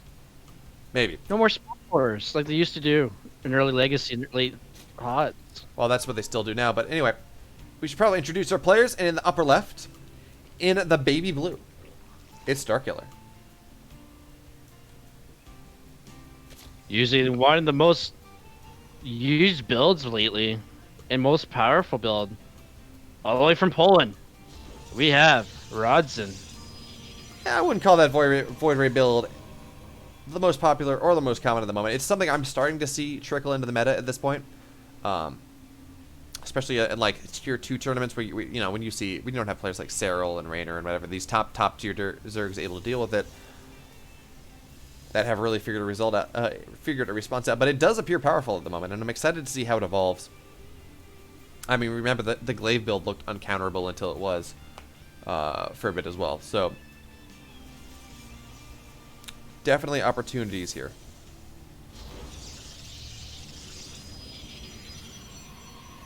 It all depends on upgrades too. What upgrades do you have? Do you have Carapace? Do you have melee or missile attack? And like you said last game, Starkiller skip grooves.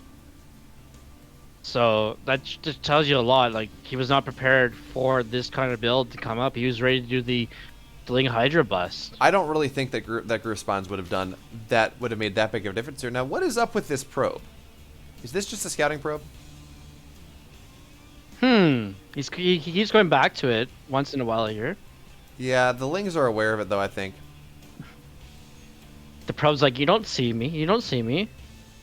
Yeah, so now the probe's gonna go in, Lings are on top of it, he's just gonna go back and scout. He's gonna see the fact that there are still 3 drones in gas, even though speed is wiggling, which is going to tell him something. That and the timing of the Zerglings here. And his response once again is going to be going for a Stargate. A Stargate really is one of the more just defensive openings that you can go for, but you have to choose the right units. And I worry for him if this is just going to be the Ling Bane flood that I think it is, or not. Actually, Starkiller, I think he's being a little tricky here. You notice it was 3 or 3 on gas until the moment the probe died, and then it was 1 out of 3. So he pulled drones off gas. The second that Rodson confirmed that it was heavy gas count. So now Rodson has already committed to a shield battery. Probably going to keep his Stargate units at home. And all of these things mean that Starkiller just has an opportunity to macro up pretty strongly behind things.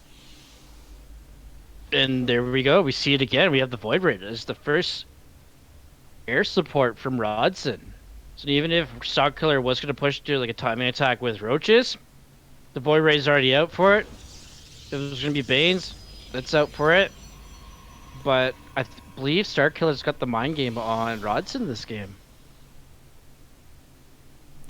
I believe it. It's not really going to make that big of a difference. It just means that Starkiller's maybe just not or Rodson's just not going to get as much damage as he maybe would like early on in the game. He's just going to kind of sit at home expecting this all in that will in fact never come.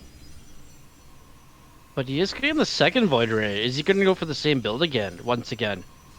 I would not be well, some variant of it at the very least. I wouldn't be surprised to see something else happening. We don't see any sort of other advanced tech on the way. No Templar Archives as of yet, and this is double gas on the natural. So this is most likely going to be an expand build for Rodson here.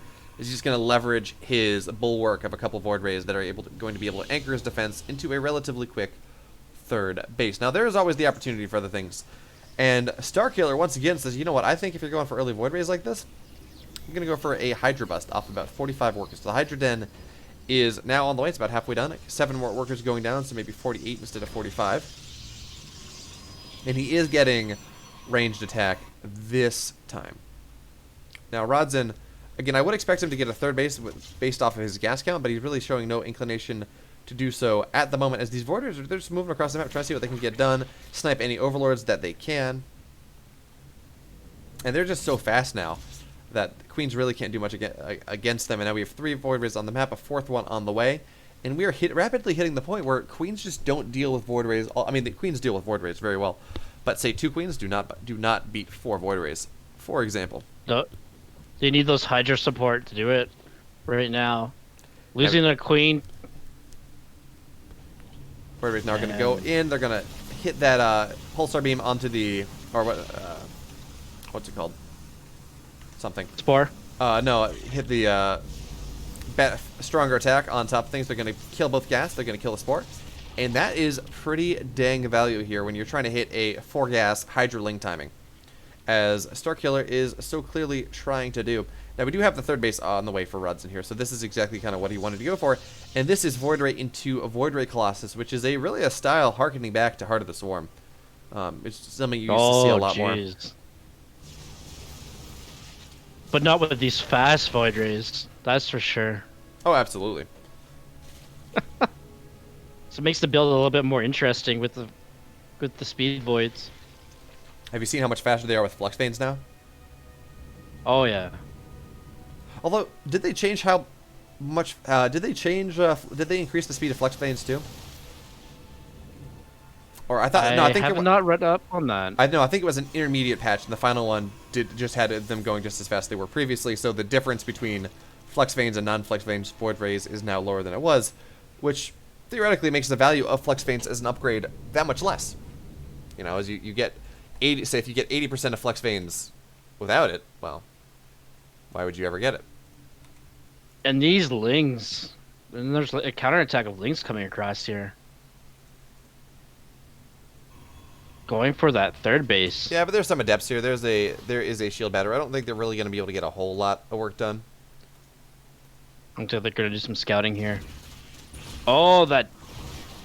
Oh, now they're going to be able to get in. There's nothing in the wall, and not going to be able to get really just in the main base. Looks like they don't care about the natural L. Now some Lings in the third as well, and that's nice. But now with the adepts are being able to warp in, it literally looks like not a whole... Very few probes are actually going to go down, but now with the adepts going down, the Lings are now there. Okay, 8 workers now go down. So, it looked good for a second. But now we are going to have the Ling Hydra Bane bust. And we don't have any... We have 1 Colossus on the map, sitting at the third base.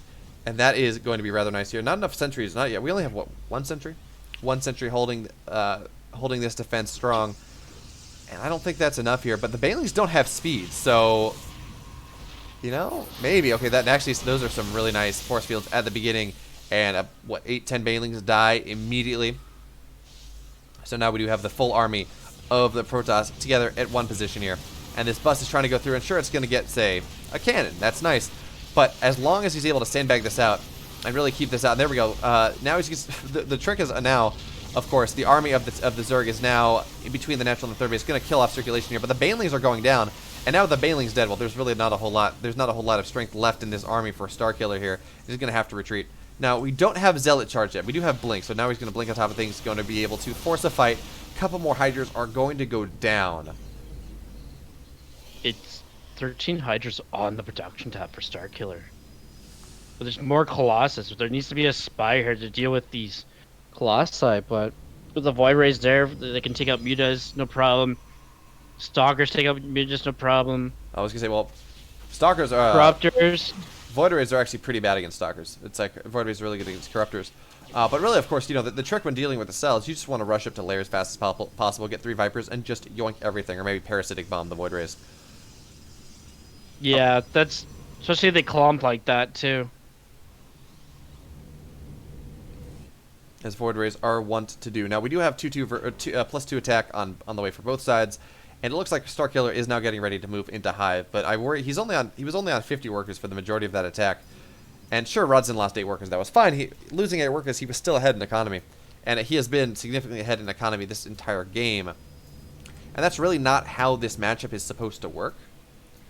To be totally honest, I mean, all-ins, sure, all-ins are a thing, but if you want to go to a macro game, you want the Zerg to be up 20 workers on the Protoss at a bare minimum. You want the Zerg needs to be significantly up on economy compared to the Protoss, just because the Zerg's units are just so much worse than the Protoss units, on the most part. Of course, yes, lurkers are better than stalkers, but that's two or three steps up the tech tree higher. I'm surprised I haven't seen a lurker den going down yet with all this Colossus and Stalkers out. Well, I mean, for the lurkers to be really useful against the Colossi, you need Hive. So. Oh yeah, with the Daptic Talons. With the 9 range, yeah. Yeah. And that is not something that is in the cards for any short period of time here. Now, this just pure Hydra Ball is absolutely just going to melt to these 3 Colossi. Sure, he's setting up a nice surround, and it's nice, but there are enough force fields here that he's going to be able to section off the part of the army he wants and says, you know what, the rest of it, I don't really want to fight. Decent force fields to start, really not getting a whole lot, but okay, those are going to trap a decent amount of Hydras here, and those Hydras will just go down. And now we do find Rodzin up 20 army supply, so it feels like Rodzin really in a great position here as he looks to charge forward, really sectioning off circulation between the natural and the third here of our Zerg opponent.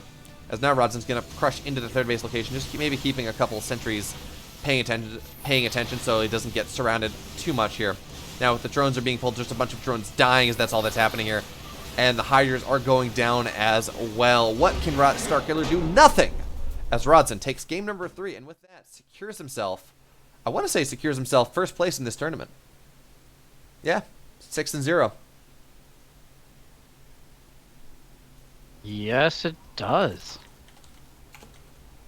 A-Rock Fire is done playing his game, so his last stats are 5-2, so he'll be holding 3rd place right now, but Vindicta still has 2 games to play.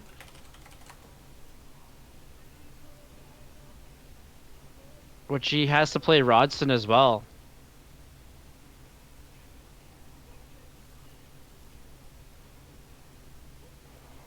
And Vindicta has to play Starkiller. So those are his 2 games. Rodzin has just Vindicta to play. So Vindicta could...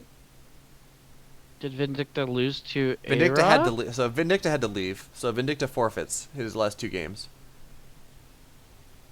Okay. So that puts him at 3 and 4. As we see our beautiful Amid doing that right now.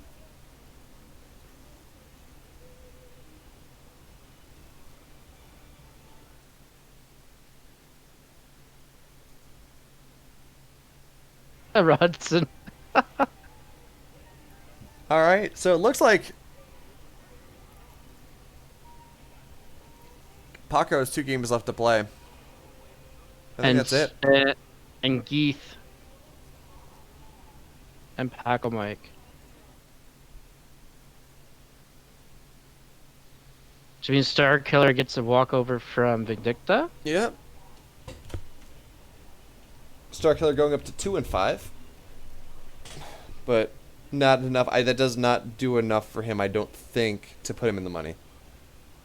If he wins one more, But there's no more games for him to play. oh yeah, should be 2-5. Yeah, but he Just doesn't. tied with Last Surprise. But he doesn't have the tiebreaker. Nope. So far, we know the last 3 is right. It's the top 5 we have to wait for. But I'm pretty sure Rodson just secured his win.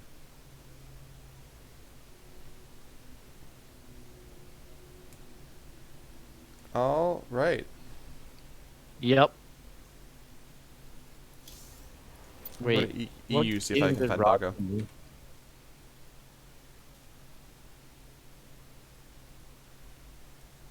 Rawson lost a little match. I don't see art on EU, so Are they all on EU? no, I don't see them on EU.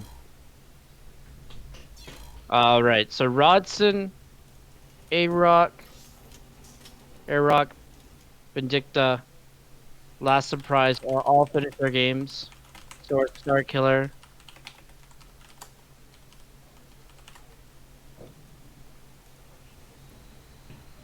if Art wins his game against Paco Mike, Rodson was still in first because of the tiebreaker.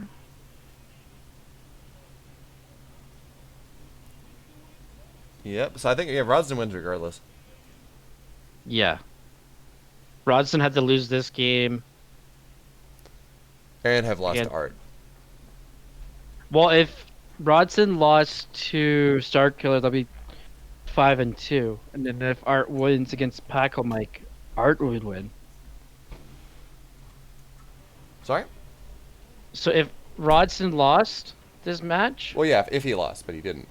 yeah, and if Art won, Art would have won, but the first place and the last 3 places are pretty much, it's between second and fifth has to be decided. Yep. That is if we can find anyone.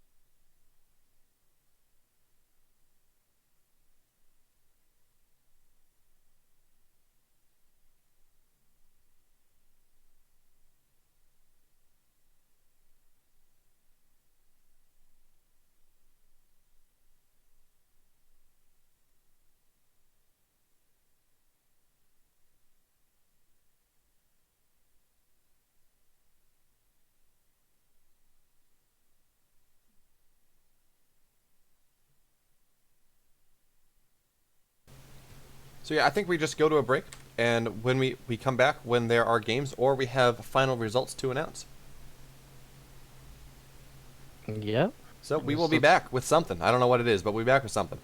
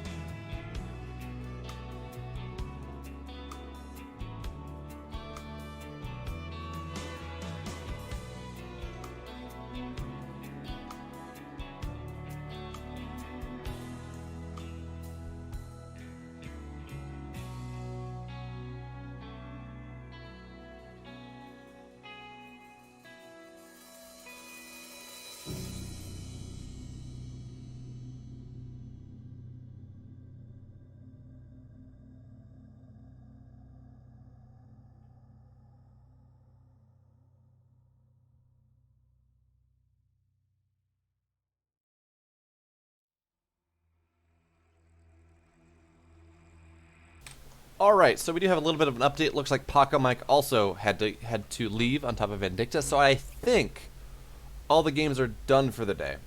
Now we're waiting for Shazam to go and do his magic, do his math. Shazam, Poof being our admin, of course, do his magic to figure out who we wins, whether we need to run any tiebreakers, but I don't think we do. I think head-to-head should cover all of that. Yeah, we're just waiting for him. It's slowly updating. Oh, it looks like Art did play Paco Mike 2-1, and we just didn't get it.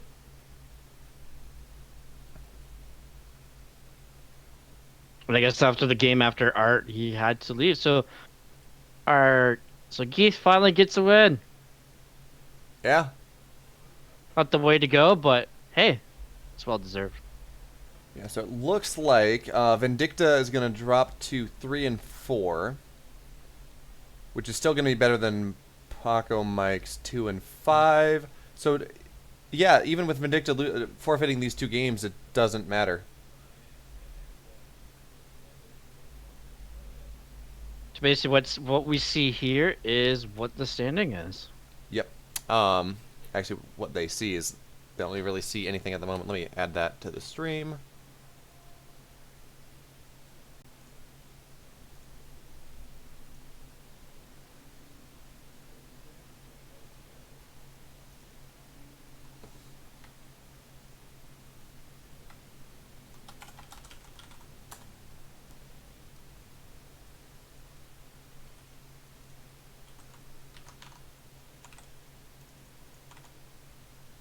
And there we have it. The Amid has announced Add the Z winner. You mean?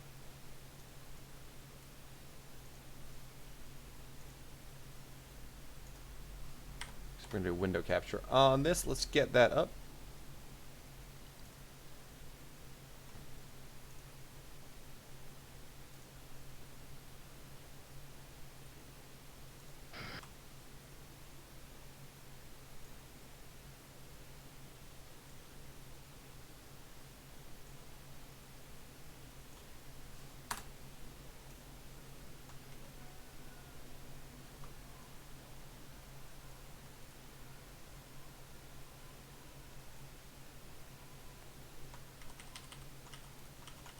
I absolutely messed my scene up. Exactly.